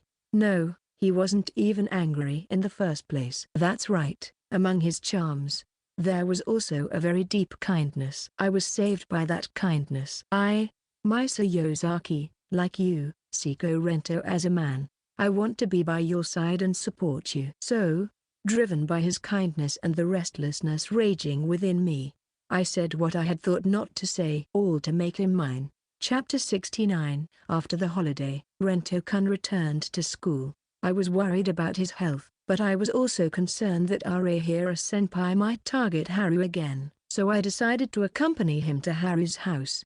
Honestly, I felt a bit jealous when I heard that. He has a soft spot for Haru. Since our first year, it felt like he supported Haru more than me, someone he loved. I didn't think much of it at the time, but now I feel something stirring inside of me. Still, I was also genuinely worried about her, so I decided to join in to be her escort. As a result, it was a good thing for me because I got to spend more time with him after school. After dropping Haru off, it would just be the two of us going to my house. That precious time seemed to shine brightly. By the way, I heard you sharply tell off our classmates after I left the karaoke place on the day of the get-together. Thanks to you, Keita seems to be really reflecting on his actions. Thank you. On the way home, he suddenly thanked me. To be honest, I was just venting my anger and spewing what was on my mind at them.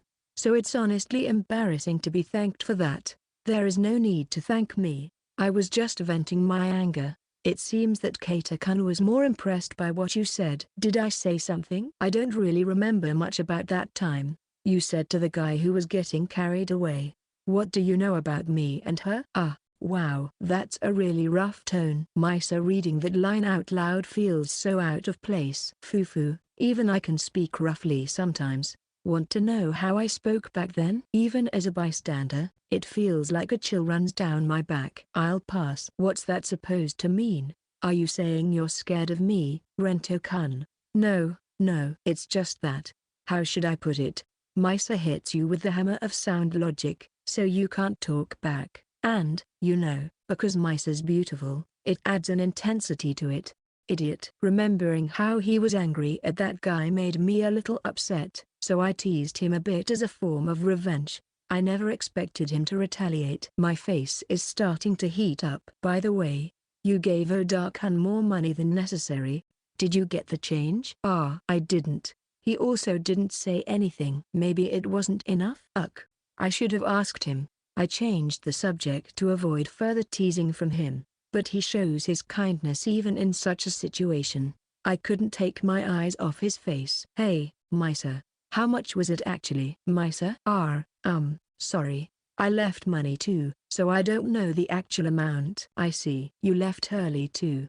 Guess I'll have to ask Oda. I might have to give him a little lesson if there was change. Oh, if that's the case, I'll join in too.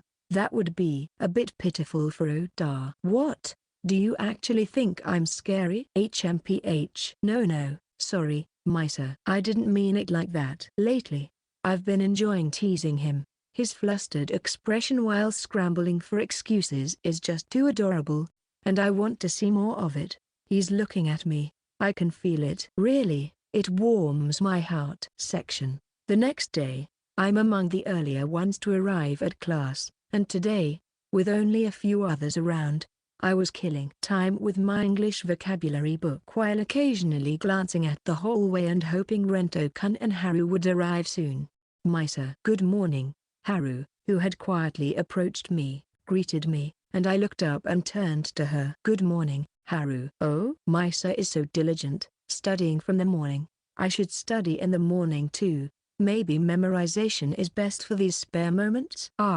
Yeah, I think so. Things that require calculations can't be interrupted easily, so memorization is better. Got it. Okay, I'll work on my vocabulary book too. Puffed up with determination, Haru clenched her fists and headed to her seat. She's always cheerful, but today she seems especially lively. I had a hunch about the reason. The hairpin shone in her bangs. Previously, she had lost the hairpin she used to wear during a conflict with Arehiro-senpai. So there was no hairpin in her bangs yesterday. But she's wearing a sunflower-designed hairpin today, just like the one she had before. I thought maybe she went shopping for it after yesterday, but that alone wouldn't raise her spirits to such a level. Probably, he, Rento-kun, gave it to her as a gift. Being the kind person he is, he might have felt responsible for agreeing to go to the get-together or for not intervening before Arehiro-senpai made a move on Haru and decided to give her a replacement. I wonder if he knew that the replacement would be the best present for her. If he did give it knowingly, then maybe his heart has already gone to her. A pain runs through my chest, and I instinctively cover it. Maybe Haru has been feeling this way every morning.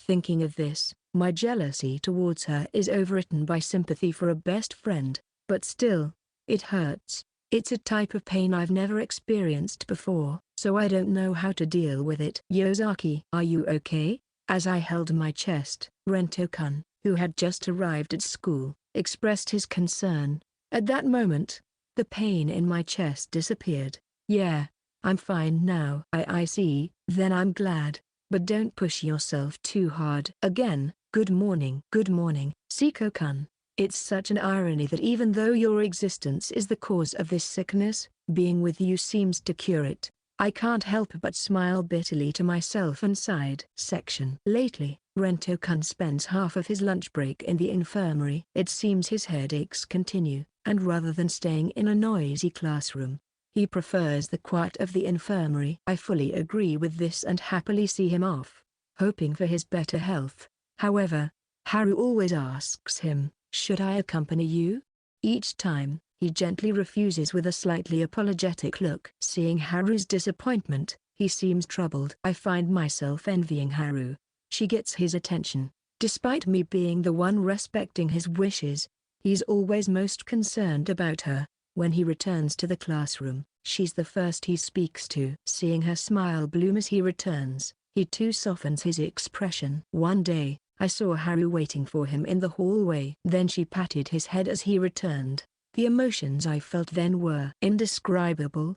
No, too ugly to put into words. Something dark and turbulent covered my heart, bubbling up from within. I never knew I could harbor such ugly feelings. I'm surprised by what arose within me. But now, these feelings are deeply ingrained in my heart. Chapter 70. My delay in realizing my feelings for him led to a late start in the race to win him over. I started noticing interactions between him and Haru that I hadn't seen before, which made me anxious. As a result, I took a certain action. There's an advantage that she doesn't have, but I do. It's the difference in the relationship between him and me as recognized by those around us. The impression of him and her is that they're good friends who often bicker. On the other hand, he and I are seen as a guy who's been in love for over a year and his unrequited love. So, if I say, I've started dating Seko Rento, it will instantly become a fact in the eyes of others. Thus, it became known that Rento-kun and I were dating at school. Of course Haru was angry. She questioned why I did such a selfish thing, but I didn't want to be told something like that by her, who was breaking our promise and continuing to approach him. Since it wasn't something to discuss at school, I called Haru that night. I called Haru while hugging my recently bought macaron-shaped cushion in my room. Then she answered immediately. Hello? Good evening. You're going to explain properly, right? Yes, of course. This is the first time I've heard Haru speak so sharply. No, since we argued near the riverbank just before he collapsed. Why did you do that? It's not like you, Misa. Ren was troubled too. I had no choice. I thought I had to do something too since you've been approaching him. I haven't been doing anything. Don't lie. You've been meeting him alone after school. Haven't you? Only twice. And the first time, Ren was the one who came to me. I see. And the second time was last Monday. Wait, how did you know that? Did you hear it from Ren? I haven't heard anything from him. It's just a hunch, but judging by your reaction, it seems I was right. From the smartphone speaker, I hear Haru's pitiful "you." Even in such a situation, her reaction is cute, making her endearing and yet also enviable. Yes, last Monday after school, I met with Ren. Just the two of us. And we also had dates yesterday and the day before. What? You did that much? Why not? You were the first to break our promise, Misa. Me? On the last day of Golden Week, you called Ren. True. I was the first to break our promise. I'm sorry for that, but I apologized for that the next day, and since you also made a call, we agreed to be more careful in the future, right? You said that, but you might break the promise again. Misa. If I just sit back and wait, Ren might be taken away by you. I can't stand that. Since then, I've reflected and haven't done anything, but now, you're trying to make Ren yours while involving everyone else. I can't believe you anymore. That's because you keep approaching him. This is getting nowhere. I let out a sigh. We both have things we can't give up. So the conversation is going in circles. As I'm pondering what to say next, I hear her voice sounding like she's about to cry. I hate this. Why does my crush have to be the same as Misa's? Why do I have to fight with Misa? That's unavoidable. Who we fall in love with isn't something we or even ourselves can control. And there's only one of him. If only there were two Ren. Fufu. If that were the case, they would probably complain and fight with each other. Ahaha. I can see that. Ren is strict with himself, so it would be troublesome if he had another himself in front of him. Yeah. Despite the tense atmosphere just a moment ago, we find ourselves talking in the friendly atmosphere again, as if everything was normal. We were fighting over him, yet we could still have fun talking about him. Fufu. We both started laughing without realizing it. It seems, after all, fighting is difficult for us. Sigh. I'm sorry, Misa. I got carried away. No, It's me who should apologize. I shouldn't have resorted to such means. Yeah, that's right. You need to apologize to Ren too. But what do we do now to resolve this situation? We'll have to tell everyone that you and Ren have broken up, right? That is, even though it's a mess I created. It's a very painful act to consider. Well, I guess it can't be helped. I monopolized Ren last week, so I'll let you have him for this week. Really? There were things I did wrong too, so let's call it even. But we need to start resolving this situation next week, okay? Fufu. You mean the conclusion? Got it. Thank you, Haru. We need to get along, or Ren will worry. And actually, I don't want to fight with you, Misa. Right. My best friend is so considerate. I always thought she was somewhat spoiled when it came to him, but maybe she's grown too. Realizing this, I smiled at the thought of my friend's growth. Section. Today, he came over to my house. Though, it was more like I half-tricked him into coming. He brought a total of 7 cakes with him. Feeling guilty and knowing we couldn't eat them all, I asked him to take 3 back home. I tried to pay him for the wasted cakes, but he firmly refused to accept the money.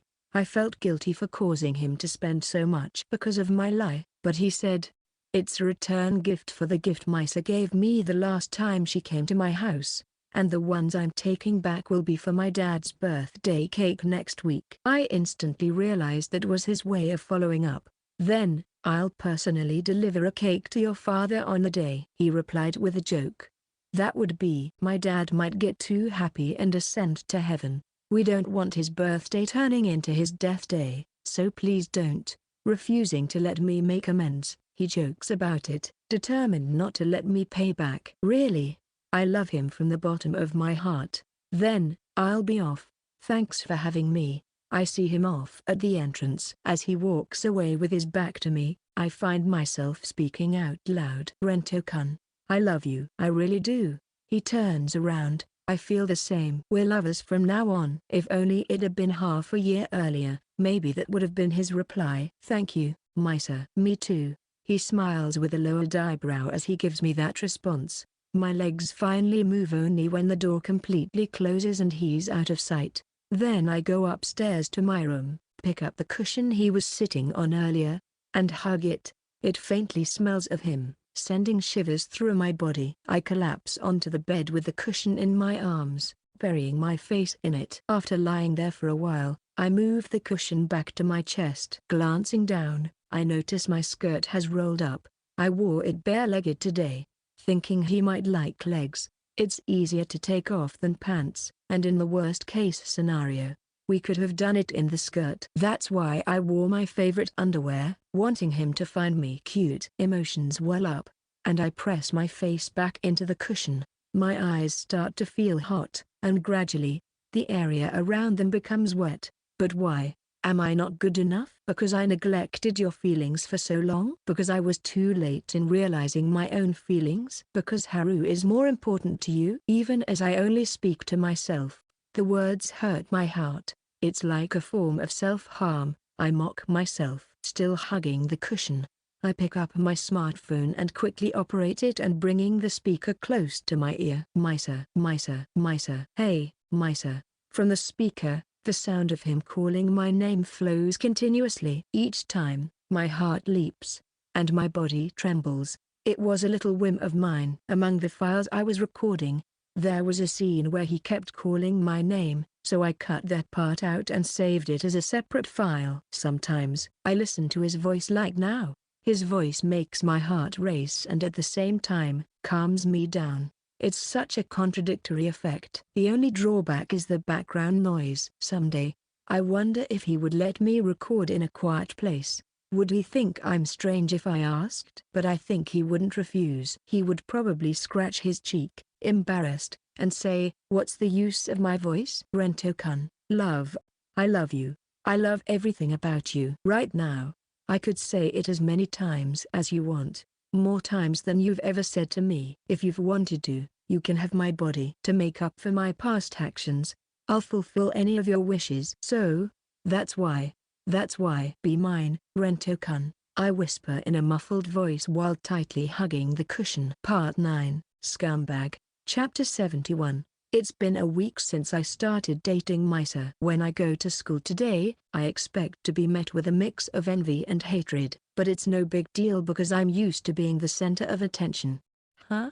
Upon arriving at school, as expected, I felt many gazes on me, but they seemed different from last week's. Somehow, it felt like the envy was gone, replaced only by hatred and disgust. It was like being looked at as a major criminal. Thinking about it won't help, so I headed to the classroom, but it seemed unusually noisy. Just as I was about to touch the door handle, wondering what had happened. The worst. I didn't think you were that kind of person. I hope you go to hell. These are the most disturbing words I've ever heard coming from the classroom. Opening the door with a strange premonition, all my classmates turned to look at me in unison. Their eyes were filled with the same disgust I'd already faced today and a hint of murderous intent. Glancing around the classroom, I noticed my classmates were focused on a certain spot. That's where Haru's seat is. Hey Seko. One of my classmates approached me. It was Maria, who had recently come to me for relationship advice. What do you think you're doing? What? Don't play dumb. While being with Yosaki-san, why are you messing around with other girls, huh? Still pretending to be ignorant? You were cheating with Hinata-san, weren't you? In an instant, my mind went blank. How does he know about my relationship with Haru? Besides, Misa and I aren't actually dating, so it's not really cheating. How can he look at me with such eyes? As various questions kept popping up in my head, I once again looked towards the group of classmates. There, in the center, was Haru, sitting at her desk with her head down. The light in her eyes seemed to have faded. I was certain that the angry voices I had heard earlier were directed at her. Then I looked at Misa, who was also looking down. Her lips were tightly pressed together, and her face showed a mix of frustration and guilt. Her hair was tied up with a scrunchie just like yesterday. I thought to myself that it really suited her. She glanced at me and our eyes met. In an instant, she shook her head vigorously. Surrounding her were some of the female classmates, and when I kept looking at Misa, they glared at me. They seemed to be her protectors. Ironically, Haru used to play that role for her. Hey, say something. Moriya pressed me. It seemed like he was confronting me on behalf of everyone. I remembered that he had also intervened when I was arguing with Keita at the mixer. He really is a meddler. However, it was a difficult topic to deny. I couldn't say it was completely true, nor could I claim it was an outright lie. Faced with such an ambiguous accusation, I was at a loss for words. Then, hey, are Seko and Hinata here? A man calling our names appeared in the hallway. I hadn't taken his class before, but he was definitely a student guidance teacher. Yes, I'm Seko. Hinata is here too. All right. You two, come with me. You know what this is about, right? Yes. Though I was reluctant to receive guidance, it was fortunate to escape this predicament. With Hinata, who was still looking down, we followed the teacher section. It was my first time in the student guidance room. A bleak room with only a simple set of desks and chairs. Sit down, sensei instructed, and we took our seats. I couldn't remember this teacher's name, but I think the other students nicknamed him Gorumatsu. It's a name fitting his sturdy build. Gorumatsu cleared his throat exaggeratedly before leaning on the desk and starting to talk. There's been a strange rumor since this morning. It's about you two being in an improper relationship. The school usually doesn't interfere much in students' romantic affairs. But in cases like this, it's a different story. Now, is it true? I wondered whether I should deny it or not, but judging from Misa's behavior I had seen earlier, she seemed not to be affirming it. If that's the case, it's completely nonsense. We are just friends. I decided to flatly deny it. Then Gorumatsu sighed deeply and said, listen, we haven't confirmed it yet, but apparently, there's some evidence circulating. We wouldn't be acting this quickly otherwise. What's the real situation? He showed an attitude of accepting only affirmation. What could the evidence be? It's true it would be overwhelmingly unfavorable for us if such a thing existed, but Gorumatsu hasn't confirmed it yet. Maybe, just maybe, I can get through this. I don't know what kind of evidence you're talking about, but we are innocent. I see. You plan to keep denying it. And Hinata, what about you? Don't you have any idea what this might be about?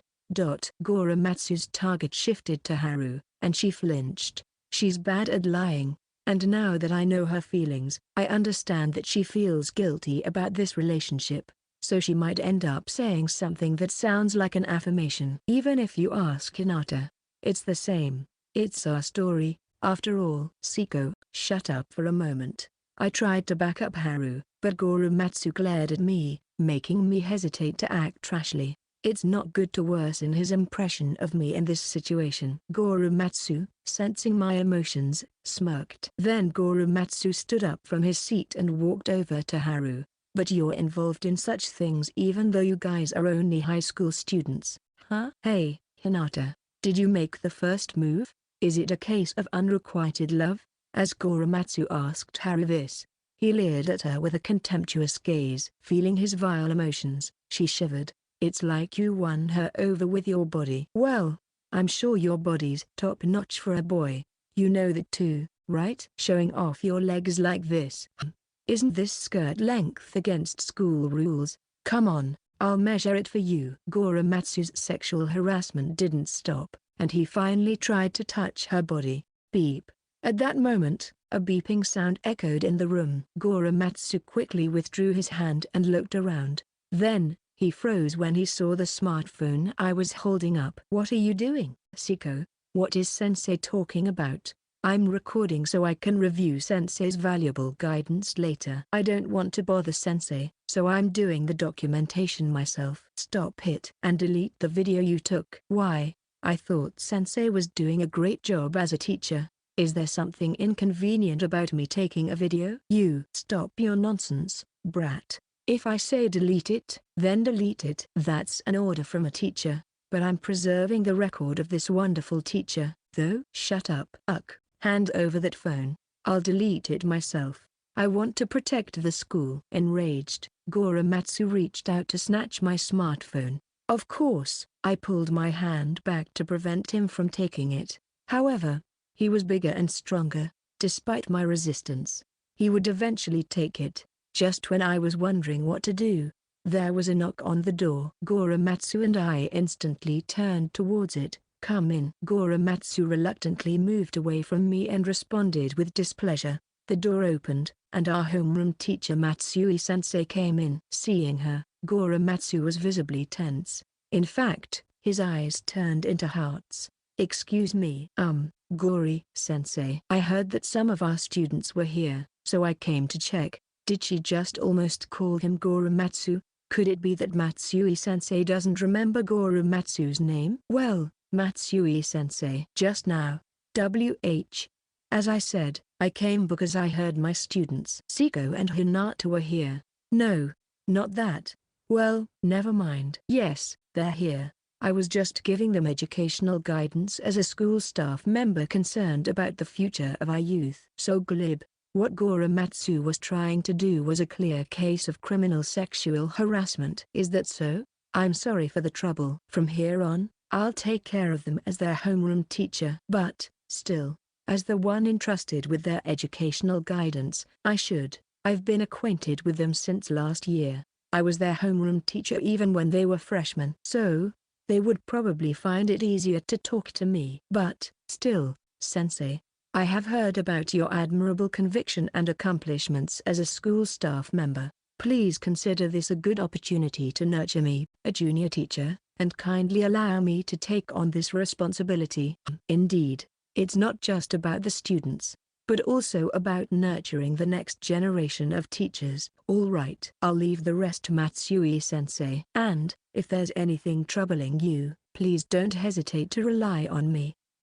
Yes, I'll be counting on you. Receiving Matsui-sensei's smile, Goromatsu left the student guidance room with heavy breathing. Once he was far away, Matsui-sensei clicked her tongue loudly. TSK. As always, that guy is gross. His ulterior motives are so obvious. It felt like the Matsui-sensei we knew had returned.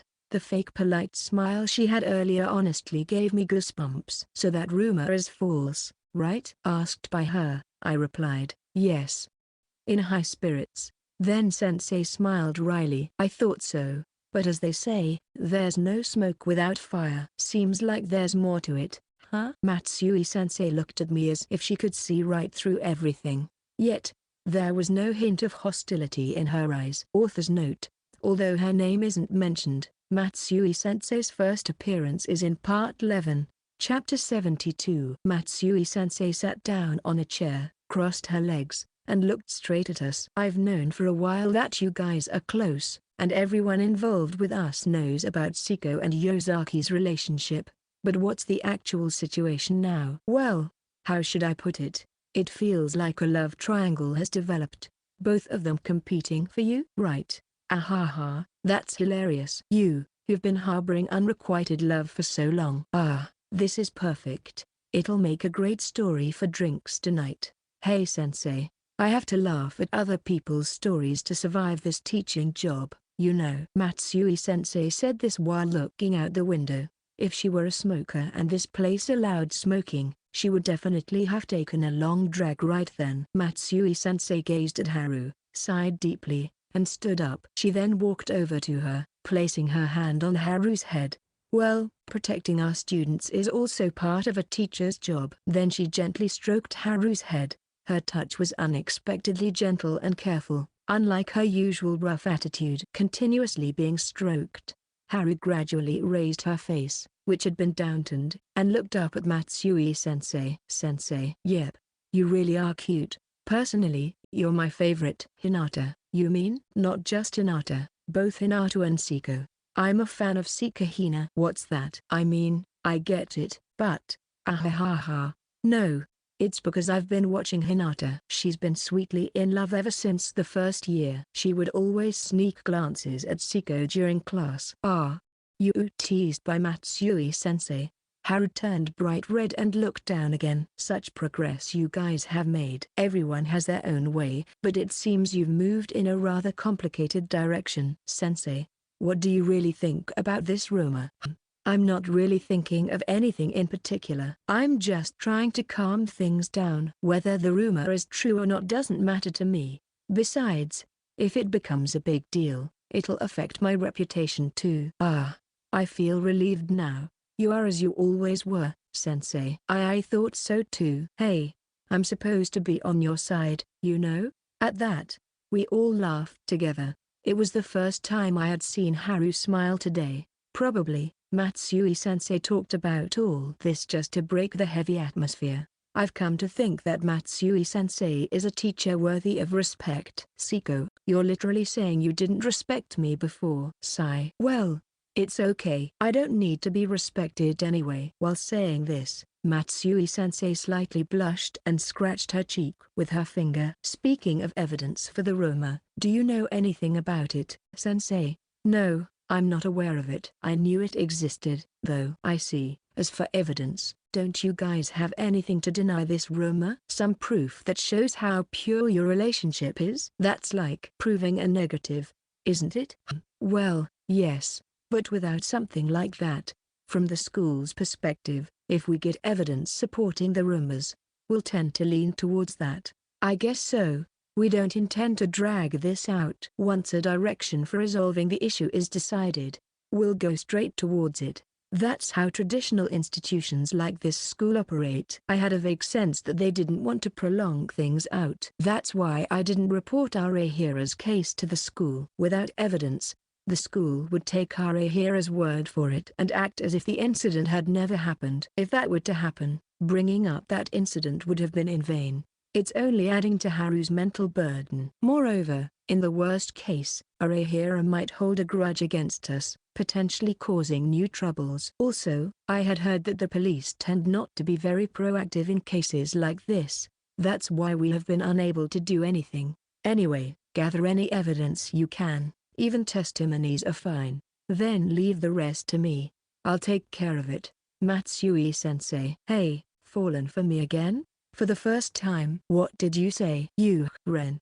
Haru. That's not what I meant. I meant as a sensei. Look at the age difference between me and the sensei. Hey, I'm still in my colorful 20s, you know. I see. Sorry Ren, I got upset over nothing. Wait, Hinata? Why did you accept that explanation so easily? But it's cute, so I'll forgive you. Not Seko though. Can't I be your favorite too? You only like the rice in a donburi bowl, and Hinata is the important topping on it. There's a difference in rank. You're belittling the rice. Have you lost your Yamato spirit, sensei? Well, don't make a big deal out of it. It's just a joke. Yeah, I knew that. This sensei is unexpectedly easygoing. Ren, you're really close with Matsui-sensei. Even though her doubts should have been cleared, Haru was glaring at me again. I wasn't going to make things more complicated. Matsui-sensei, with a cool expression, murmured, "So cute," while looking at Haru. Maybe she's the same type as Akira-san. Well, you three should discuss the future matters. Of course I'm not going to be included in that.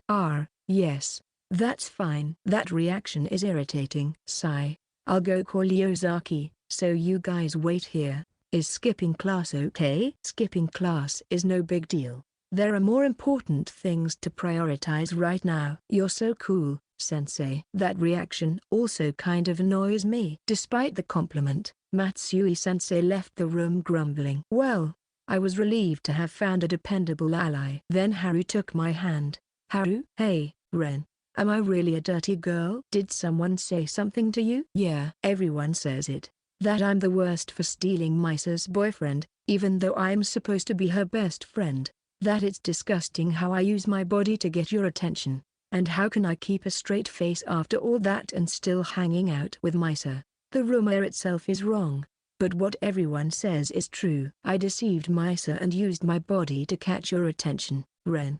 Indeed, everything Haru was accused of might be true. Perhaps our relationship was wrong and twisted, but still. I stood up and hugged her. She's short to begin with, but now that she's sitting she's even shorter than usual, her head reaching only around my stomach. I know it's strange for me to say this, but Haru, you fell for me and suggested such a relationship. That's not dirty or anything.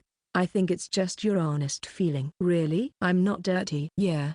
Besides, Yosaki and I weren't dating before. So I guess it's not cheating.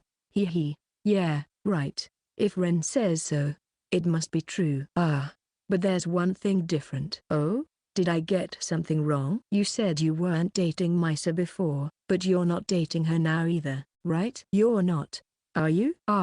Yeah. Sorry, I misspoke. No, we're not dating. Hee. I thought so. I'm glad. Hey, Ren. Can you stroke my head? I accepted her request and patted her head in just the usual spot. She then buried her face into my stomach. It felt nice when Matsui-sensei did it, but I like it better when you do it. I love it. Ren, I love you. I love you so much. Listening to her whisper, I gazed at my hand as I stroked her head. I began to wonder if, in fact, it was I who was dirty. I wondered whether it was okay for someone like me to touch her with this hand. Chapter 73. Knowing that Matsui-sensei would return soon, I moved away from Haru as her spirits stabilized. Then Haru begged, "At least hold my hand," but I refused while suppressing the pain in my chest. I could quickly let go of her hand when she came back, but doing that was more noticeable than anyone would think. My smartphone vibrated with a message from Oda. I don't fully grasp the situation yet, but for now, I can only trust Seko. I'll try to look into this supposed evidence of the rumors. Oda. I almost sent a message saying I love you out of impulse, but I deleted it just before sending it. That was close. My friend's kindness almost took my heart away. I hadn't told Oda the whole story so far, but maybe it's time to open up to him. It might be a bit too stimulating, and he might even be disappointed in me and cut ties, but that's my sin to bear. What's up with Ota-kun? Haru asked curiously, seeing me suddenly mention Oda's name. Oda is going to help us out. I see. Ota-kun is really kind. Yeah, he's my best friend actually. By the way, why do you call him Ota? Oh, that? I mispronounced his name at first, but even after I realized my mistake and apologized, he said, "It feels like me, so it's okay to keep it as it is. That's why I've been calling him that ever since." It's kind of like a nickname. I see. It's a mispronunciation turned into a nickname. Ren is also a nickname. I just wanted to use that to call you. Do you dislike it? No, being called that by Haru. I like it. Hee. I'm glad. Relieved. Haru smiled and started to reach out her hand. Then, remembering our earlier exchange, she frowned and withdrew it. I felt a twinge of guilt watching her do this. Then the door opened, and Matsui-sensei and Misa entered. It was good that I hadn't given in to guilt and taken Haru's hand. Misa looked back and forth between the two of us, her brow furrowing slightly. Yosaki, you can use this chair. Is it okay? You won't have a chair, sensei. It's fine, it's fine. Teachers are used to standing during class. Fufu, I see. Then thank you. Misa picked up the chair Matsui-sensei had been sitting in and moved it next to me. Seeing Misa sitting on the opposite side of the chair from Haru with me in between, Matsui-sensei lets out a no sound. So you really have that kind of relationship? Did you doubted it? No, I believed it. But it's different seeing it with my own eyes. Is it like that? Hearing our conversation, Misa tilted her head. What do you mean, Rento-kun? I just briefly explained our current situation to sensei. Sorry for speaking on my own. It's okay. If you talked about it, that means sensei is on our side, right? Thank you for being so perceptive, Fufu. Your actions are quite obvious, so it's easy to guess. Misa smiled teasingly. It's a new charm of hers I've recently discovered. As I was admiring it, a groaning "you" sound came from behind. It brought me back to my senses, and I looked towards Matsui-sensei. She was grinning while observing us. Probably, if there was alcohol here, she would have been gulping it down. Now, let's get back to the topic. Should we have a discussion right now? Sensei, you're just going to listen, right? Yes. I can step out if I'm in the way. I don't mind at all. What about you two? I'm okay. I think Matsui-sensei can be trusted. Haru, I like you. Your true feelings are showing, sensei. Fufu. Sensei, you're kind of like Rento-kun somehow, huh? Why are both of you frozen like that? Because, right? See, you're so alike. It's almost enough to make me jealous. That's why I also trust sensei. This is the trust I've earned for sensei. Right, sensei. Idiot. It's obviously because of me. Look at those eyes of Yosaki, completely trusting in me. Such clear and beautiful eyes. It's as if they're not reflecting sensei at all. You're really cheeky. I'm sensei's student, after all. Still not fully forming your own character, huh? Seko, you're still a baby. Listening to this exchange between me and Matsui-sensei, Haru and Misa chuckled. Matsui-sensei and I looked at each other and laughed as well. Now that the atmosphere had softened, we moved on to the main topic. Where did this rumor come from in the first place? I don't know. I found out when everyone crowded around me as soon as I arrived at school. I'm the same as Haru. I only found out when our classmates started worrying about me. I see. It's the same for me too. So the rumor had already spread by the time the three of us arrived at school. By the way, Matsui-sensei, who had said she would just observe, interjected. Isn't it possible that Yosaki spread the rumor? The atmosphere froze in an instant, yet Matsui-sensei continued without concern. I mean, wouldn't Yosaki be the one who benefits from this rumor spreading? She could eliminate her rival in love. Silence fell over the room. I could hear the breathing of the two next to me. Nobody spoke or moved. After about 10 seconds of this silence, Haru was the one to break it. Haru stood up from her seat and confronted sensei. Sensei, please take back what you just said. Misa would never do that. It's true that we are rivals over Ren, but before anything, we are best friends. That's why. Haru couldn't finish her words as she was overwhelmed with emotion and began to cry. Then Misa stood up to support her, holding her up while looking straight at Matsui-sensei. What sensei says is reasonable, but I have not done such a thing. I do not intend to resort to such malicious measures to win him over. After saying this, Misa took out a handkerchief and began to wipe Haru's tears. I see. I'm sorry. I just wanted to make sure, sensei said so while turning her face away. She pretended to be calm, but her eyes were moist and her lips were trembling. I almost became angry when I heard Matsui-sensei's remark, but I quickly thought about why she asked such a thing. Sensei probably worried that no one would dare to voice it even if such a doubt arose among us, and that might lead to discord. In other words, Sensei asked on behalf of me and Haru. She must have never really believed that Misa was behind the rumor, but being scolded by her favorite Haru seemed to have hurt her more than expected. I'm sorry for that. I'll go out to the hallway. As originally planned, you three should discuss this amongst yourselves. Watching Sensei's rounded back as she left the room, I decided to regard Matsui-sensei as a respected teacher. Next time, I'll show her the photos of Haru I took earlier. That might cheer her up, although Haru might get mad if she finds out. Haru, having her tears wiped by Misa, looked straight at her and spoke. I'm sorry, Misa. Why apologize? If anything, I want to thank you. Because the truth is, I really betrayed my best friend. I never thought Misa was behind the rumor, but the thought that she might have been made my chest hurt. Thinking that I made Misa feel this way, I realized too late that I had done something irreversible. It's okay. That matter is already settled, isn't it? Besides, since he and I are not dating, what you do with him is your freedom. Misa, I love you. But I won't lose. Fufu. Me too. I will never give up. Witnessing this beautiful friendship, I think to myself, it was actually me who betrayed Misa. Chapter 74. We resumed our discussion after another restart. Let's set aside the source of the rumor for now and think about how we should behave from here on. Right. I think we shouldn't deliberately distance ourselves from each other. What do you mean? Probably some people will say things to us, but let's ignore them and continue to be together as usual, all three of us. Is that okay? I thought maybe it would be better for me not to be around the two of you. If we scatter, it would be like affirming the rumor, wouldn't it? We're in a position to deny the rumor, so we want to avoid that. I see. Misa, that's smart. If we each act independently, it would appear to others as if we've fallen out. That would lead to speculation about why the three of us are no longer getting along, and the first cause that would come to mind is the rumor.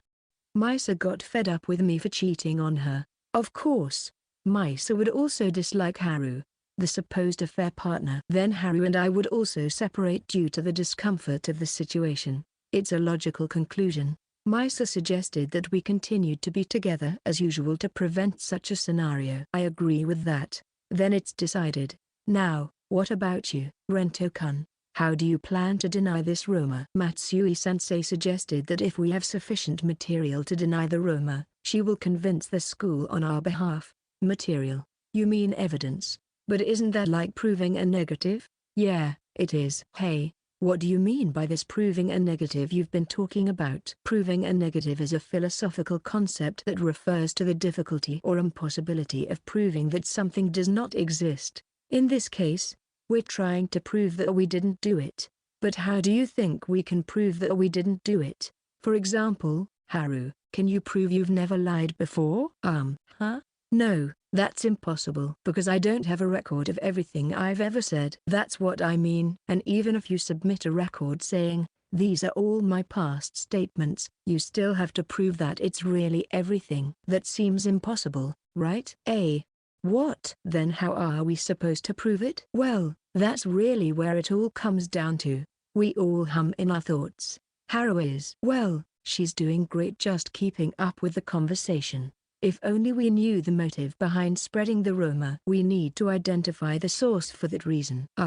We're back to that again. Speaking of evidence, there seems to be some evidence for this rumor. Nobody has confirmed it so far though. It feels like just the existence of there is evidence is spreading. Maybe there really isn't any evidence? That's maybe. Hearing Haru's remark, Misa and I begin to ponder. Haru looks at us alternately in confusion as we suddenly fall silent. That's possible. Yeah, we don't know yet, but it's a possibility. Not to interrupt, but why do you think so? It was just a thought I had. Haru timidly raises her hand and asks, to which Misa responds with a smile. Fufu, I guess it's Haru's intuition. Yes, that's right. This rumor is probably being spread intentionally by someone in a way that it easily spreads widely. It wouldn't have spread so much by morning otherwise. This must be based on Misa's own experience. Last week, she spread the false rumor that Seko Rento and Misa Yosaki have started dating. Her motive was to rally people around her, And as she had planned, the rumor spread quickly, reaching nearly the entire school by the time I arrived. What's important here is that she talked about it intentionally to spread the word. She talked about it in the middle of the classroom, loud enough for all her classmates to hear. From there, the classmates acted as speakers, further spreading the rumor. Even considering my popularity, the speed at which it spread was abnormal. There must be another reason behind that. Also, it's important that she, being one of the involved parties, spoke about it. Since she was the one talking, it immediately provided credibility to the rumor. However, in the current case, the involved parties are me, Haru, and Misa. For a third party to spread the rumor about us, they would need some basis for it, as people are unlikely to believe otherwise. But there's a loophole, and you know, Haru. For instance, if I say, it's going to rain this afternoon, would you believe me? Yes, because Misa is saying it. I might doubt it a little if Ren was the one who said it. Well, I'll keep quiet for now. Even though I am a good and pure person, it seems no one believes my weather forecasts. People tend to focus more on who said something than what was actually said. That's why, Haru, you just said you'd believe me but not Rento-kun. Yep. I think I might feel that way too sometimes. Therefore, the person who spread this rumor must hold a grudge against us and also be someone who has earned the trust of others. The claim that there is evidence could just be a bluff, pretending there is proof when it can't actually be shown. Well, that person must be credible enough for such a claim to be believed. Wow, Misa, you're amazing. Just like a detective. Haru claps her hands, praising Misa's deduction. Receiving such straightforward admiration, Misa looks a bit embarrassed. By the way, I had reached the same conclusion. Really, I just gave Misa the chance to take the lead here. After all, it seems like it lacks credibility when I'm the one who says it. Someone holding a grudge against us, huh?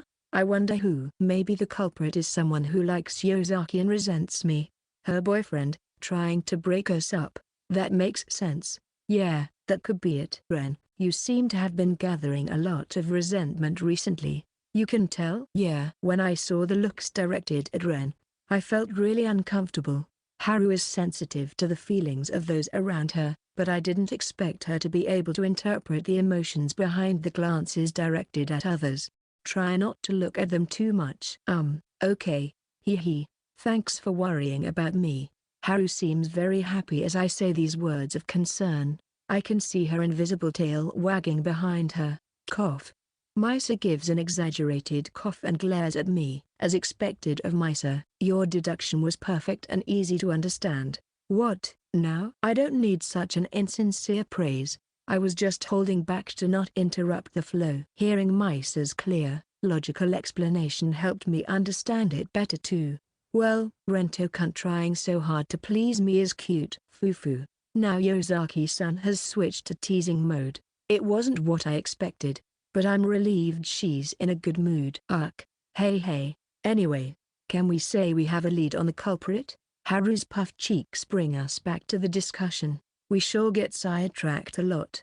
Well, we've sort of decided on general direction. Now we just have to rely on the information Oda will gather. Oh, Oda-kun is helping too? That's reassuring. Misa relies on Oda-kun too. His ability to gather information is not to be underestimated. And when it comes down to it, he's a man who gets things done. Wow. That's amazing. Good thing Oda-kun is on our side. Foo. Rento-kun, are you jealous? Is that so, Ren? That makes me happy. I can be dependable too when it counts, you know. What should I do? I suddenly feel like hugging Rento-kun tightly. Me too. I want to pat his head and tell him he's a good boy. You're embarrassing me. As my face turns red and I look away, the two of them come closer. Their breaths getting rougher. Just as I thought they might shower me with affection, the door opened, and Matsui-sensei spoke up. Sorry to interrupt, but the first period is about to end. I can't let you skip any more classes, so it's time to head back to the classroom. Whether the timing was good or bad, Matsui-sensei's interruption makes the two back off with dropping shoulders. I let out a sigh and stood up, heading towards the door. Rento-kun. Misa comes close to me, speaking in a volume just low enough for Haru not to hear. About the suspect we have in mind. Yeah, probably. Still, let's wait until we've confirmed it before we act. All right. The person Misa and I are thinking of is most likely the same, someone we'd rather not discuss with Haru about. Chapter 75. We followed Matsui-sensei down the hallway and back to the classroom as the first period ended. The classroom, which had been noisy until we entered, fell silent the moment we appeared. All the classmates' eyes were on us. Misa seemed unfazed, but Haru flinched. Matsui-sensei moved away from us, walked to the front of the class, and spoke in a slightly louder voice so everyone could hear her. Okay, everyone listen. There seems to be a weird rumor going around, but the people involved have denied it. So that rumor is false, at least in our class. Don't make any more fuss about it. After saying this, Matsui-sensei started to step down from the podium. She hadn't given any specific details, so the dissatisfied classmates began to crowd around her. Wait a minute, sensei. Please explain properly. We can't just accept that so easily. Isn't it possible that they're lying? Amid these questions, Matsui-sensei sighed deeply and answered, I told you not to make a fuss. Also, Yosaki herself, who is in the position of the victim in this case, has also denied it. That means there is no victim. So it's not your place to say anything. Now get ready for your next class. Then Matsui-sensei left the classroom after waving her hands to disperse the gathering students. Everyone was still not quite convinced, but they slowly returned to their seats. The three of us stayed together until the break was over. We felt the eyes of those around us observing our every move, but we tried to act as usual without paying much attention to them. As the next class ended, Misa and Haru tried to gather at my desk as we had planned earlier. However, someone tried to interfere. Several girls gathered around Misa as she stood up from her seat. They were the same group who, a few days ago, said they wanted to hear Yosaki-san's love story and took Misa away. Yosaki-san, why are you going over to Seko? That's a silly question. Why would there be any question about a girlfriend going to her boyfriend's desk? But he was cheating on you behind Yosaki-san's back, you know? As Matsui-sensei said earlier, there is no such a thing. So there is no reason for you to try to stop my actions. Are we done here?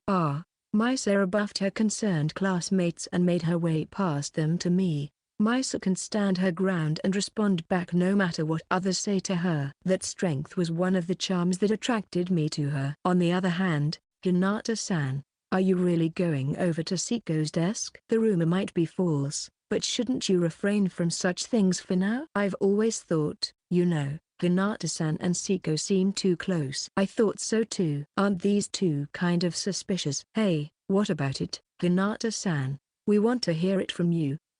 Surrounded by classmates pressuring her, Haru couldn't even stand up from her seat. Isn't it crazy to steal your best friend's boyfriend? And the way you did it is gross. You seduced Seko with your body, right? Well, Hinata-san, you do have a big chest. Guys always like big breasts, huh? Please don't say things like that. It stings. Sorry. Apparently there's a rumor that we have a physical relationship. Well, actually we do, but we need to take a stance of denying it for now. Haru just kept her head down while she is trembling. Realizing she wouldn't be able to stand up on her own, I was about to go help her when, Haru, come here, Misa called out to Haru. Then Haru quickly raised her head and replied cheerfully, why yes. She apologized briefly to the classmates around her with a sorry, and squeezed past them to join us. Are you okay? Why yeah, thanks, Misa. There's no need to thank me. I just helped because my friend was in trouble. Misa. Haru, looking like she might cry any moment, clung to Misa. Misa then caught her and gently stroked her head. This is a scene that I used to see often. Seeing such a harmonious moment between the two, the classmates might start to think, maybe the rumor really is just a false accusation. If the rumor were true, they would be at odds with each other. However, there were still those who directed hostility towards us. Especially the girls who had been involved with Moriyu, and Misa kept a constant watch over us. During the next break, Moriyu approached me before the two could come to me. His eyes looked down on me completely. Hey, Seko. How could you do such things and still give me advice? Moriya, you're the one who insisted on asking for advice though. Shut up. I got rejected by her because of your advice. Rejected? He already confessed to that manager. Didn't he say he couldn't confess for a while? Rather, this is clearly Moriya taking out his frustrations on me. He just wants to blame his failure on me. Have you already given up? I told you to keep trying.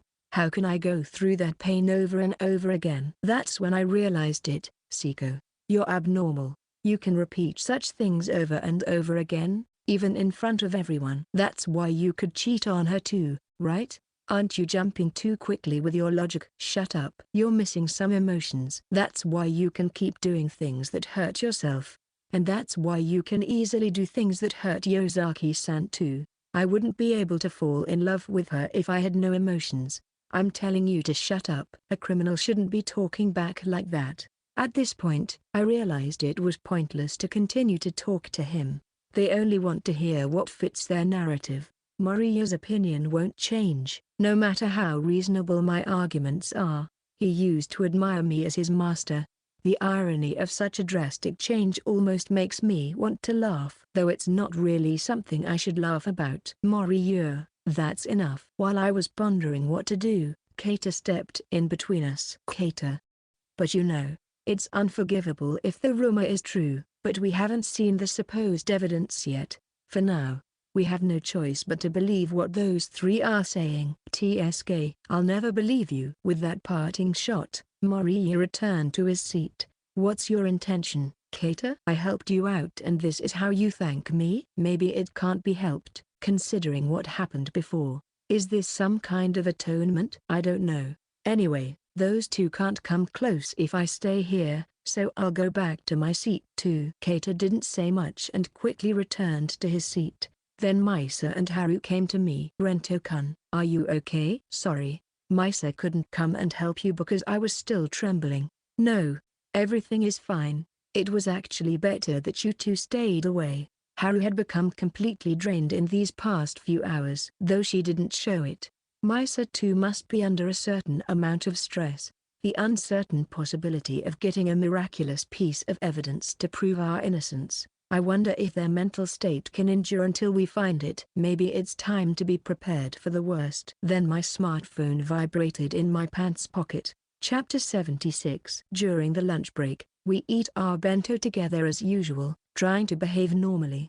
The stares from some classmates were painful, but we kept the conversation flowing and continuously brought up new topics to ignore them. However, Haru, who is usually cheerful and talkative, is so quiet today that it's hard to get excited. Misa is trying to bring up cheerful topics, but Haru's responses are just a few words or nods, and the conversation doesn't develop further. In the end, we just spend the mealtime pretending to be cheerful. After finishing the meal, I pack up my bento and stand up, saying, I'm going to meet with a collaborator. As expected, Misa frowns upon hearing my words. Who's that? Are we not coming along with you? No, that person wants me to come alone. Can you trust someone who gives such instructions? Don't worry about it. I know this person. Also, I'll try to convince this person to let me introduce you to eventually. I see. I get it. With Misa seemingly convinced, I leave Haru in her care and am about to head to the associate when, hey, Seko. Haru calls out to me. I instinctively turned my head around and saw her looking straight at me with anxiety in her eyes.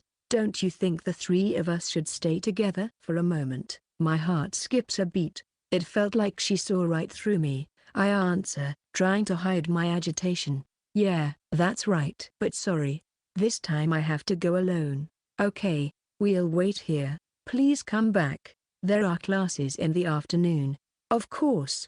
I'll come back. Of course. I said something weird. Though she admits her words were odd, Haru's eyes still plead with me. Don't go. Rento-kun. You, perhaps sensing something from my interaction with Haru, Misa also looks at me with similar eyes. I shake off their feelings and step out into the hallway. Opening my smartphone while walking, I see a message that arrived during the previous break. Let's meet at the usual place.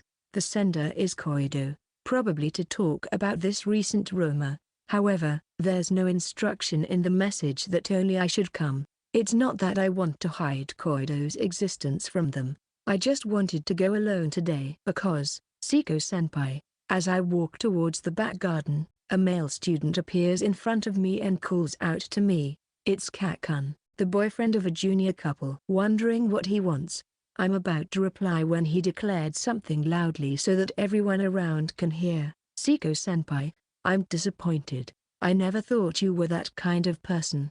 His voice is filled with anger. No surprise there. He had said he respected me. Part of it was for having the courage to confess in public, but mainly for my unwavering devotion to someone. The rumor circulating now would certainly feel like a betrayal to him. Kakun, with a sharp gaze, approaches me. I won't let you pass. I won't allow Seko-senpai to do as he pleases anymore. He says this loudly, making sure the surrounding students hear him. Then, taking one step closer, he whispers so that only I can hear.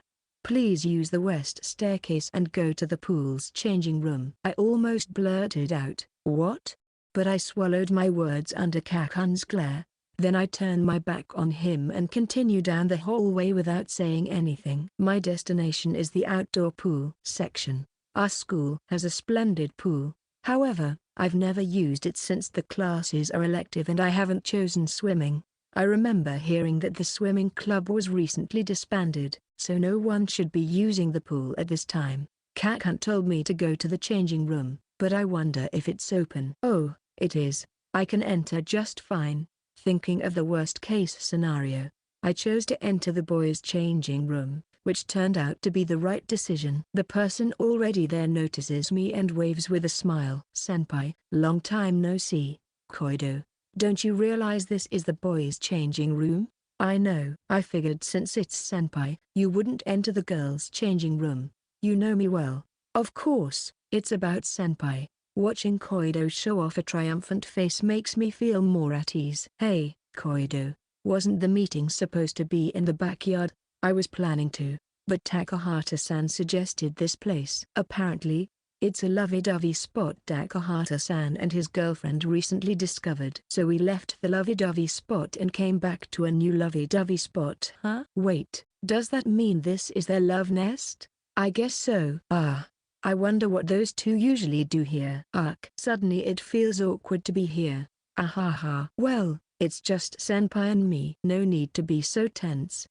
Yeah, I guess. It's a little complicated if you agree so easily. Thinking that a girl's mind is a difficult thing to understand, I throw the question I've been pondering at Koido. So why here instead of the backyard? It seems there's information going around that senpai often appears in the backyard at lunchtime, and it looks like people who hold a grudge against senpai are gathering there. It's turned into a real dystopia there. So Kakun and Nachan were protecting me. Looks like it. See, senpai, having juniors is the best thing ever. Yeah, there's Kakun-sama, Nachan-sama, Koido-sama. You're including me too? Maybe you're in a dear phase now, senpai. I see, so it's still going on. Now, I can pour out all the words of gratitude to Koido that I was too embarrassed to say before. That's embarrassing, so no need. What's with that reaction? The dear phase is over. I mean, what even is a dear phase? Well, this is fun. I can stop thinking about anything when fooling around with Koido like this. My headache seems to be lighter too, but if the conversation stops even for a little, a dark haze begins to grip my heart. So, senpai, about the rumor going around, have you thought of any way to settle it? Yeah. Oh, as expected of senpai. Actually, I've been thinking too, probably the same as senpai. Senpai? Koido, who's the victim in this rumor? Yosaki senpai. And the perpetrator? According to the rumor, it's senpai and Hinata senpai. So, the brunt of the criticism is on me and Hinata. Then what if Hinata becomes the victim? Senpai. In fact, Hinata was just being threatened by me and was reluctantly involved with me. Let's see. The threat is something like this: I'll make Yosaki suffer if you don't listen to me. Senpai. And this time, I threatened Yosaki in the same way. I'll make Hinata suffer if you don't back me up and solve this rumor. Senpai. The girls were sacrificing themselves for their best friend. A noble friendship indeed. In other words, Yosaki and Hinata are the victims, and I'm the only perpetrator. Senpai, all that's left is for me to leave this school and this case will be closed. The two of them might even receive sympathy and special treatment. I'm going to cause trouble for Dad and Mom again, but if I dedicate the rest of my life to being filial, maybe they'll forgive me. Senpai, Koido raises her voice and calls out to me. At that moment, my words come to a halt. Koido looks at me with eyes filled with anger, but there are faint tears in them. Senpai, you can't think like that. But it's impossible, Koido. There's nothing to overturn this rumor. Even if there was, they'd collapse before we could even get it. Senpai, you're mentally exhausted right now. What are you talking about? I'm used to being the center of attention. Didn't you say it before? That Senpai is someone who finds happiness in the happiness of those important to him. That means if those important people are sad, Senpai suffers too. The idea of sacrificing yourself to protect those two is just like you, Senpai. But it's something Yosaki-senpai, Hinata-senpai, your parents, and I will never allow. In that instant, a tear streams down Koido's eye. Yet, she continues to look straight at me.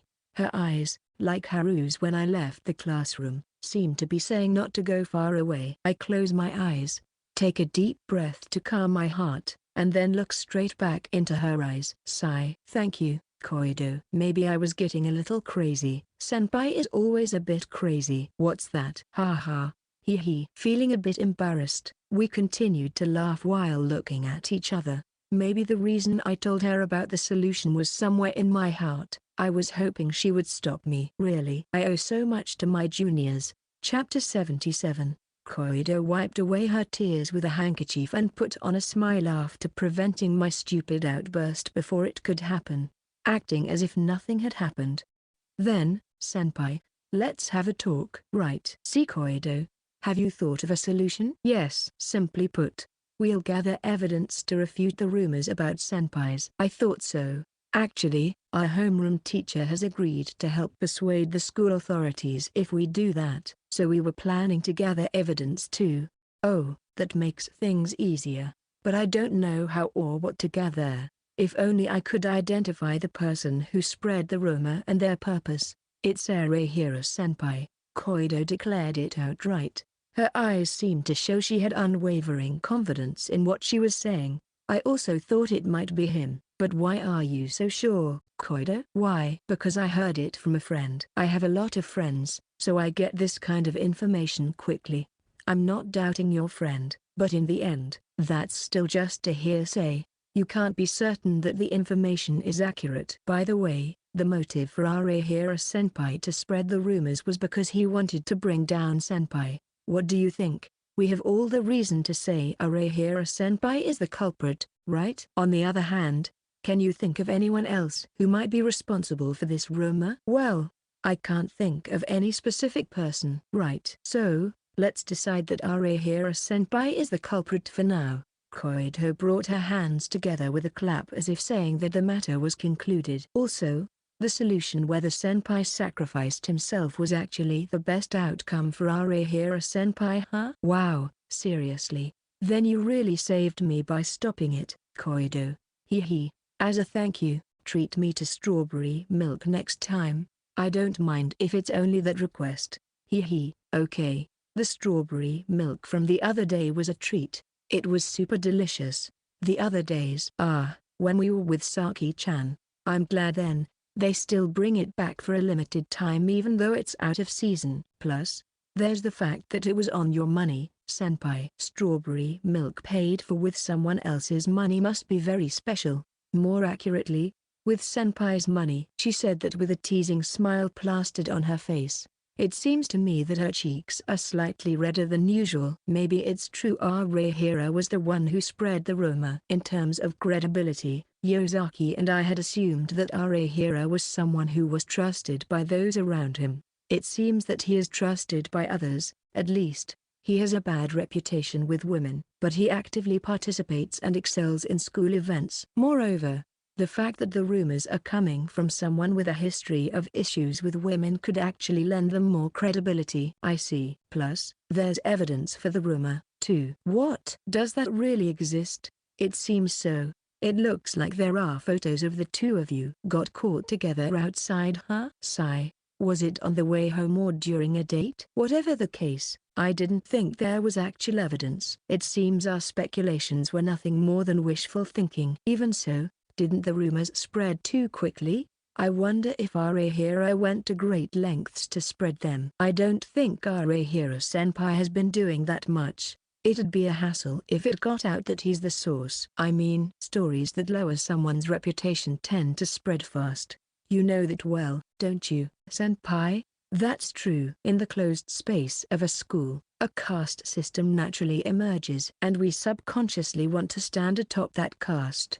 The easiest way to do that is to drag down those who are above us. This rumor might be something like that. I climbed to the top by starting to date a beautiful girl named Yosaki. Those who don't like it might use this rumor to try to bring me down. Anyway, it's all about gathering evidence now. I'll take care of the evidence for the rumor on my end. Can I really rely on you? Yes. Leave it to me. I have a lead. A lead? That's impressive. He. After all, I am your junior, senpai. What's that supposed to mean? Well, anyway, it seems better to rely on Koido than to look for it myself if that's the case. I'm counting on you, Koido. I'll leave that to Koido, and I'll gather something to prove our innocence. But if Arahira is the one who spread the rumors, what kind of evidence should I collect? Hey, Koido-senpai. By the way, did anything romantic happen between you and Yosaki-senpai last week? Yes? We don't have to talk about that now. Well, I understand what you're saying, senpai, but it would be too late if it turns out later that you did something that puts us at a disadvantage. That's why sharing information is important. I guess that's true. She's right. I should probably talk about such things in order to make things more favorable in the future. It was pretty much the same as usual on the weekdays, at school. Well, it felt a bit like that because everyone was making a fuss. I guess that can't be helped. So how was your weekend? Didn't you go out on Saturday? Well, you know that since you met me, it didn't really feel like a romantic date because I went out with Saki-chan too on Saturday, but classmates who saw senpais might think you have a relationship with her family too.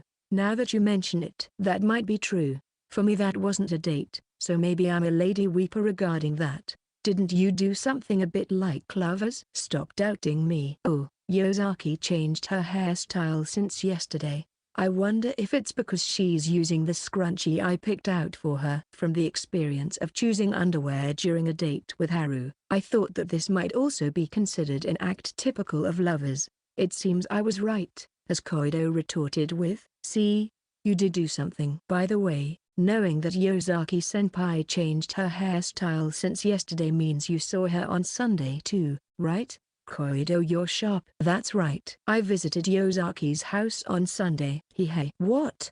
You went to Yosaki-senpai's house? I did go. No way. Did you actually do it with Yosaki-senpai? We didn't do it.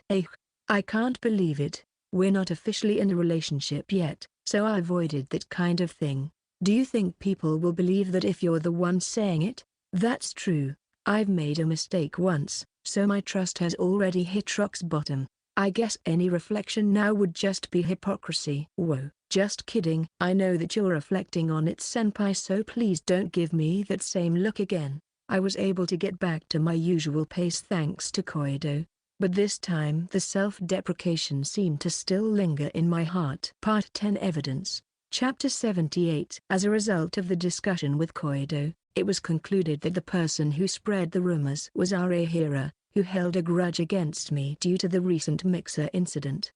It was assumed he had been spreading bad rumors about me in order to set me up and give me a bad reputation. The so-called evidence of the rumor appears to be a photo of Haru and me, which Koido is going to search for. What I need to do is gathering materials to deny the rumors remain unchanged, but I haven't really decided on a plan on my side. I wanted to discuss that as well, but we ran out of time and had to leave without talking about it. I secretly told Misa when I returned to the classroom. It turns out Arahira was the culprit after all. When asked if this was information from a collaborator, I honestly nodded. Perhaps because there was some progress, she did not probe any further about the collaborator. Haru showed a genuinely relieved expression when I came back. Perhaps she had sensed that I was about to do something stupid. Spending the afternoon under the gaze of my classmates, I somehow made it to the end of the school day. I wanted to go home early, but I have to stay behind since I am on cleaning duty this week. You can go home first if you want, considering the situation today. No, I'll stay because it's better for us to be together. Though you say that, it's more like it depends on the situation. I'm sorry, but I need to go home right away because I have some family matters to attend to today. Oh, really? Well then, you two should go home together. All right.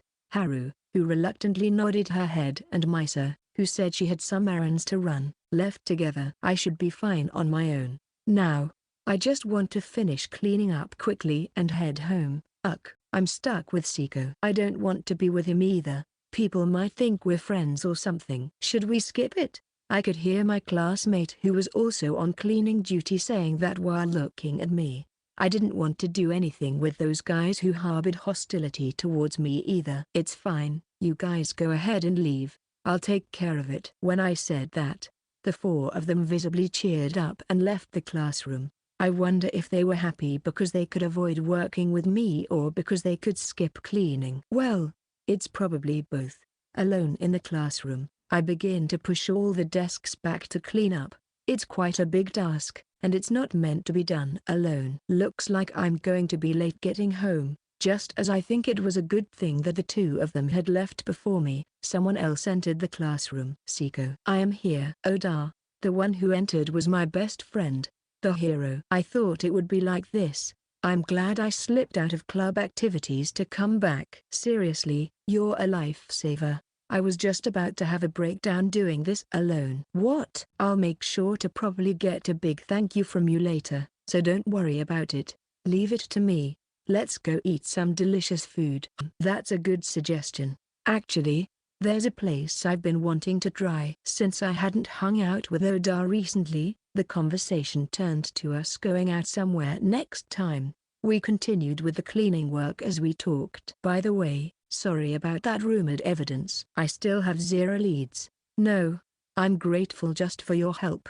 Besides, my junior is also helping out on your end. Seko's junior. That would be Koido, right? That's right. That girl is also well informed, so she's been a big help.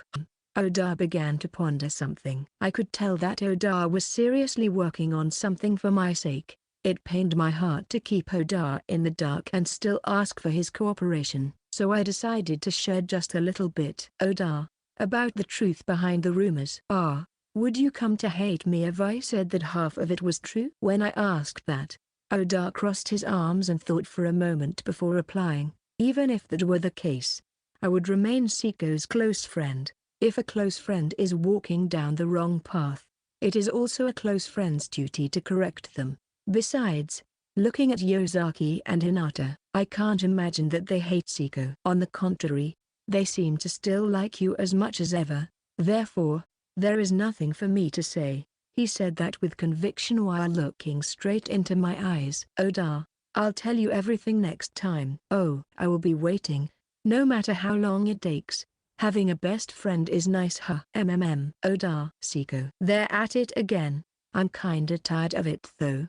As we were confirming our friendship, a familiar voice intervened. Turning towards the voice, Haru was standing by the classroom door, breathing heavily through her shoulders. Haru. Why? I thought you went home with Yosaki. Yeah. I went near Misa's house, but then I turned back from there. Why? You could have just gone home. Why?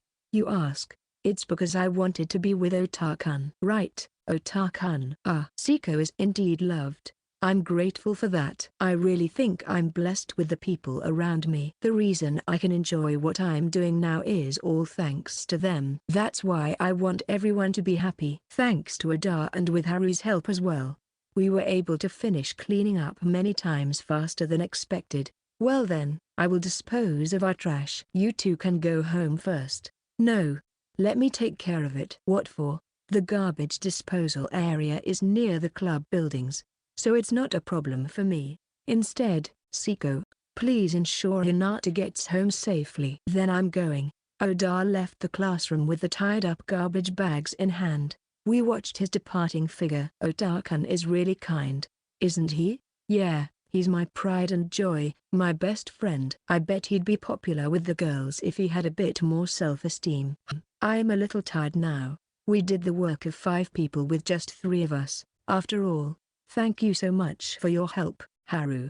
No, it's fine, this much is nothing. Now, let's put away the cleaning tools and head home. Right. As I put the broom and dustpan back into the locker, I saw a figure at the classroom door. I thought it might be Oda returning, but it turned out to be someone else. Whoa. Why are these 2 together? Just the 2 of them? No way. Could the rumors actually be true? It was 3 of Misa's female classmates who were unusually meddling. Hinata was just helping me with cleaning, so why is it just the 2 of you? There are other people on duty, right? And where's Yosaki-san? I let him go home because he seemed to dislike being with me, and Misa went home earlier for some errands at her house. Also, Oda was helping out until a while ago, so the 3 of us cleaned up together. I get why Yosaki-san isn't here, but you probably let the others go because you wanted to be alone with Hinata-san, right? And it's suspicious that Oda was here until just recently. That's definitely a lie. You 2 were enjoying a secret meetup after school, weren't you? That's so gross. First of all, I can't believe they're still trying to be together in this situation. I can't even imagine it. Hey, let's not bother with these guys and just go. Yeah, you're right. But let's make sure to tell Yosaki-san about it tomorrow, just in case. Agree. The 3 of them left the classroom after saying whatever they pleased. It didn't seem like they had any business here. They just happened to pass by. Haru had been looking down ever since they arrived. If this continues, Haru will eventually collapse. Haru, everything is going to be okay. I'm fine. But I'm a little tired. Can we sit and rest for a while? Sure. But wouldn't it be better to rest back at home? I can't make it home like this. Please. There's no benefit to staying at school, but since Haru insists, I take a seat at my desk. Instead of choosing an empty seat, Haru sits down on my lap, facing me face to face. Haru? This isn't good. MMFH. Haru presses her lips firmly against mine and slowly slides her tongue inside of me. I try to resist, but my brain tingles every time her tongue touches mine, and the headache fades away. I want to drown myself in this pleasure, but I manage to push back the desire and push her body away after remembering the situation we're in. Haru, why would you do something like this? Ren, I love you. She changed the way she called me right now. She also said, I love you even though we're still at school. She stares at me with empty eyes. Everyone hates us. My classmates call me a bitch. I've only been with Ren, but I wonder if that's what I am. No, that's not MMFPH. My lips are sealed again. This time, I pull away from her before her tongue can enter. It doesn't matter anymore. It doesn't matter what everyone else thinks. Haru, Ren, let's fall together just like this. Ignore everyone else, just the 2 of us outcasts together. Let's fall as far and as deep as we can. Then we won't have to worry about anything. Just a life where we long for each other, just the 2 of us. I embrace her body to interrupt her words. Tightly, tightly, tightly, as if to support her body, as if to make sure she doesn't fall apart. Ren, I love you. I really love you. Ren, Ren, Ren. She also hugs me back tightly as if yearning for me. I speak to her as if to reason with her while stroking her head. I will definitely put these rumors to rest, and we'll get back to normal life. So please Haru, don't talk like that. Don't be so negative. This might be tough for the current Haru, but Haru still nodded firmly. Okay, if Ren says so, if Ren wishes so, I won't say it anymore. But in exchange, can I stay by your side? I don't have to hold back, right? There's no need to stay away from me because of this rumor. There are people who say such things, but if we can deny the rumors, they'll eventually disappear. I'll support you, Haru. I understand. I'll be fine if Ren is with me. Ren, I love you. Ren, Ren. Her unstable mental condition had worsened. I said I would support her, but it seems I need to resolve this quickly. After sending Haru home, where her mental state had stabilized more than before we left school, my smartphone in my pocket vibrated. The sender of the message was Misa. Let's go on a date now. Chapter 79. I went home once to change from my school uniform into casual clothes. This was because Misa had told me to come in wearing casual clothes. Then I told my mom when I left the house again, I think I don't need dinner today, to which she angrily replied, don't tell me at this hour. When she asked where I was going, I honestly said, I'm going to have dinner with Yosaki, and Mom gave me some pocket money. After a moment of thought, I refused it at first, but she said don't be shy and ended up pushing the money on me. So my wallet became a bit warmer because of that. I head to the station, but she's already there when I arrive. Sorry, did I keep you waiting? No worries. I just got here too. Fufu. A little exchange like this is nice. I nod in agreement with her, I guess so, as she laughs cheerfully. Did you finish the family matter you had? Yes.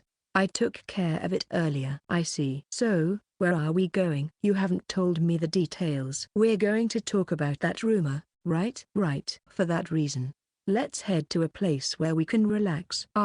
Sure. This isn't the kind of conversation to have while standing around. Should we go into a cafe or restaurant and talk over a meal? Then let's take the train. Oh, wouldn't somewhere nearby be okay? I don't mind that, but I think it's probably better to go somewhere a bit further away.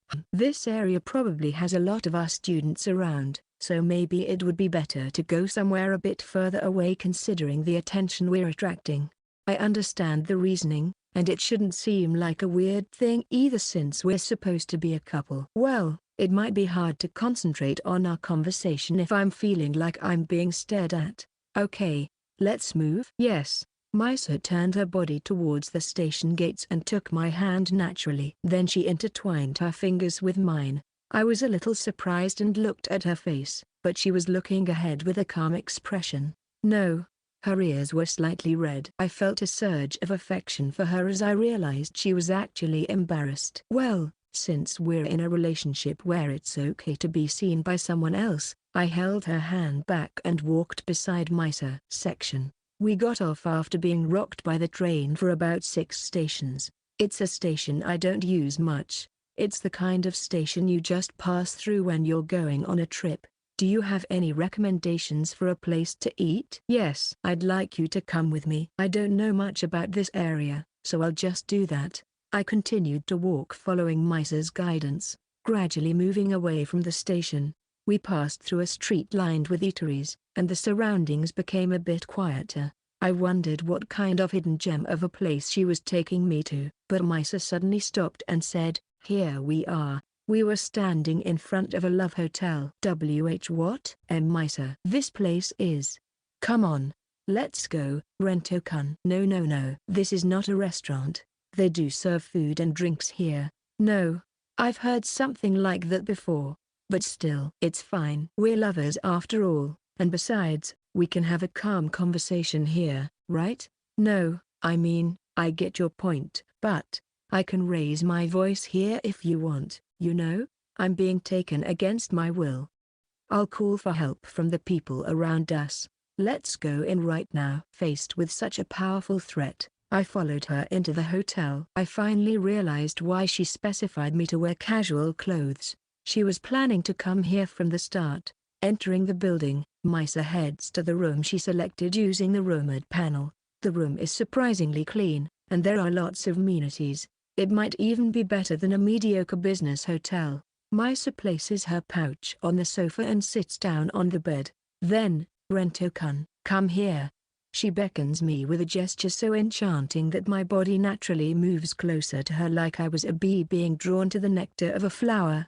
Fufu, good boy. Rento-kun, would you sit next to me? I did as she said and acted accordingly. Then, she leaned her body and placed her head on my shoulder. The scent of her like that of flowers tickled my nose. Fufu. I really feel at peace like this. I want to stay like this forever. Misa. We came here to talk important things over, didn't we? Yes, that's right. But before that, Rento-kun, won't you watch a video with me? A video? No, we really should. Shouldn't we calm our minds first? How can we have a calm discussion otherwise? There's some truth to that argument, but the agitation arose because we entered here, and ultimately, it's Misa's fault. She must understand that.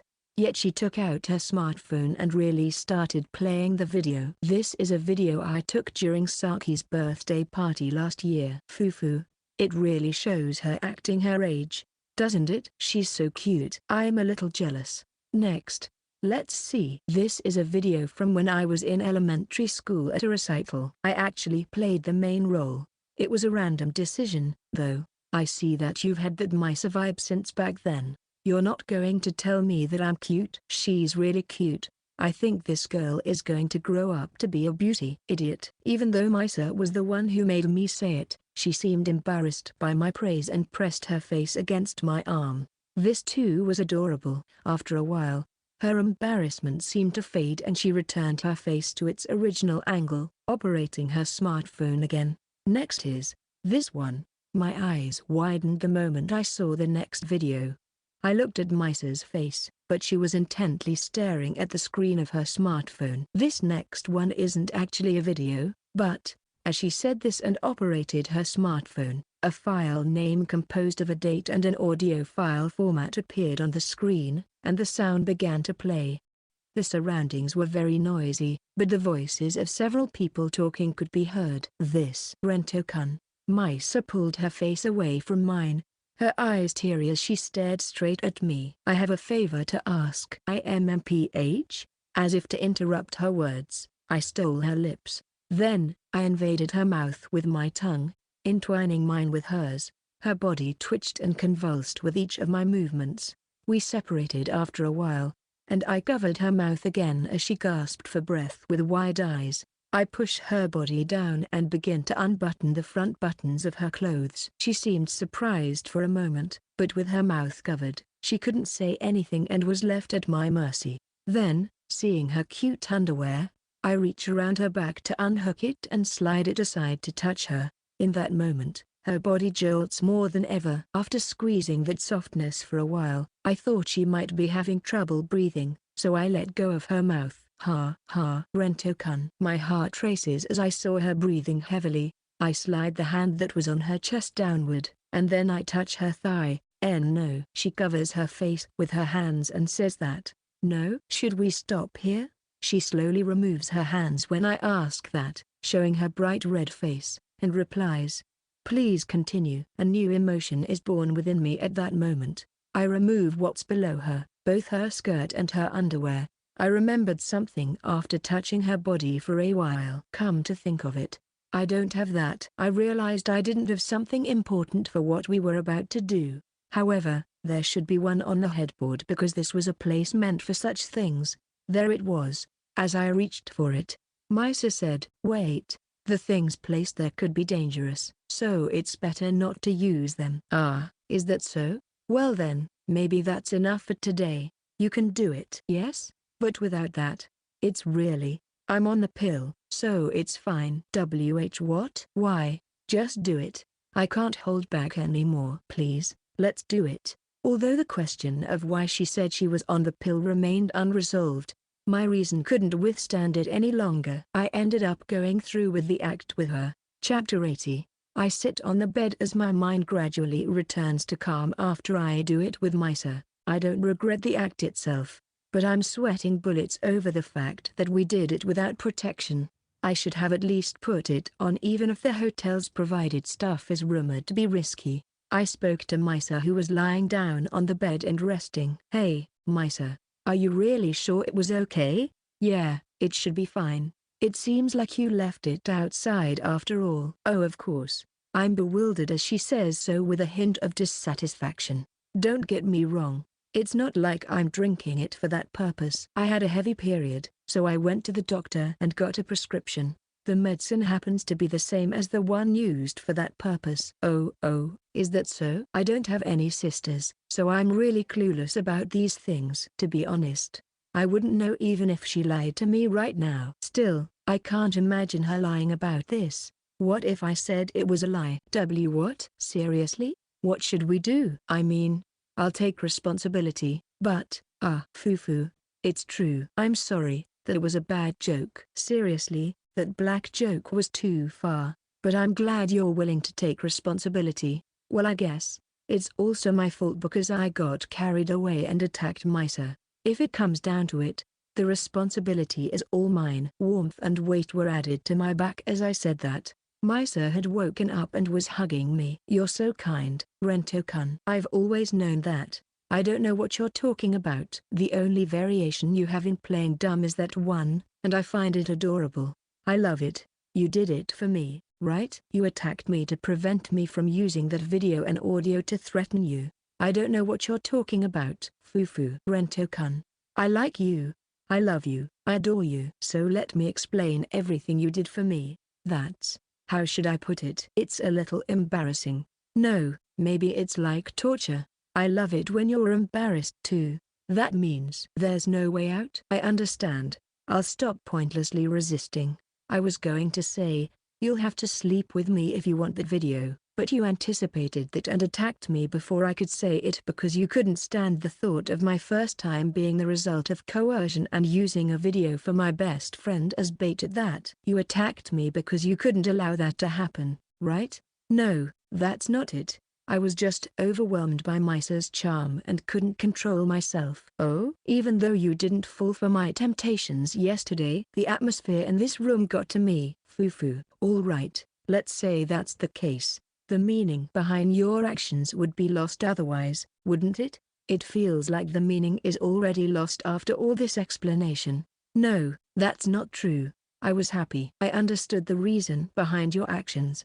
But it's also true you desired me earlier. You only looked at me, and while I thought that the first time was just a beginning, now I know that it was something very precious. So thank you, Rento-kun. I don't know what you're talking about. Fufu, cute. I love you. Saying that, she kissed me on the cheek. Despite the deep kisses we had shared before, this light kiss now felt incredibly embarrassing. Rento-kun, I have a favor to ask. I think there's some water in the fridge over there. Could you get it for me?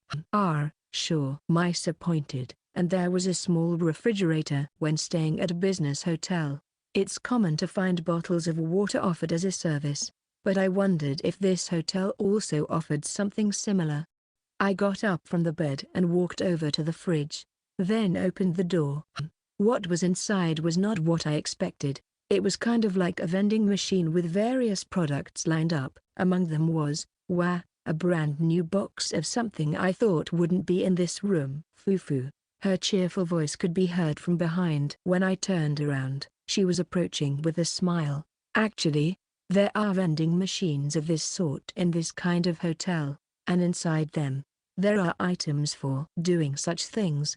Of course they have contraceptives. Did you know this, Misa? Then why didn't you tell me? Fufu. Because the first time is important, right? The one who taught me that wasn't Rento-kun. But I wanted to make my first time special, and to surpass her. I felt moved at her words for some reason. I didn't know why, but the girl smiling before me now was shining brightly. She was very beautiful. I've learned a lot through this incident. The importance of the first time, that you are truly kind. And, she flashed a mischievous smile and stretched out her arm, and pressed the button for the location of that. In other words, she purchased a contraceptive. Huh? I did a lot of research before coming here. Not just about the hotel but also about what to be careful of during sex. They say the first time can be painful, and it can even become a trauma for some people. But I felt really good. Is that so? That's good. There was no pain at all, not before and not now. I feel like I could go for a second round right away. Also, I noticed that your face looks really cute when you're contorted with pleasure while we're doing it. Huh? Welcome, Rento-kun. I'll be on top this time. I want to see more of your cute self. Misa-san, it would still be dangerous even though I say I'm taking medicine. So let's make sure to use this properly from now on, okay? Misa-san? Do you still want to humiliate me? Come here, Rento-kun. Fufu, my first time isn't over yet. She lovingly cared for me after that. A first time really leaves a strong impression. I feel like I've awakened something that shouldn't have been awakened. But looking at her smile, I have no regrets. We left the hotel and walked to the station. It's already dark outside, and the lights in the Izakayas, JP pub, are lit, giving off a real adult city vibe. I can't help but think that we, too, were just in an adult facility. Maybe that's the reason there was a slightly awkward atmosphere between us. Hey, Rento-kun. Yes, is there something wrong? Fufu, why are you speaking so formally? I've just been feeling strangely nervous since a while ago. Me too. It's weird, isn't it, to feel embarrassed like this after we've shown each other everything about ourselves. Misa's cheeks were tinged with a faint blush as she said this. So, about that file, is it okay if I keep it? Sure. As long as you submit it with me. Do you trust me? Well, it's you, Misa, and it's also for Hinata's sake. You were planning to submit it from the beginning, right? Even if I refused you again, aren't you overestimating me? I'm the guy who's been discovering and shouting about Misa's charms for over a year. There's no way I could be wrong about you. That's unfair. Really, Rento-kun, you're something else. That's just the kind of guy I am. Fufu, I knew that, but then, why did you accept me? I certainly felt that if I kept refusing, I might end up hurting Misa. If I was a guy who could keep his sanity after being approached by the person he's always liked in such a place, well, I wouldn't be in this situation now. I mean, before I knew it, Misa grabbed my shoulders, forcefully turned me towards her and kissed me. I could hear whistles of woo from the people around us. Me, Misa-san, we're outside, you know? I can't help it. It's all Rento-kun's fault. Even if you say that, I was just answering your question. Rento-kun, why don't we go back to that place now? You see, there's school tomorrow. Oh, would it have been okay if tomorrow was a day off? I don't know what you're talking about. Fufu, you're so cute, Rento-kun. I'd like to stay with you until tomorrow, but I have to go home soon or my parents will get angry.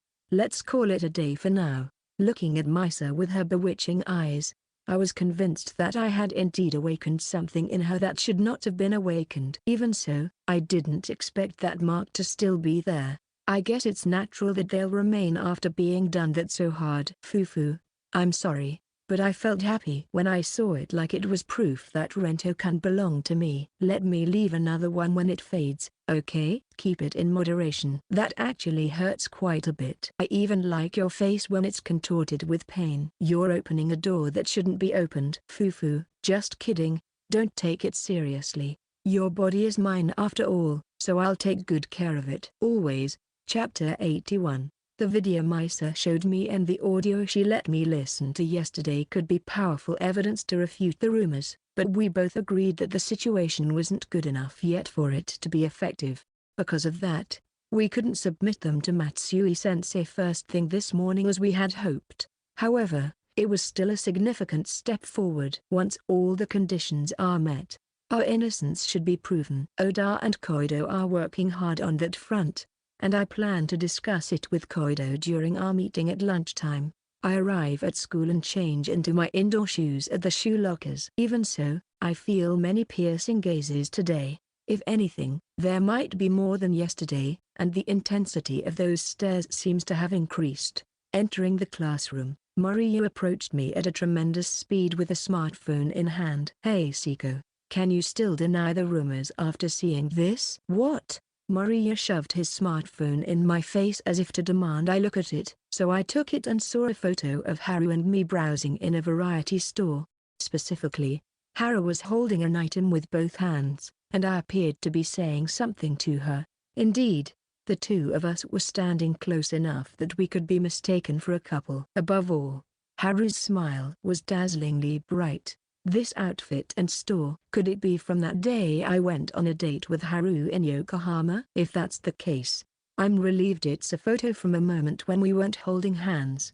But if Moriya is showing me this as evidence, I wonder if there's something else. As I continued to stare intently at the photo, Moriya snatched the smartphone away from me. How long are you going to look at that? Come on, confess already. This evidence has already spread throughout the whole school. Is that the rumored evidence? Yeah, that's right. I got it from a senpai in the club. Are there more? Huh? Yeah. There are a few more. What's with that attitude? Honestly, I thought that photo was weak as evidence. Moriya says there are others, but the fact that he showed me that one first means he must have thought it was the strongest piece of evidence. If that's the case, the other photos probably aren't much of a threat either. Anyway, the rumors are false. Ha, what? You still won't admit it? There's nothing to admit, damn it. Look, the bell's about to ring. Let me sit down. Hey, Seko. Ignoring Moriya's voice, I take my seat. Glancing at Misa and Haru, I see they've been sticking together until the last minute and defending each other. It seemed like things had softened a little in the classroom yesterday, but as if revived today, some of my classmates, including Moriya and that trio of girls, became quite aggressive again. They say various things to us, but we consistently stick together as three. Today, we would eat lunch together again. Opening your bento to find it completely brown really lifts your spirits, huh? Fried food, that's just you, Rento-kun. I'd be happy to. Like, yay, so much meat. What's in demand during the growth spurt is meat over nutritional balance. That's a good point. Sigh. Your mothers would be crying. Ugh. I don't want that. Sorry, Mum. Maybe I should say thank you for always making my bento when I get home today. I'm sure she'd be grossed out if I suddenly said something like that. Do you think so? Maybe Rento-kun's mother would be happy. I can't imagine that. Fufu. From what I can tell, your mother also has a bit of trouble being honest just like you. Especially in front of you. She's a tsundere. No, she's not a tsundere, and nobody wants their parent to be a tsundere either. We talk about such trivial things. It feels like I'm spending a peaceful time, no different from the usual everyday life. But then, an unwanted noise interrupts. I wonder how the three of them can still eat together even in this situation. To be honest, aren't all three of them crazy? They're definitely not normal. I wonder why Yosaki-san is still getting along with Hinata-san. Well, Seko is still her boyfriend, so I kind of get it, but if it were me, I wouldn't even want to see his face. Maybe Yosaki-san has that kind of fetish, you know, getting excited about someone else taking away her lover. What the heck, that's ridiculous. That's super creepy, but you know, Hinata-san is actually pretty cute. Huh? I've noticed it for a while now, and man, she's got a huge chest. If she did it with her friend Seko, maybe we stand a chance too if we beg. Such thoughtless words were entering my ears. Naturally, the two people near me could hear them as well. The two smiles that had been present until just a moment ago had now sunk into darkness. Unable to endure relentless backbiting from my classmates any longer, I finally, bang! I slammed my fist down on the desk. A thunderous noise echoed throughout the classroom, and the gaze of every classmate focused on me. At that point, I stood up, and just as I was about to open my mouth to strike, Seko. Stop it. Seko. I understand how you feel, but let it go for now. I was stopped by Oda and Keita, who had rushed over, confused about where to direct the words I had intended to throw at the guys in front of me. I opened and closed my mouth several times before finally exhaling and shutting it. Only now did I start to feel the pain in the fist that I had slammed down on the desk earlier. Seko-san, let's calm your head a little. We're going to watch over the two of them, so go get some air outside. Told so by the two of them, I nodded my head up and down. I stared at the half-eaten bento box, apologizing to Mom in my heart. I packed it away into my bag. Sorry, I'm going out for a while. It's about time anyway. Rento-kun. Ah, okay. We'll be fine. Seko. Sorry. I could hear the voices of my classmates confronting Oda and Keita from behind as I left the classroom. If only I could have held back there. If only I hadn't done that, I wouldn't have caused trouble for Oda and Keita too. Did I make another mistake again? My head hurts, but I have to do what I can now. Let's head to the pool section. Koido was already there when I arrived at the pool's changing room. Hi senpai, you look tired. Your complexion isn't looking so great. Yeah, I'm feeling pretty worn out lately. Sorry, but I'm going to have to keep this quick today. Ah, I've left the two of them in the classroom for you. As expected, Koido. You can see right through me. It's because it's you, senpai. Looking at Koido, who spoke so energetically, I smile. I feel a little more spirited. Ah, right. First of all, I have a report for you about that rumor we've been investigating. It looks like we'll be able to get the evidence by the end of today." "Oh, really? That's very helpful. It came much faster than I expected." Hee. "You can praise me if you want. Yeah, seriously, my future life has been saved thanks to Koido-sama." "That's a weird way to compliment someone. You're being too humble. Please be more honest in your praise." "Well done." "Now you're acting all high and mighty. Just because you're my senpai doesn't mean you're automatically superior." "Thanks a lot, Koido. You really helped me out." "Ugh, I wish you wouldn't throw direct pitches at me all of a sudden." "I thought today was not the time for this." "That's true. It was you who started it, senpai. I just got carried away too." Not good, not good. I naturally fall back into our usual way of interacting when I talk with Koido, but I feel like my mood, which had been down until a moment ago, has recovered quite a little. Koido probably understood that and deliberately went along with me. I really can't thank Koido enough. "Oh, that's right. I had something to report to Koido too. Actually, Ren, what are you doing here?" "Huh?" I heard a familiar voice. "And there's only one person who calls me Ren." As I turn my head towards the door of the changing room, I see Haru standing there with her eyes darkened. Chapter 82. While Koido and I were discussing in the pool changing room, Haru appeared with empty and dark eyes. "Haru, why are you here?" "I followed Ren here. More importantly, answer my question, Ren." "What are you doing here? And who is this girl?" "Ah, she's the person who's helping us deny the rumors, the collaborator I mentioned before. Her name is Koido Mai. Haru. You've met her before, right?" Ah. Could it be the girl who helped me out when that person confessed to me the other day?" "Yes, that's right. I'm Koido Mai. I see, your name is Koido-chan. Thank you so much for that time." "So, what is your relationship with Ren?" Well, by senpai, I'm referring to a senpai-kohai relationship, and I'm only working under him as his junior. Kohai. Ren isn't in any club activities, so how did he become so close to Koido-chan?" That is, Koido stumbled over her words in response to Haru's questions. If she were to honestly talk about our relationship, it would mean that she'd have to tell Haru about the considerable struggles I'm experiencing due to my relationship with Haru and Misa.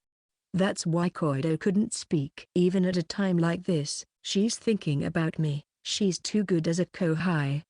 Koido, can I talk about that time when I offered that lifeline?" Koido seemed momentarily puzzled and then replied, "Okay, understanding my intention." I faced Haru and looked into her eyes as I spoke. Before, Koido had been receiving some persistent confessions, and I happened to be there and helped her out. She's been saying she wanted to thank me for that, and now she's doing so in the form of cooperation. "So Ren and Koido-chan aren't in that kind of relationship?" "No, nothing like that. It's not like that. It's not like that." I don't like the way Koido-chan said that. It feels like she's stirring things up. It reminded me of when I went to watch a tennis match of a friend from my junior high school days, and the opposing team said something similar to a player who made a mistake. "Wah, I'm so sorry. It's not like that. It's really not like that at all." Koido hastily corrected her tone and repeated the same thing, to which Haru chuckled. "Sorry, Koido-chan. I was just joking." At first, I really misunderstood, but when I thought about it more, I realized it wasn't true. There's no way Ren would like any other girl besides me and Misa. I noticed it halfway through, but I still didn't like that Ren was alone with someone else, so I was a bit mean. "I'm sorry." Yes. I'm glad the misunderstanding has been cleared up. Haru is smiling, but Koido has completely shrunk back. I want to apologize to Koido too. "Sorry, Koido. Now that the issue has been settled." Haru comes over to me. Hey, since you're cooperating, does that mean Koido-chan knows about our relationship?" Yeah, I've told her most of it." "Sorry for talking about it without asking." No, I'm totally fine with it." "So then, I can do this, right?" Haru clings to me and rubs her cheek against my body. Being able to be spoiled by Ren at school. This is a nice place. isn't it? In response to Haru's behavior, Koido let out a wry smile. I understand the awkwardness of being in front of a couple being all lovey-dovey, so I can sympathize with Koido. It seemed like Haru had thought of something, as she suddenly said and pulled her face away from me and turning to Koido with a question. By the way, Koido-chan, whose side are you on? Eh? What do you mean by side? I mean, knowing about our relationship. Do you take sides with me or Misa? I don't have a preference in that matter. I'm neutral, but if I had to say, I guess I'm on Seko-senpai's side. Ugh, I knew it. Koido-chan is, Haru. It's probably just one of Koido's bad jokes. She's always like that. I don't like it when Ren talks like he really understands Koido-chan. PFFFT sounds tough. Senpai. Whose fault do you think this is? If we get down to the root of it, it's Senpai's fault. That's true. Normally, I would fall into self-deprecation mode. But today is not the time for that, so I'm sealing it away. Besides, I can't imagine talking like that in front of Haru. By the way, why did you come here? Haru? What about Yosaki? I followed you because I was worried about you when you left the classroom. Misa got caught up with some girls from our class. You know, those three. I see. Ren, is your hand okay? Does it hurt? Haru, with a sorrowful expression on her face, took my hand that I had slammed onto the desk just moments ago. It doesn't hurt now. Really? Really? I'm glad. Thank you for getting angry for us. Haru thanked me and then pressed her body against mine again.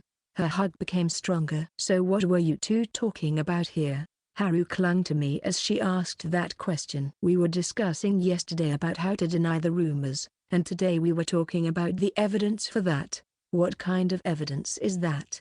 Well, I'll say it. Haru Arahira might be the one who started these rumors. I think he did this to set me up.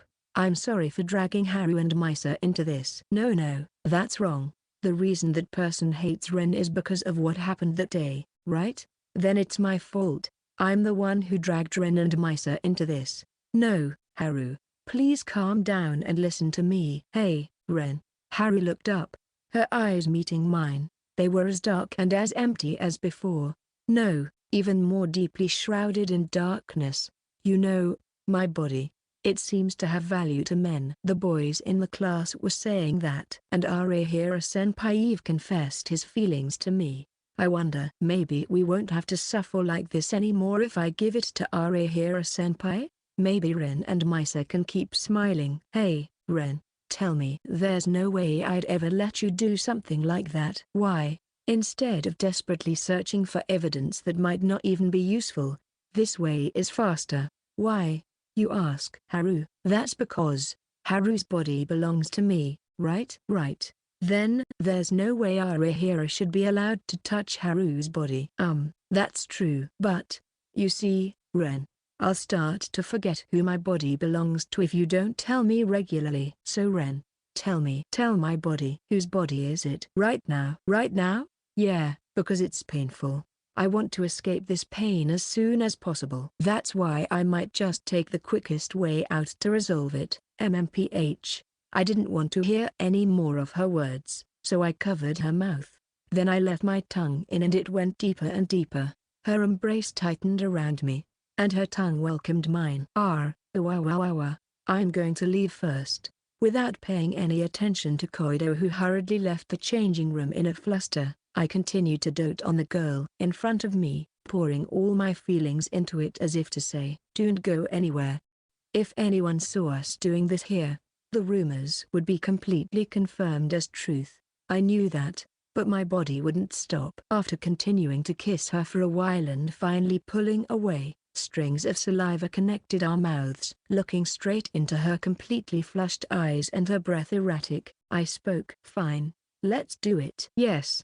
I'm so happy. Please make sure you leave a mark on my body to show that I belong to Ren. Properly blushing, she took something out of her pocket and handed it to me. This is I've been carrying it around so I can always relieve Ren's stress whenever you want. I see. You know, there's no bed here, and we can't really get into a normal position, right? I want you to do it from behind. Is that okay? Okay, let's do that. Yeah. Oh, Look, Ren. Then Haru lifted her skirt with a seductive expression. Beneath it, her yellow underwear was revealed. Hee. This is the one you picked out for me before, Ren. We made a promise, right? That we'd do it while I'm wearing this. At that moment, the little bit of reason left in me shattered. After making various preparations, Haru placed her hands on the locker in the changing room. Then, I embraced her body from behind. Ren, I think I like this, Haru says, turning only her face towards me. Ren grabbed my arms, both of them. After finishing the cleanup, Haru sat on my legs on the floor and leaned against me as we chatted for a while. Ren, you know, about what I said earlier. It was a lie, right? What? You knew? Yeah. How did you know? Then why did you, do it? If you knew, I did it because, how to say this? Right. It's because I couldn't myself. I just can't hold back when a cute girl like Haru comes onto me. Really? Ahahahi. It's true. And the reason I knew it was a lie, I guess it's because I knew Haru would never do something like that. I mean, even now, I don't really let other guys get close to you, do I? That's true. Ren, you see right through me, don't you? I've been a little scared of men ever since that day. I thought that if something ever happened, I could resist with all my might and somehow handle it. But after realizing that's not possible. I see. Yeah. So Ren, I've decided that from now on, I won't accept any confessions. I'll also make sure not to go when someone calls me out. If that's what you've decided for yourself, Haru, I won't say anything. The confessions from the students at this school are often troublesome, myself included. Because if I have Ren, it doesn't matter what anyone else thinks. Besides, my body belongs to Ren. I don't want anyone else to touch it. Haru, Ren. About earlier, it felt really good. It was like Ren was completely dominating my body, and my feelings were floating. Like my body has completely become Ren's. And then, something like happiness just burst out from all over my body. At that moment, the sound of the school bell could be heard. It was the signal for the start of the afternoon classes. Ren. What should we do? The bell rang. Maybe we should skip the class. What? It's okay to skip just one class, right? The next one is with Matsui-sensei anyway. Right now, I just want to spend a little more time talking with you, Haru. Why yes. Let's do it. I want to talk too. Ren, I like you. I really like you, Ren. Don't go far away. Don't leave me behind because I belong to you, Ren. While holding Haru's needy body tightly, I think to myself, she sometimes becomes very unstable. Just a moment ago, her heart was on the verge of breaking due to the stress caused by rumors. But now, as we've come together like this, she has regained her stability. Is it because she loves me? Or is it because we've built such a twisted relationship? What should I do from now on? I have no idea what the right answer is. Chapter 83. After spending some time chatting and killing time with Haru in the changing room, we headed back to the classroom as the classes were ending. Upon arriving in front of the classroom, our eyes met just as Matsui-sensei finished teaching and came out. She looked at the two of us in turn, her brow furrowing slightly. You guys, do you even realize the situation you're in right now? We couldn't help it. We were discussing what to do from here on out. Well, I'll let it slide since you're with Hinata. Typical Matsui-sensei, the #1 fan of the Seko fan club. Idiot. I'm the legendary #0 member, an honorary member. Becoming a legend isn't always that great. There's, like, a weight in your words. Matsui-sensei makes a troubled face but encourages me, saying, well, cheer up. Matsui-sensei is a kind teacher who genuinely cares about her students. For now, I'll turn a blind eye to your skipping with my privilege. The mental strain must be tough on you guys. I'm really grateful to you, sensei.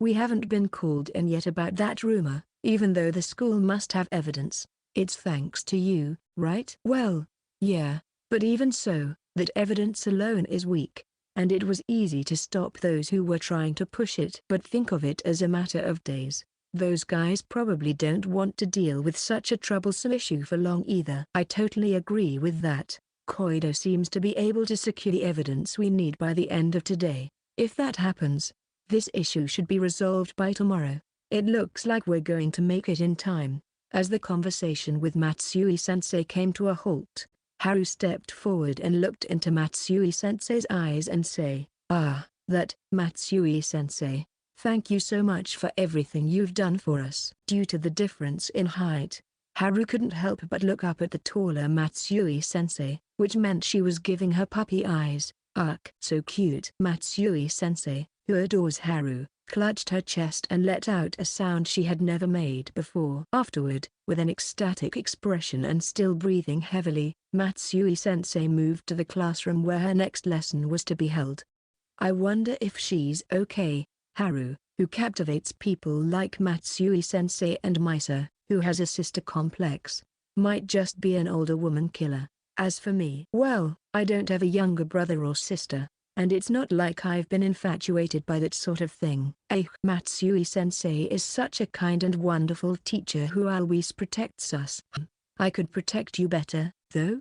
The fact that such a thought comes to mind might mean that I've been affected by that trait as well. Just as I finished the conversation and was about to enter the classroom, someone called out to us from behind. "You two finally came back, huh?" Turning around in response to the voice, there stood Misa, who should have been in class just moments ago. "Oh, Misa, why are you here?" "Why, you ask?" "If only you geese sneak out, it would raise suspicions. I also slipped out of class and took a break in the nurse's office after I got your message." I see. I had sent her a message with a made-up reason for skipping class. It seems she took that as a cue to skip class as well. I can't help but admire her for being able to take such action on the spur of the moment. Although she maintains a calm facade, I can tell that she's actually angry inside. And since she can't pursue the matter here, the thought of being thoroughly questioned about it later weighs slightly on my mind. When we re-enter the classroom, the gaze of all our classmates shifts to us in unison.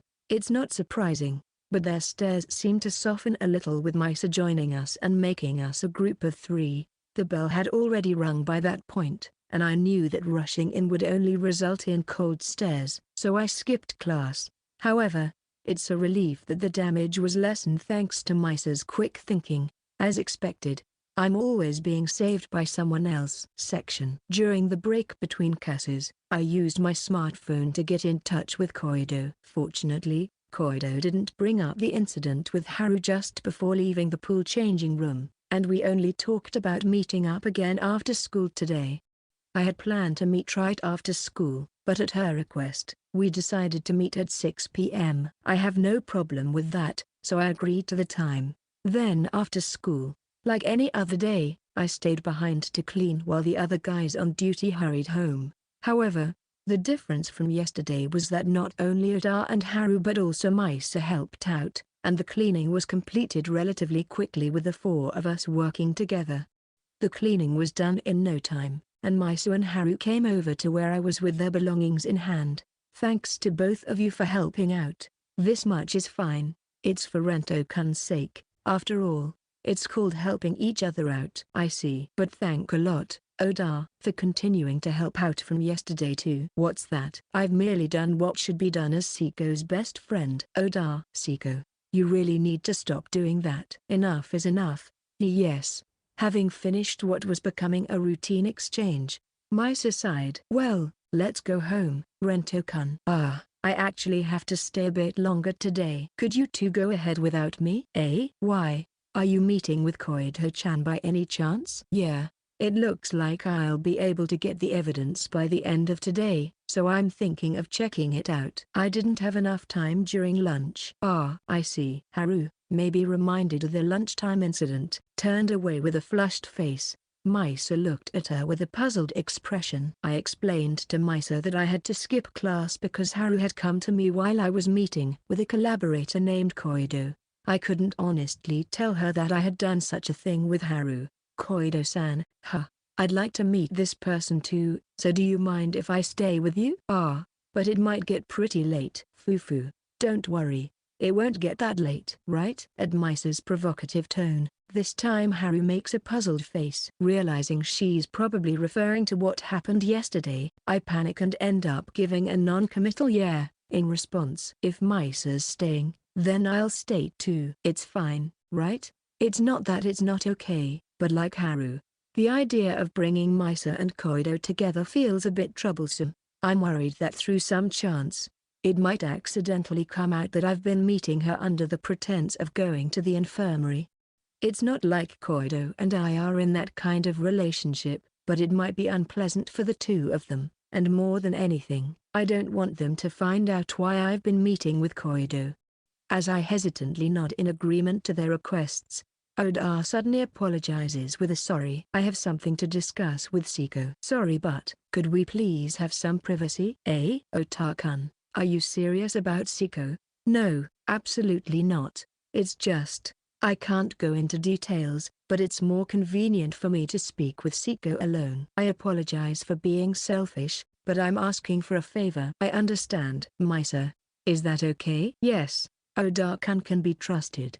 That's true. Yosaki-san. Hinata-san. Seeing the deep trust the two had in Oda, he himself appeared to be a little moved. In that case, we'll head back first. It's one thing with Rento-kun and the three of us late at school, but it's a bit troublesome to stay with just the two of us. Yeah, someone might come up and say something to us again. Well then, see you both tomorrow. I'm really sorry about this. See you tomorrow. In return, make sure to properly introduce us to Koido-san next time. I also want to meet and talk one more time. I'll ask Koido. Fufu, thank you. Well then, Rento-kun. Oda-kun. See you tomorrow. After the two left the classroom, I let out a sigh. Thanks, Oda. Somehow, I just didn't feel like letting those two meet Koido right now. He. I sensed that. Well, it's true that there is also something I need to talk about, though. Oh? Wasn't that just a bunch of nonsense to escape that situation? Nope. Seko, could you follow me for a moment? There's something I want you to see. Sure. I followed behind Oda as he led the way. We left the classroom, walked down the hallway, changed into our shoes at the shoe lockers, and went outside. As I wondered how far we were going, Oda stopped next to the bushes by the side of the field. Seko, hide yourself a bit and look over there. What am I supposed to see? Huh? When I looked where Oda was pointing, there was Koido in a tracksuit. In her hand, she held a water bottle, the kind often used by athletes. She carried it over to a certain person and handed it over with a smile. The person she was smiling at was Arahira, the one rumored to be spreading gossip about us. Chapter 84. Koido diligently took care of Arahira in her tracksuit during club activities. Her figure was just like Seko. Koido is serving as the manager for the soccer club. It seems that way from the looks of it. In fact, I confirmed it with someone from the soccer club yesterday. Koido has been managing the soccer club since the end of Golden Week. Her timing for joining the club is a bit odd. That concerned me as well, but it seems he said she was struggling to decide which club to join. I see. Somehow, I understood why Oda had brought me here and what he wanted to convey. Oda, you're suggesting that Koido might be a spy for Arahira, aren't you? That's right. Everything was orchestrated. The plan to frame Seko wasn't something that started yesterday. It had already begun several weeks ago. If that's the case, it means our information has been leaking to Arahira through Koido. Indeed. I heard that Seko is going to meet with Koido soon, so I thought it necessary to inform him of this fact beforehand. I see. Yeah, you've been a big help, Oda. But, what are you two doing here? A voice that came from behind caused us to involuntarily turn around. There stood Keita, a classmate and also a member of the soccer team. Keita-san, that is. Were you watching Koido? What's up, Seko? Not satisfied with just those two, you're trying to make a move on our angel too? No, that's not it, Keita-san. Seko was just, it's fine, Oda. This guy is not seriously thinking anything like that, right? Huh? As I stop Oda, Keita lets out a small chuckle. Seko, how did you figure it out? You're a liar, after all. That hurts to hear. Seko, you're meeting with Koido after this, right? How do you know that? Never mind that for now. Won't you let me join you there? Why? I just want to help Seko. Or should I say, I want to atone for my sins? If that's the case, Then do as you please. Seko. Oda was astonished that I accepted Keita's offer. It's true that Keita-san did restrain Seko, who seemed about to go on a rampage yesterday, and it's also true he helped guard Yosaki and Hinata, but can we really trust him? In the first place, does Seko still intend to go and meet Koido? I haven't forgiven Keita, but anyway, he's probably already connected with Koido, right? If that's the case, shouldn't you be even more cautious? I'm grateful to Oda. For a moment, I even doubted her when I saw that. But Koido is an important junior of mine. I can't see her as an enemy. I see. If Seko has decided that, then I'll say nothing more. Sorry about that. What for? We have a good relationship, don't we, Seko? There may be a need for thanks, but no need for apologies. I almost fell for Oda's cool charm. Keita watched our exchange and muttered, "Your relationship is kind of nice." Oda had gone home earlier, and Keita returned to club activities. I aimlessly wandered around the school to kill time until the appointed time. Every time I passed by someone, I was met with hostile stares or heard them talking behind my back, but it didn't particularly wound my heart. I was just glad to be alone. As the promised time approached, the school gradually became quieter. Most of the clubs must have finished their activities for the day. I headed not to the pool's changing room, but to the bottom of the west staircase. Standing there for a while, Keita eventually showed up. "Sorry to keep you waiting. I knew you had club activities, so don't worry about it." "Has Koido already left?" "It seems like it." Arahira-senpai was looking for her. "What's that you're holding?" "Oh, it's strawberry milk. I thought I'd try to lure Koido with it." "Does she like that kind of stuff?" "Doesn't she drink it when she's with the soccer club?" "At least I've never seen her do it." "I think she drinks a lot of water. Besides, it's pretty rare for someone in a sports club like ours to drink that kind of drink anyway." "That's true, but we shouldn't be talking about this now. Let's hurry up and go." Yeah. Keita didn't seem to know where Koido and I were supposed to meet, so I ended up guiding him to the pool's changing room. It's not locked." "Surprisingly not." "Hey, Seko, could you let me have that strawberry milk?" "Of course, I'll pay for it." "I don't need the money." "But why?" "It seems like she's still wary of me." "I thought I'd try to earn some goodwill." Looks like the handsome guy is saying nonsense. Indeed, it's relatively easier to gain trust if you have a good-looking face. But there are other things that are more important. He's actually saying his own face is good-looking. Being aware of it is important. Well then, I'll be going ahead. Even when faced with sarcasm, he smoothly dodges it, making me realize once again that this guy truly lives as a handsome man. Keita knocks on the locker room door, then slowly opens it and steps inside. "Senpai." Why is Keita-senpai here? Though I cannot see him, I can hear Koido's voice from inside, speaking with a clear sense of distance. "I told you yesterday that I wanted to help Seko. You like this, right? Would you accept it?" "I don't need it. I don't particularly like strawberry milk." "What?" "That's what she said, Seko." "Senpai?" A startling revelation flew into my ears, so I couldn't help but lean in and join the conversation. Upon seeing me, Koido's eyes widened in surprise. "No way." "Sorry. I always thought Koido liked strawberry milk, so that's all I've been buying. My bad." No, that's not it. I mean, I really do like the strawberry milk that senpai buys for me." "Really?" "By the way, the one that Keita is holding was originally bought by me." "Then I'll take it." Saying that, Koido took the strawberry milk that she had been refusing until now, inserted the straw, and began to drink. Phew. As expected, the strawberry milk bought by senpai is delicious. "Really? You're not forcing yourself? You don't have to go along with my shitty taste, you know? I'm serious." "So please don't be so negative, senpai. I want you to keep buying lots for me in the future." "Ever thought about buying them yourself?" "Nope." Sigh. "Well, okay then." As I resigned myself to continue living as Koido's dedicated strawberry milk wallet, I could hear Keita's laughter. "Ahahaha, Koido, you're like this in front of Seko." I completely forgot that Keita-senpai was here. "Haha. Well, I never knew our little angel was like this." I wonder what the others would think if they saw Keita-senpai. You absolutely must not tell anyone else about this, okay? Yes. Also, please leave the room right now. I have something important to discuss with senpai. Okay, got it. But please don't go home. I want to talk with Keita-senpai for a while too. Understood. Completely intimidated, Keita followed Koido's instructions and left the changing room.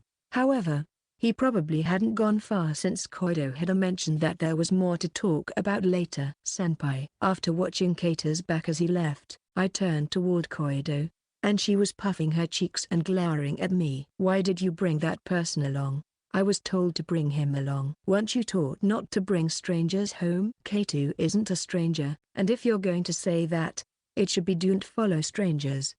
Besides Koido, you only act like this in front of me, huh? That is. Well, I thought maybe senpai would overlook me even if I was like this. I see. I've been underestimated from the start. Well, that makes sense. I was emotionally gutted right from our first meeting. It's only natural to be underestimated. Come on, cheer up, senpai. It's really for you. You know, I thought maybe you'd be happier this way. Really? Seriously? I knew it. Koido is an amazing junior. Hey, that's right. After all, I am senpai's junior. This is the usual vibe. I've definitely been saved by Koido's attitude time and time again. But I wonder if she did it all just for my sake.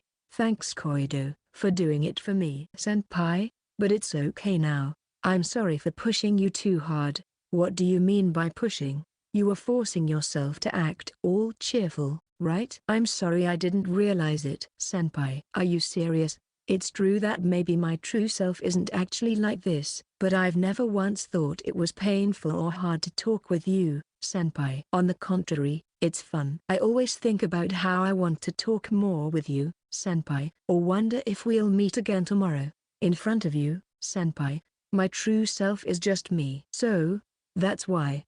Koido grips my hand with both of hers, looking straight into my eyes as she says, "You don't have to stay away from me, senpai." She said that with a slight tear in her eye, and before I knew it, I stroked her head.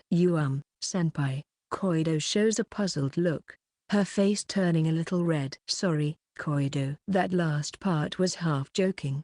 What's that? And what do you mean by half? Does that mean the other half is serious? I guess so. I was despairing a little, thinking that I was making Koido work too hard. You don't have to think so at all. I'm not forcing myself one bit. In fact, I like spending time with senpai. Thanks Koido.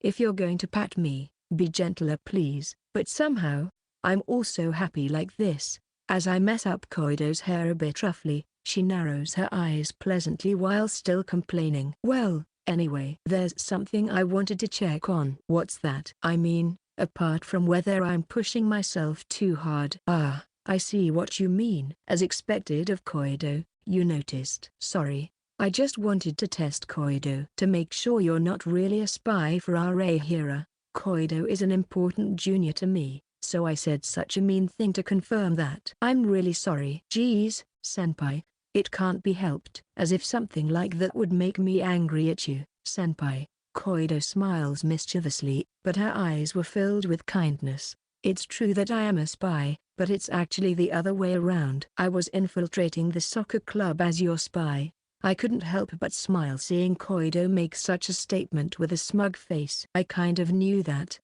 I've been hiding it until now because I wanted to see senpai surprised, so please be surprised. But it also means you believe in me, and that's good too. How can I not believe my precious junior? Whoa, that's dangerous. That made me a little bit nervous. Don't fall for me. That's not gonna happen. That's a relief. I feel complicated when I heard that. Seeing Koido's shy smile, I couldn't help but find her adorable and gave her head a generous pat. A protest of "be more gentle, please," arose, but I continued without minding it. But senpai, didn't you really suspect me just a little?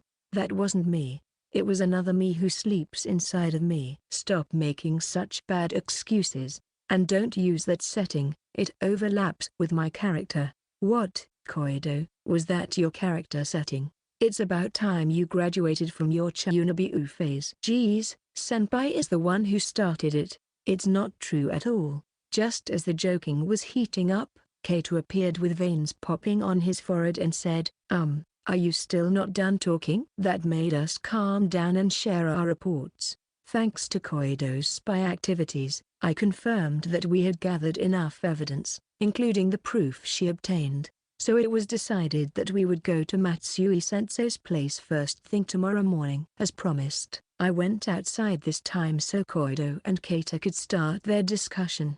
I thought about going home first because it was already dark outside, but I decided to wait as I figured I should at least see Koido off to the station. Their discussion ended in less than 10 minutes, and Koido came out of the changing room saying, "Sorry to keep you waiting." Kato came out shortly after. Then, when I offered to walk Koido to the station, she quickly replied, "Please do." It seems Kato was going home separately. On the way back to the station I asked Koido, "How much did you tell Kato?" I didn't go into too much detail. It wouldn't be right for me to talk on my own. I just casually mentioned that the rumors are actually false and that I've been gathering evidence to prove it. And I asked for a little bit of help. Help? Is there still something else? Yes. Well, you'll understand by tomorrow. Anyway, it's my lucky day that senpai is sending me home. I turned down an invitation to go home with Yosaki and Hinata, so I might get killed if they see me like this. That's pretty bad. I don't want to imagine that. Come on. Let's head back quickly. You say that. Yet you're so kind to match your walking speed to mine, senpai. Can you stop explaining every little bit of consideration I make for you? It makes it awkward for me. Hey, sorry, senpai. I sigh as Koido apologizes but shows no sign of remorse. However, I don't feel any anger watching her look so happy. Chapter 85. Yesterday, after dropping Koido off at the station, I sent a message to Misa and Haru on my way home, informing them that we had gathered all the evidence.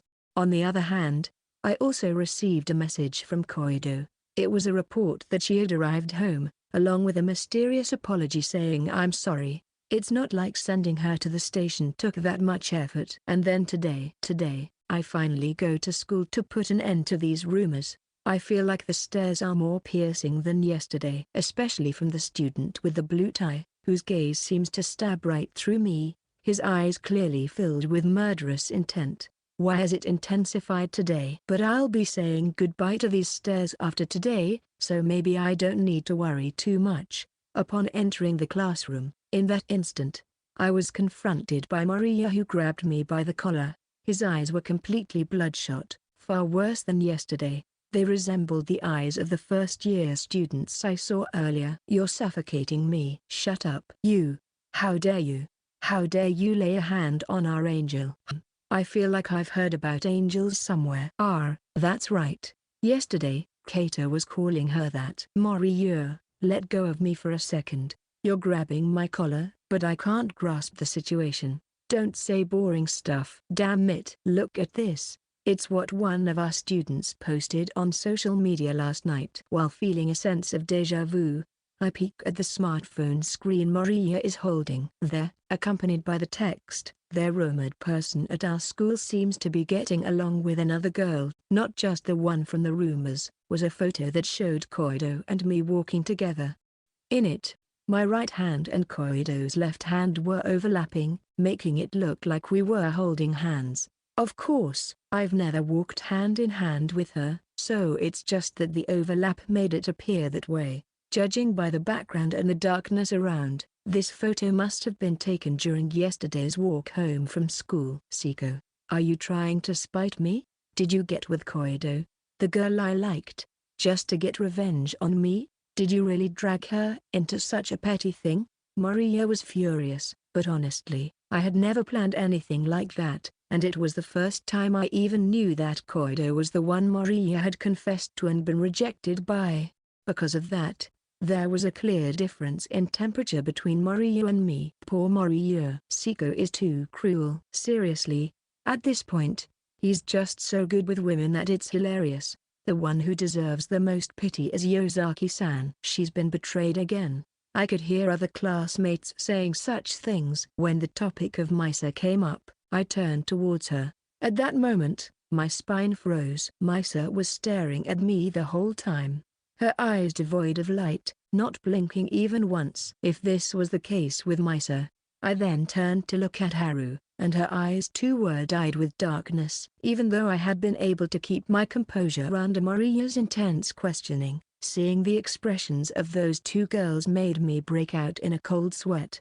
Just when I thought I had to explain quickly, Matsui-sensei entered the classroom. "Hey Seko, come here." The instruction was quite blunt, but it was a relief. In a way, I replied energetically, "Yes, Matsui-sensei. I'm going to." "Me too." Because the two of them made such declarations, the classmates began to buzz. Damn, this is gonna be a serious showdown. I want to see that. No way, someone is going to die. The dead person. That's probably Miha. Anyway, I decided to follow Matsui-sensei for now. As I left the classroom, the two of them, true to their word, also left. Then they positioned themselves on either side of me. "Hey, Rento-kun. I heard you were in a cooperative relationship with Koido-san. But what's the meaning of that photo?" "That's not true, is it? You're not in that kind of relationship with Koido-chan, right?" "Ren wouldn't choose anyone but us." "Right, Ren?" While walking, I received such questioning from both sides. When I tried to answer, Matsui-sensei told us, "Other classes have started homeroom, so you guys better walk quietly," and thus I spent a very uncomfortable time until we reached the student guidance room. Once everyone was inside the student guidance room and the door was closed, Matsui-sensei slammed the desk. Then she glared at me. "What's the meaning of this, Seko? I had trusted you, you know. It's a misunderstanding, sensei." "There's no misunderstanding here.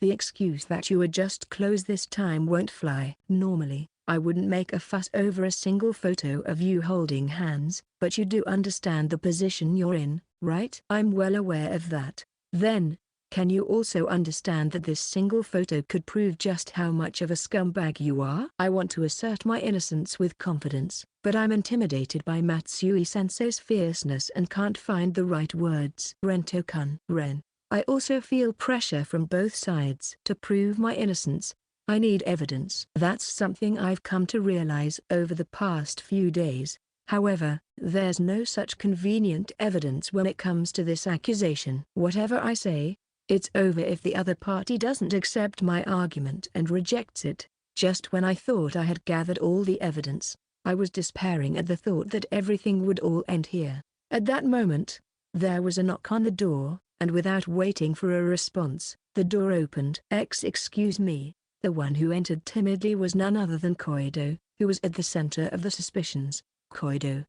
Senpai, this place is super scary." "Relax, I'm super freaked out too." "That doesn't make me feel any better." Seeing Koido, who appeared even more frightened than I was, I started to feel a bit more at ease. "It's just like last year on the water slide." "Sensei, did you call Koido too?" "No, I didn't call her." "What?" I came here of my own will. I thought maybe Senpai might be in trouble, so I came early." "Because we have to submit the evidence regarding those rumors." "Evidence?" Matsui-sensei reacts at the word evidence. I thought this would shift the conversation to that topic, but, wait a moment. Right now, I want to inquire about the relationship between Rento-kun and Koido-san. That's right, that should come first. For Misa and Haru, their emotions were far from being focused on that. Upon seeing the two of them, Koido, who had appeared frightened just moments ago, now wore an expression of disbelief. "Eh? Could it be that you senpai came here for such reason?" At Koido's reaction, the two of them looked a bit annoyed. Thinking that this could lead to a conflict right here, I decided to intervene and move the conversation forward by addressing Koido. "Koido, could you show the evidence to everyone?" Yes, sure thing. Just give me a moment, please." The girl who had been jittery until a moment ago seemed to have gone somewhere else. Then Koido operated her smartphone with confidence and displayed a certain image. First off, this is a screenshot of a chat from a group that includes some members of our soccer club. It captures the planning process of a recent get-together. A get-together? What's that? Sensei, You didn't know yet. There was a get-together organized by Arahira-senpai from the soccer club the day before Golden Week started, targeting Hinata-senpai. What? Targeting Hinata? Sensei's face is turning into a demon's. Anyway, I'll continue. So, Arahira-senpai forcefully took Hinata-senpai away at this get-together and confessed to her. Of course, Hinata-senpai turned him down. And just as Arahira-senpai was about to lash out in anger, Seko-senpai showed up and saved Hinata-senpai from the violence. Is that true? Just as Koido said, everything she talked about is true. It's true. With the three of us acknowledging Koido's story, Matsui-sensei also had to admit that it was the truth, biting her lip and showing her anger. Why didn't you tell the school about this? Since there was no evidence. I see. This matter also reflects a failing on our part as the school. I apologize. We were all flustered as Matsui-sensei bowed her head. There's nothing more uncomfortable than an adult's apology. So, Arahira-senpai came to hold a grudge against Seko-senpai because of all that. And the revenge he thought up was to start spreading that rumor? Exactly. And I do have evidence for that. This right here. Saying so, Koido showed us a screenshot of a chat history where someone was talking with Arahira. The other party was Arahira, and it showed evidence of him spreading the rumor, saying, "Actually, I heard this story." And there were dozens of such screenshots. It's true that these numbers are extraordinary, but isn't this weak as evidence that he's the mastermind behind the rumors? That's true. So I've also prepared this just in case. The next chat history I was shown was yet another screenshot of a conversation involving Arahira. However, unlike the previous one, the direction of Arahira's passionate remarks was different. This time, he was clearly trying to woo the other party. This conversation dated yesterday was not peaceful, and the person who had been gently dodging Arahira's advances until now finally sent a message bluntly rejecting his affections, which seemed to trigger a change in Arahira's tone. His words became much stronger and even violent in nature. It was reminiscent of when Haru rejected a confession. The one receiving these messages is me. This obsession and aggressive vibe, don't they make for solid evidence? Indeed. This behavior is far removed from the character of Arahira we've been aware of, and it serves as sufficient evidence to assert his true nature.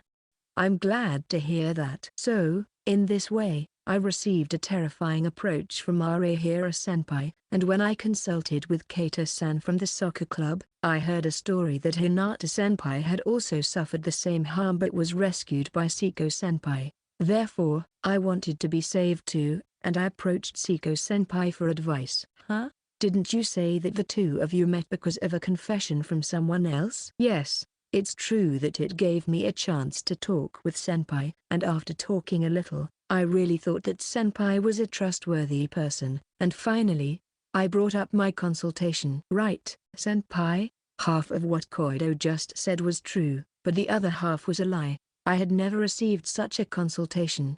However, I understood that it was a lie created considering my circumstances, so I nodded at her. While you were receiving that consultation from Rento-kun, the two of you became that close. I see. Are you still doubting our relationship? Sigh. Then I'll show you that evidence too. This time, she showed us several photos. They were very similar to the photos Moriya had shown me, and they seemed to be from before and after the incident in question chronologically. Look at this. These are consecutive photos, but you can't really see us holding hands at all, right? Even looking at this, would you think that just in that one shot, just in that instant, senpai and I were holding hands? Right. I wouldn't think so. No, I can't think so. Yeah, I thought maybe, but it was just our hands coincidentally overlapping, making it look that way. Relieved that the misunderstanding seemed to be cleared up, Koido let out a big sigh. I'm glad the misunderstanding has been resolved. If you want, we can spin it that Hinata-senpai has been particularly close to Seko-senpai lately because she became afraid of men after being almost attacked by Arahira-senpai, and Seko-senpai was a reliable person who happened to be close to her. I see. That would be a good piece of reason and evidence to refute the rumors. Yeah, that's right. Then, as the next piece of evidence, Yosaki-senpai, please, You know about the evidence I have as well? Of course. I'm Senpai's collaborator, right? I forgot. With a clouded expression, Misa began operating her smartphone and started playing the video in question. It was taken from quite a distance, but it showed the scene on that day, on that bridge, where Haru, Arahira, and I were having a dispute. It's quite small, but I can barely make out that it's you guys, and I can somewhat understand that there's some kind of fight going on. In addition to this, there's an audio file. I'll play it now. Misa played the next audio file, which had recorded the entire event at the karaoke place that served as the venue for the mixer. The part where Arahira came over and started hassling us was captured clearly. Listening to this, Matsui-sensei crossed her arms and nodded. With this much evidence, even those stubborn heads will have to be convinced. In addition to these, I believe the fact that Senpai was taken away in an ambulance that day also serves as solid evidence. I see. Seko was hospitalized starting that day, wasn't he? So that happened. All right. Leave the rest to me. I will definitely clear your names. Why yes. Please do, Sensei. I'm going to need to borrow your phones for a while. Is that okay? I don't mind. Well, I'd rather not. Can I just send all the evidence to Yosaki-senpai's phone? I'm fine with that, but is Yosaki okay with it? If that's the case, I'll just upload everything to the cloud, and then I'll share the URL with Matsui-sensei. Just give it to me quickly. Whatever works. With that, Misa and Koido began to work on their smartphones, busying themselves with uploading the files that would serve as evidence. During that time, Matsui-sensei came over to talk to me. Sorry about earlier, Seko. I doubted you and even raised my voice. Well, I can understand how you feel, Sensei, so don't worry about it. Besides, I think you've been a big help to me. I see. It's a relief to hear you say that. But that first year, Koido, was amazing. She gathered all that evidence and boldly presented it to us, even though I was suspicious of her. Yeah, I thought she was a little strange, but I didn't expect her to be like that. Plus, she kind of talks like you, doesn't she? Could it be that was indeed the case? Don't suddenly start speaking so formally. It gives me the creeps when you talk all polite. Isn't that a bit harsh? But well, I do think it's true that we sound similar. I tend to speak like them too when I'm around someone older who's close to me, but I don't think I've ever shown her that way of speaking before that day. So I don't think it has much to do with me. My way of speaking is influenced by a character from Torupani. As I was discussing this with Matsui-sensei, Haru tugged at the hem of my blazer and asked, "Hey Ren, who exactly is Koido-chan? How can she gather so much evidence? Who is she? I wonder." I don't really know either. Is that so? Even Ren doesn't know. Despite not being able to provide any information about her, Haru seemed somewhat happy. After a while, the two finished uploading the files, and Matsui-sensei took them to negotiate directly with the school authorities. Of course, we were also called in as the parties involved, but we were able to speak without contradicting any of the evidence we had submitted.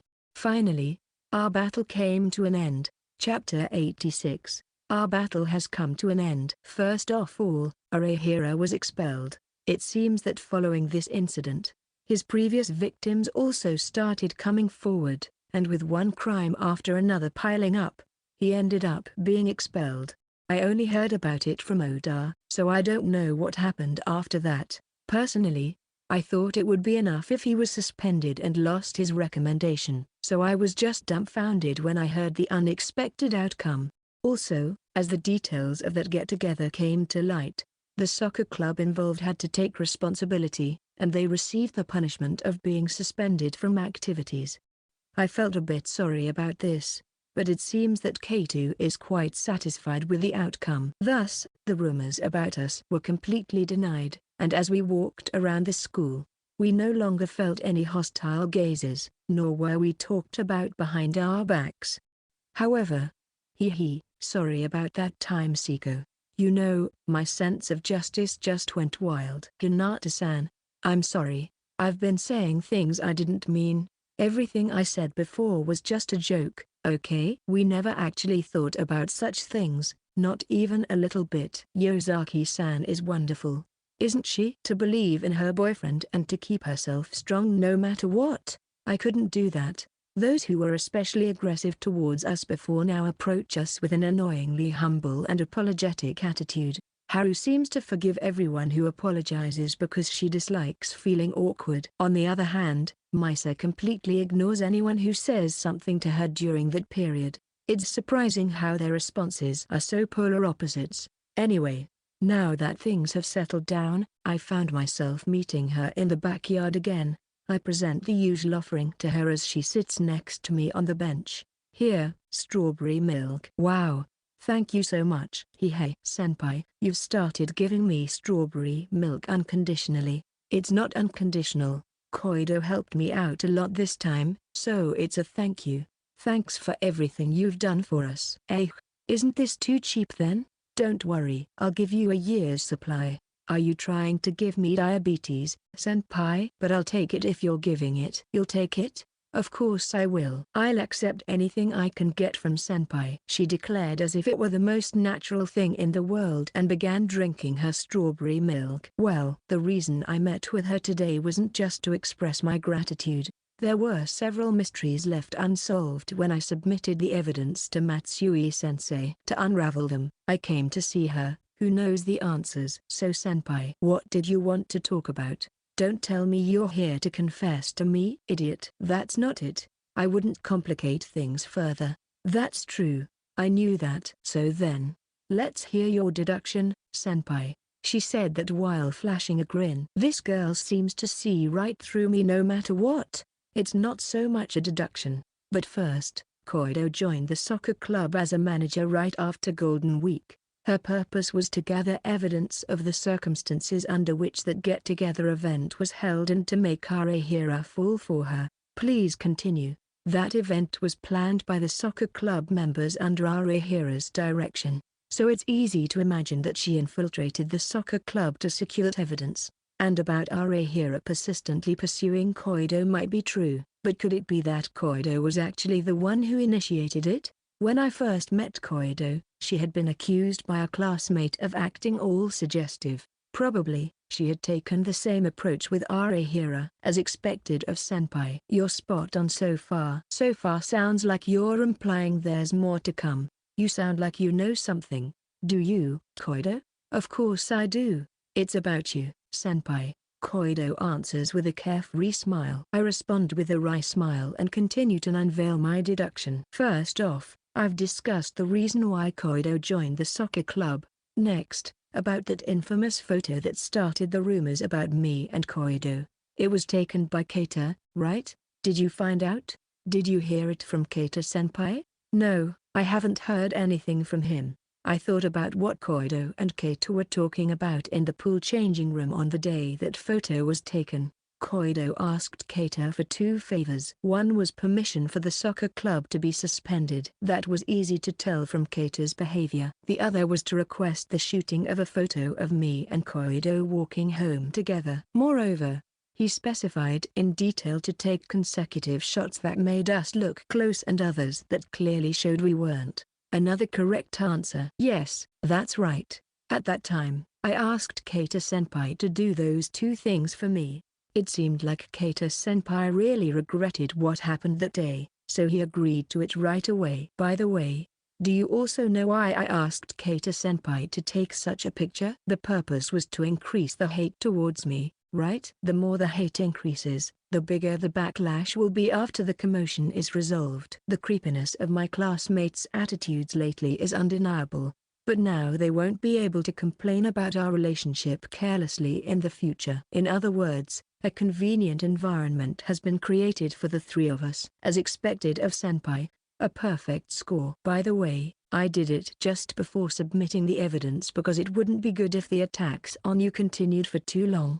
The apology I sent last night was also about this. Oh, and just to add, I myself posted that infamous photo on SNS. I thought so, but weren't you worried about it being traced back to you as a self-setup from the account? That's not a problem. That was my secret account. That's smart. Hey, you can praise me even more if you want. The deduction continues, so in a sense, Koido's praise time will continue after this too. I'm looking forward to it. She smiles while swinging her legs, which are dangling as she sits. She seems to be in a very good mood. Next, let's see. It's about that photo of me and Hinata that was said to be evidence of the infamous rumor. It was Koido who took that photo, right? Koido gave the photo to Arehira, and that guy spread it around. I also want to know your deduction about the reason. Even if we could deny the rumors this time, that photo was something we couldn't make excuses for.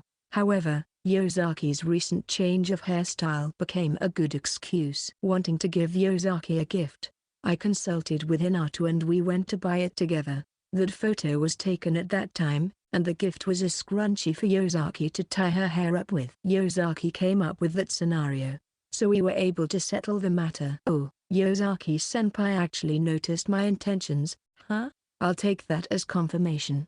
Koido heard about Yosaki's hairstyle and scrunchie from me, so you chose that photo based on that information, right? Plus, I met Koido on the day that photo was taken. If the photo was taken to frame me, normally you wouldn't talk to me, but Koido did talk to me that day. It's like the photographer didn't mind being discovered, or rather, they wanted to be discovered. I'm thinking maybe Koido wanted to show that there were no hostile intentions towards me. As I finished saying that and looked for Koido's reaction, she had a blissful expression on her face. Amazing senpai. Absolutely, absolutely, absolutely correct. You totally understand me, don't you? Just to add, meeting you that day was really just a coincidence. Also, it's correct, I was the one who gave Arehira-senpai those photos of you two, but not as myself. I created a different account to get in touch with Arehira-senpai. It seemed like after that day, he started to doubt the relationship between you and Hinata-senpai, so I indirectly told him that spreading those rumors could be a way to get back at you guys, leading him to spread the rumor while providing weak evidence that couldn't be conclusive. I also kept the conversation history as a last resort, but if I submitted this, it would lead to questions about who the provider was, and I would be suspected. By the way, that person never realized it was me, and towards the end, he was getting impatient, saying, "Hurry up and give me decisive evidence." In a harsh tone. That's just not on, right? Koido ended with such a complaint and let out a dry laugh. I wonder how many accounts this person has.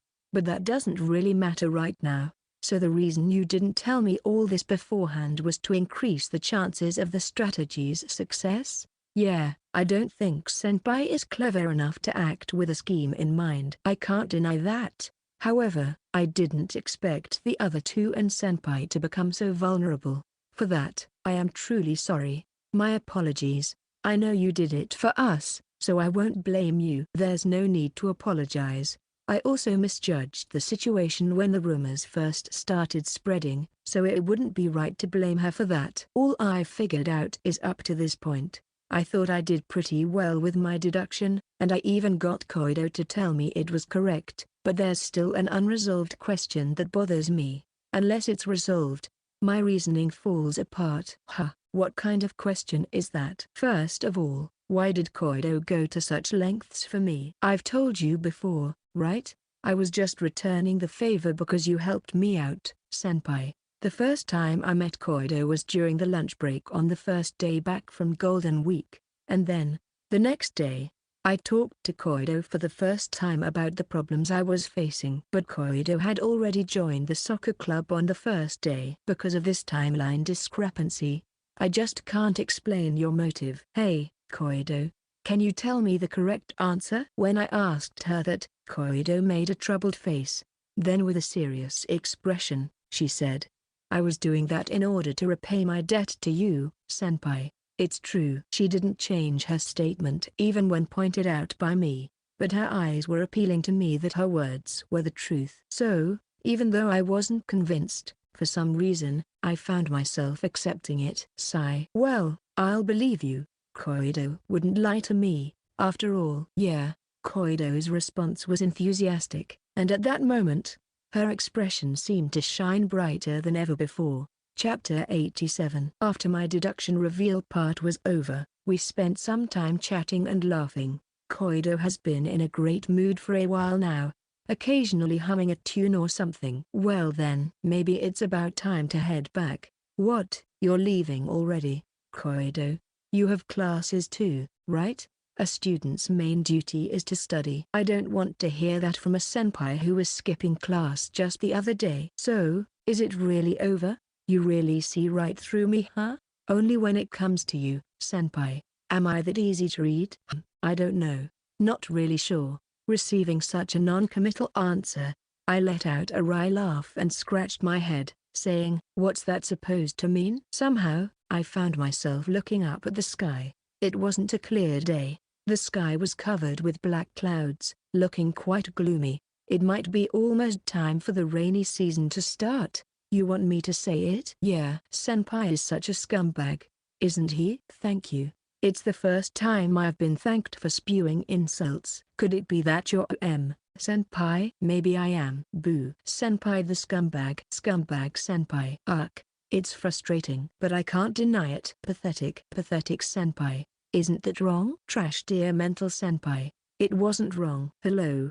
I'm the so-called trash dear mental senpai, Seko Rento. Let's lower the vibes with self-deprecation today as well. Whoa.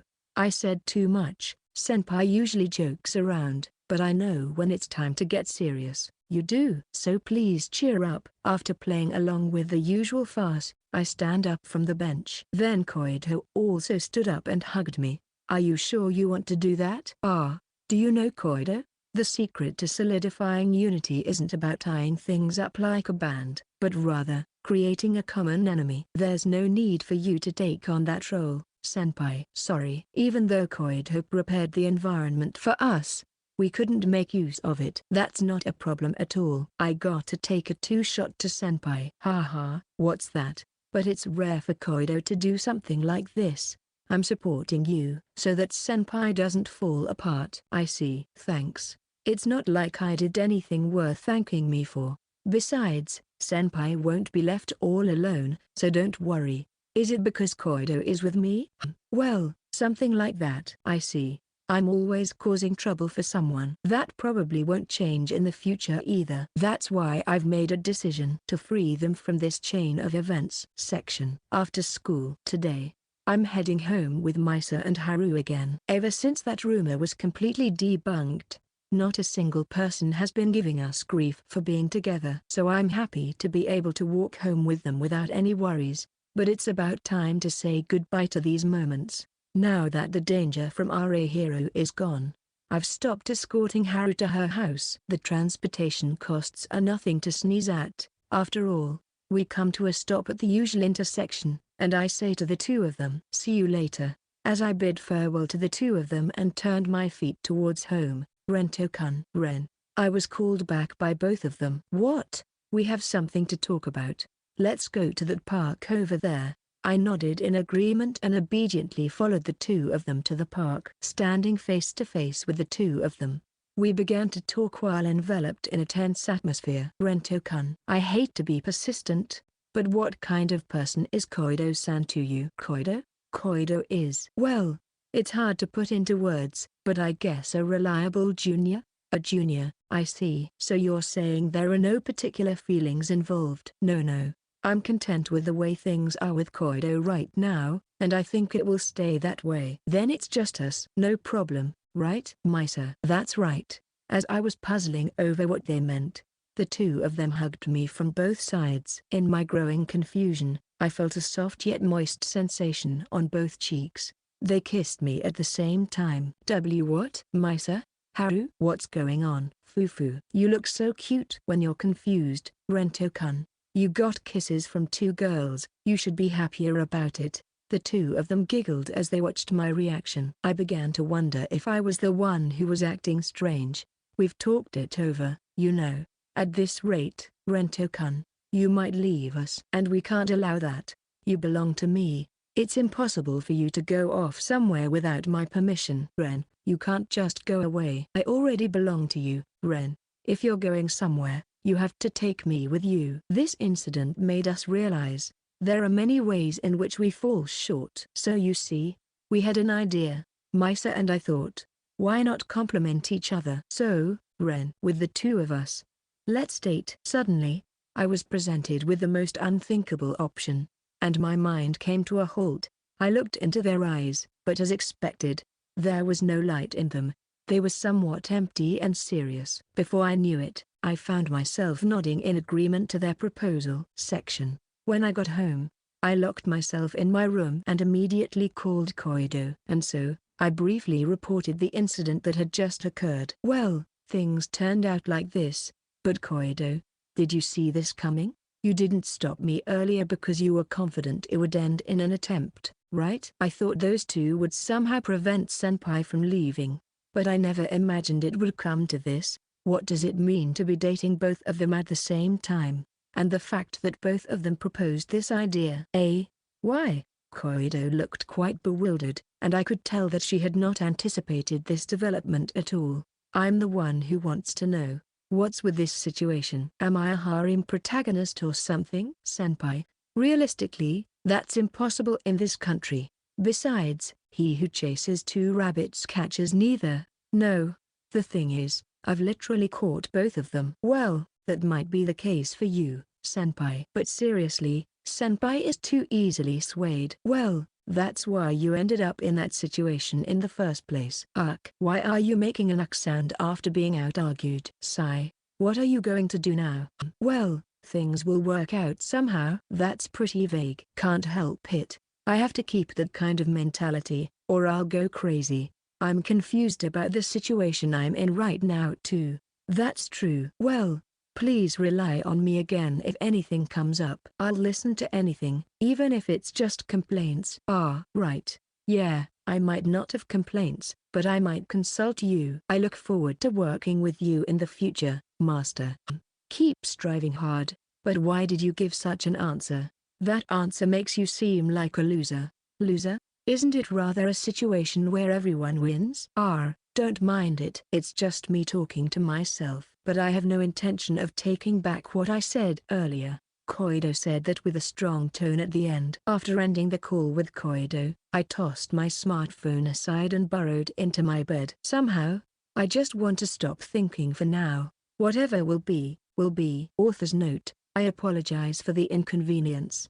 Thank you for reading The Cheeky Juna Who Manages My Mental Health. Just kidding. Thank you for reading The Best Friend of the Person I Like Is Managing My Sexual Desires, also known as The Best Friend of the Person I Like Is Secretly Approaching Me, Volume 2. I truly appreciate all the comments and reviews. I think this part of the work generally falls into the category of acceptance. In Volume 2, a new junior named Koido Mai made her appearance, and she was really dominating, didn't she? The behind-the-scenes type of girls are strong. I thought the detective part, laughs, and various other elements might have been a bit confusing. So once again, I'm leaving a timeline here for clarity. Let's consider 1 week as Monday to Sunday. The day before Golden Week starts, the get-together was held. Rento is hospitalized. During Golden Week, Misa and Haru have a discussion. Rento wakes up, discharged but takes weekdays off during Golden Week. After Golden Week, first week, Monday, Rento returns to school after a long absence. Rento meets Koido. Rento and Misa get soaked in oxytocin, aka kiss. Rento gives Haru a hairpin. Koido joins the soccer club. Tuesday, Rento vents his troubles to Koido. From then on, they talk during lunch. Post Golden Week, second week, Monday. It's decided that Rento will go to the Hinata's house on Saturday. Tuesday, Rento finds out that both of them have been getting confessed to a lot recently. Saturday, Rento runs into Koido by chance outside. Rento visits the Hinata family. Sunday, Rento has date in Yokohama with Haru. Rento runs into Koido by chance outdoors. Koido takes a photo of Rento and Haru. After Golden Week, third week, Monday, Rento is dating Misa. Tuesday, Rento receives a love advice request from Moriya. The person he has feelings for is Koido. Haru develops trauma from a confession. From now on, Rento will the confessions on her behalf. Saturday, Rento goes out with Misa and Saki. Rento encounters Koido by chance outside. Misa purchases a scrunchie selected by Rento. Sunday, Rento visits the Yosaki family. After Golden Week, fourth week, Monday, rumors spread that Rento is having an affair with Haru. Discussion with Misa, Haru, and Matsui-sensei. Discussion with Koido. Haru becomes unstable.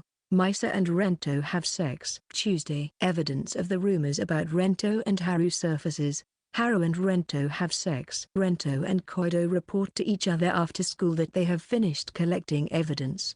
Koido has Keita take photos and then spreads them. Koido completely rejects Arehira. Wednesday. Submits evidence to Matsui-sensei. Friday. Rento decided to date both Misa and Haru. I'll organize Koido activities as well, joining the soccer club and gathering information from the club members. Act in a way so that Arehira likes her, dodge his approaches while keeping him on his toes, and completely reject him. The day before she submits the evidence to Matsui-sensei, she sent a message rejecting Arehira's feelings when Rento was next to her in the changing room of the pool after school. To draw out Arehira's true nature, impersonate someone else and lead Arehira to spread rumors. Take photos of Rento and Haru looking close like they're on a date, which can be explained later. Provide the photos to Arehira as a different person. She had Kida take pictures that made it look like Rento and her were close and then posted them on a secret social media account and spread them within a high school community.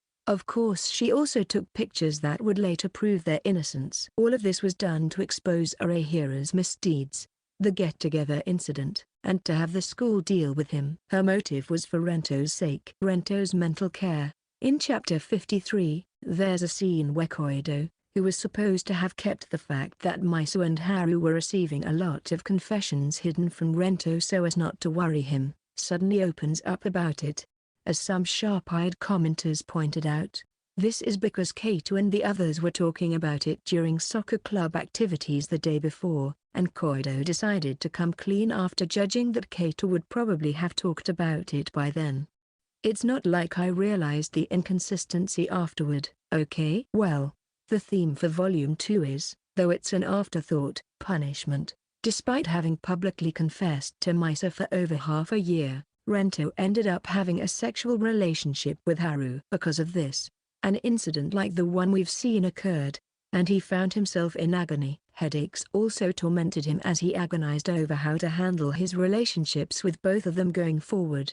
These are Rento's punishments. Out of jealousy towards Haru, Misa lied about having started dating Rento. This lie triggered the incident, because if Rento and Misa weren't dating, it couldn't be condemned as cheating. Moreover, while it's not to say she is entirely at fault, by continuously rejecting Rento's confessions, despite not disliking them, she missed her timing and ended up suffering herself. These are Misa's punishments. Haru, of course, is guilty simply for having built a secret relationship with Rento, and because of that, she got caught up in the incident. There's another punishment for her, but since she hasn't realized it yet, I'll omit it. Arehira and the other soccer club members were properly punished as well. Yes, there's nothing particularly to talk about regarding them. Even the classmates received a sort of punishment, didn't they? The atmosphere in the class when the three of them were present must have been dead. That was the gist of Volume 2, but in the end, Rento, Misa, and Haru ended up dating each other. Could this also be a testament to Misa and Haru's strong friendship? Or perhaps, as Rento mentioned something about the secret to solidifying unity, maybe a true common enemy has appeared for them? In any case, it seems like a happy, fluffy, lovey-dovey chapter for the three of them is about to begin. By the way, I don't think there will be another lengthy mystery part, laughs, like this one. It turned out this way because I was tidying up the loose ends. I also feel like I may have prioritized the story's progression too much. That's something to reflect on. I didn't include much of the two's psychological descriptions either, but I do love the scene where Misa reveals her feelings. It makes me smile. That's all. The third volume starts from the next chapter. End of Volume 2.